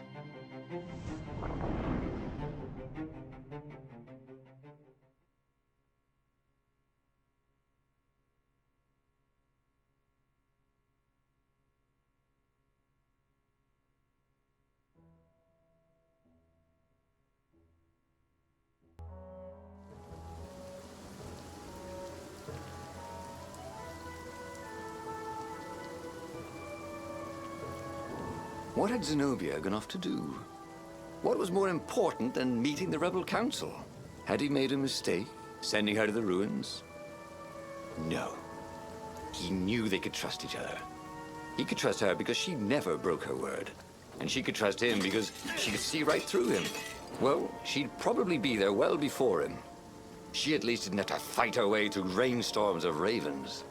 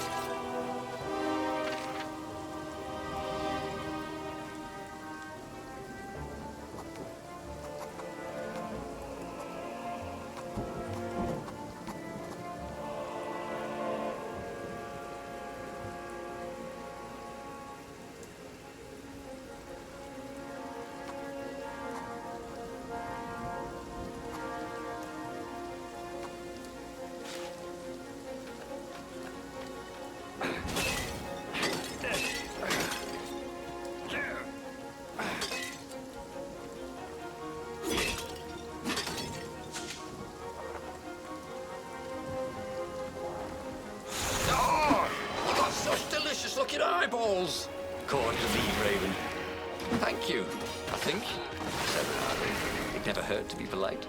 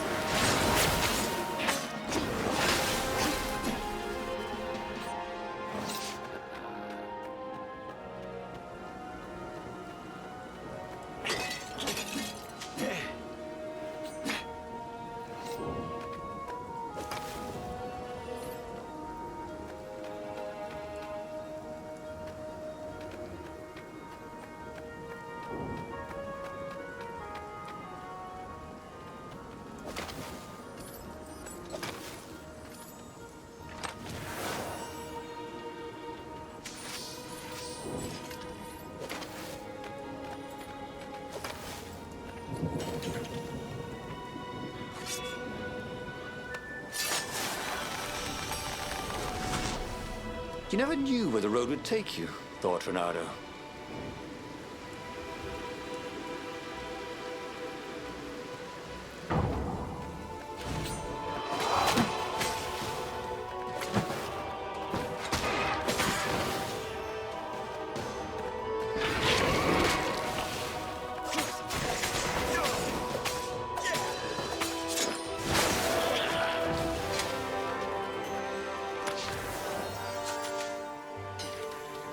The right jewel could really give you an edge.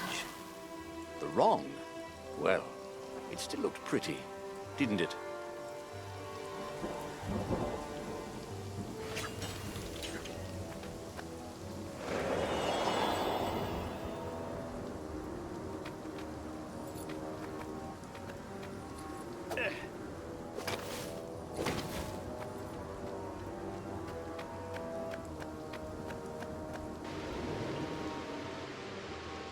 There was an inscription on the platform.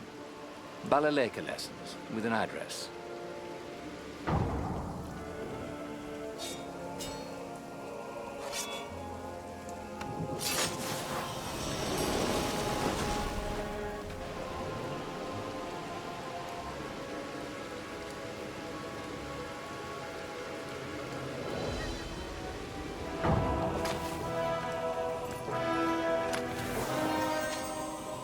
This stone was incredibly valuable.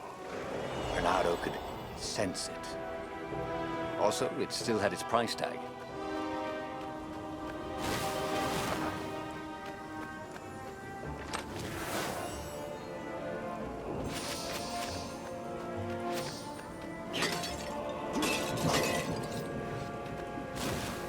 As he came around the bend, there was Lapino, unconscious on the side of the path.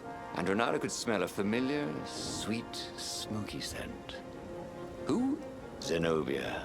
It had to be. She never used a combat spell when she could use drowsy gas. That meant she had the Iblis stone. What would it do to her? She hated her father now. She'd kill him for sure. The council wouldn't mind if she killed the Emperor, but murdering her father would destroy her. He had to get to whatever ledge she was on and talk her down from it.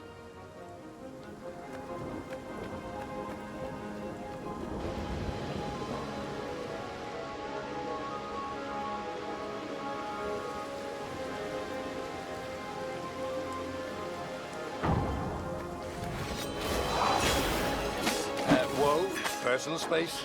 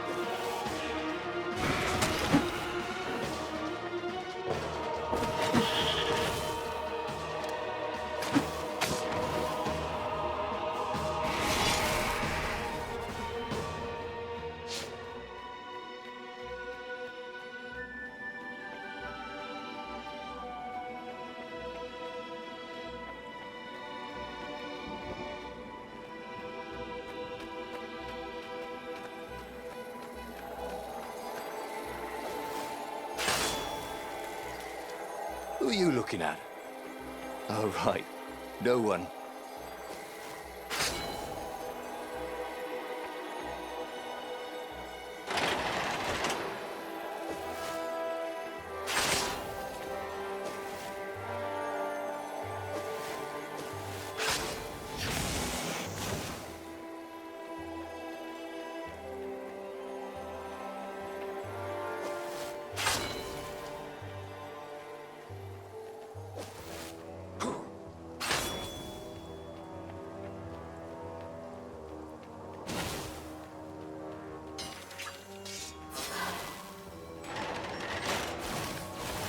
the long stairs.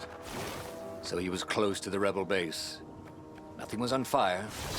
So far, so good.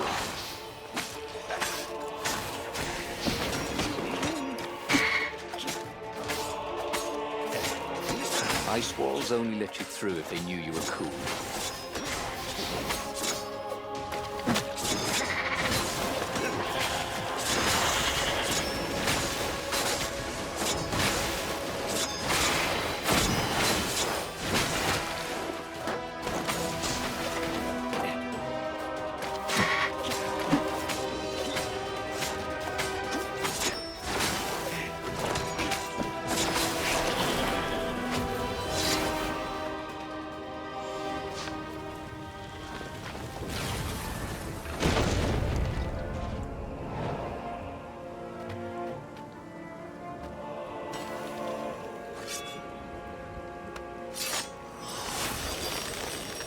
It was time for a little exploration.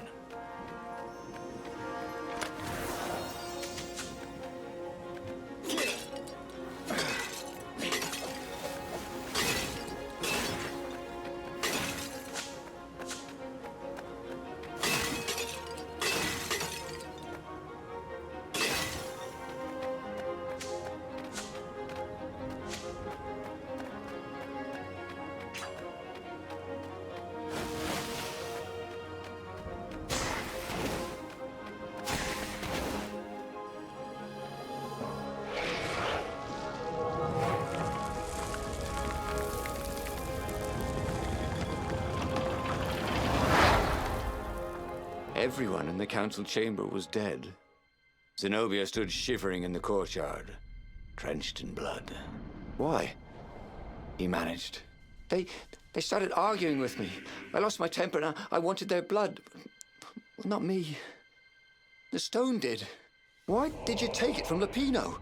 I had a plan. You had a stupid plan, she said. I'm going to go kill my father now. No, you can't. You'll just take his place. You'll become worse than him. Get out of my way, or I'll kill you too.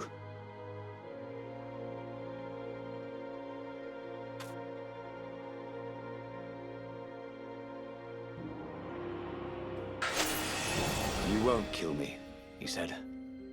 And I won't let you kill the Emperor. Enraged, she raised the sword. You hate him too? He could sense the Iblis stone, yearning for his death. But she didn't strike.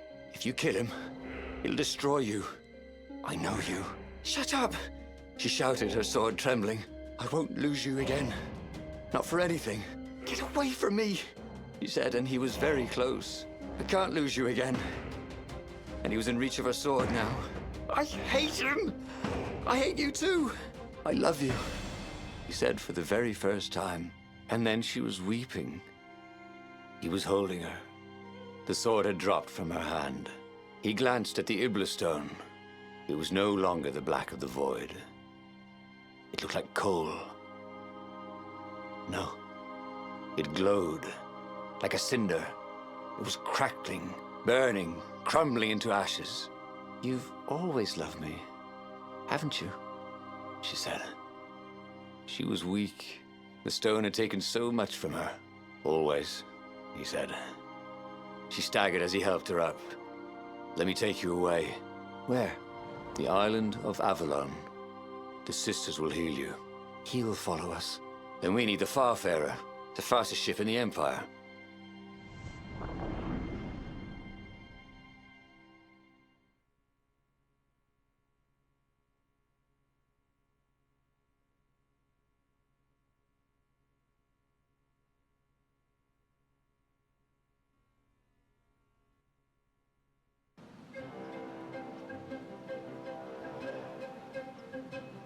The Empire had seized his ship. They'd have to take it back. Where was a workbench when you needed one? Oh, never mind.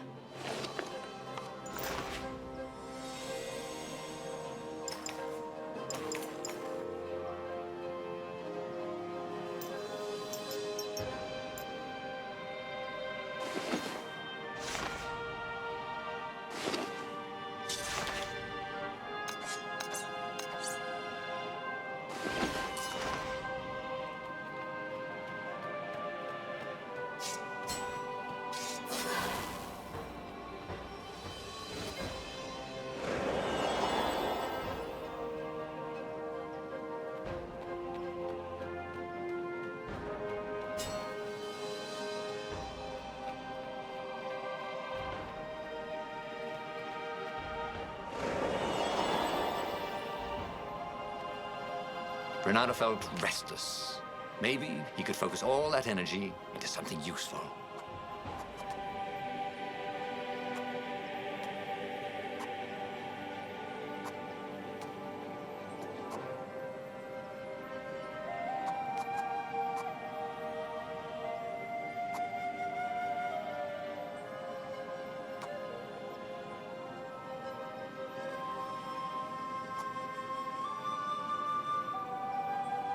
Cool. Wish I could do that.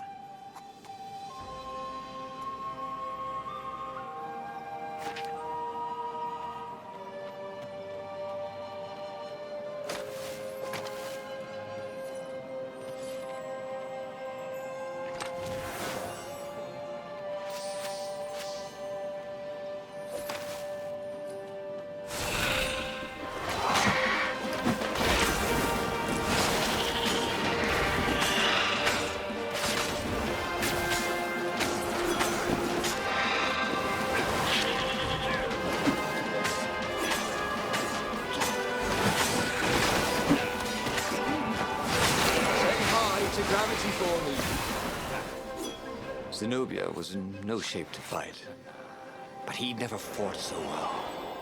He wasn't fighting for money or loot or a cause. He was fighting for her, for them. His sword danced, his feet flew, and the ravens recoiled from his ferocity.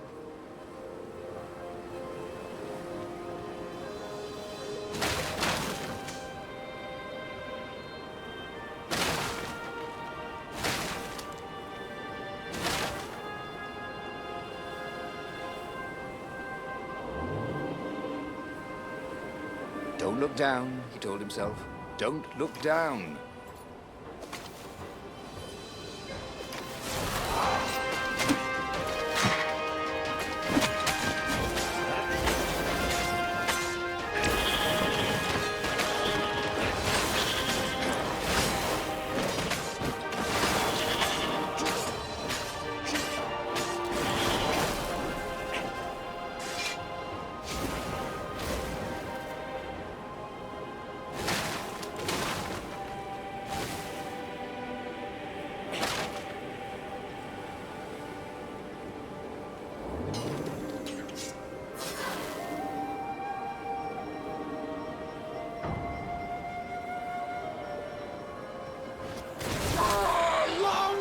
The Emperor! Called the ravens.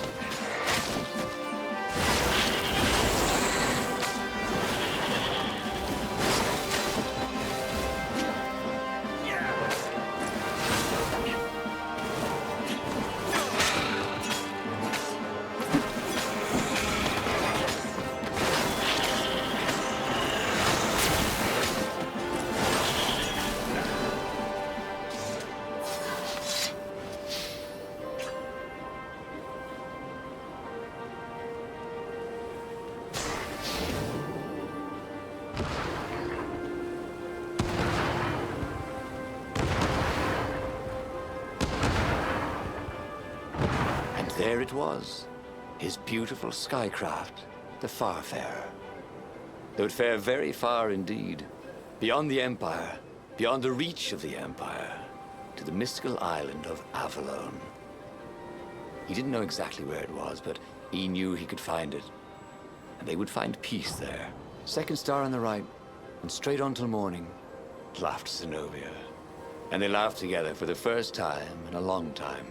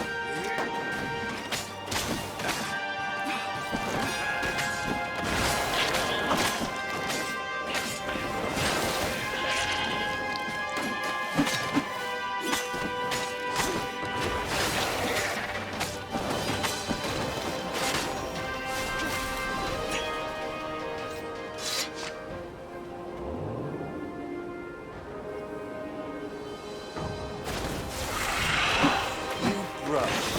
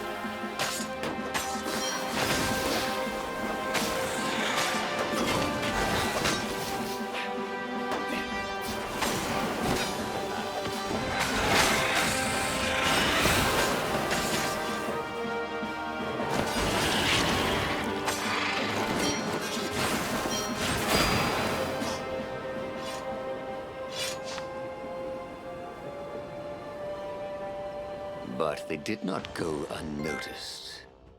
Scout ships lifted off, and the long lance of the Imperial flagship. Reynardo turned downwind to gain speed. The Raven ships could pursue, but they couldn't close. The far speaker croaked, You return her and live! "Go sacrifice yourself," yelled Reynardo. Then you won't have her either. On the flagship, the Emperor was readying some arcane weapon. It couldn't be. It was the core. A devastating beam lanced out of the flagship. Reynardo zigzagged wildly to keep the Farfair out of it. Now the Raven scout ships were closing the distance, and the beam was getting closer too. Then came a blinding flash, and the air was searingly hot all around him. There was a thunderous, deafening roar. He could smell burnt oak and burnt feathers and burnt flesh. But when he could hear and see again, they were alive and unhurt. And they were alone in the sky. Zenobia embraced him. They had done it. Through luck and through love, they had won the war. "Avalon, here we come," he said as he held her arms wide in the prow of the boat and let her feel its speed. "Maybe the real Avalon is wherever we're together," she said. And so, after a bit of an argument, Reynardo and Zenobia went to one of the two Avalons. The one shrouded in mists, or the one in their hearts. But which one they went to, I'll never tell.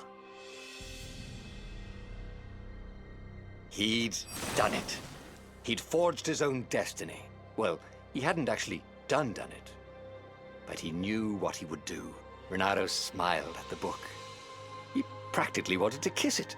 The kid's sacrifice hadn't been in vain. He'd saved the book and saved the world. Reynardo owed him and his mother so much. Reynardo lowered the mainsail and let the Farfarer shoot forward in the breeze. Second star to the right, and straight on till morning. This time, he would win.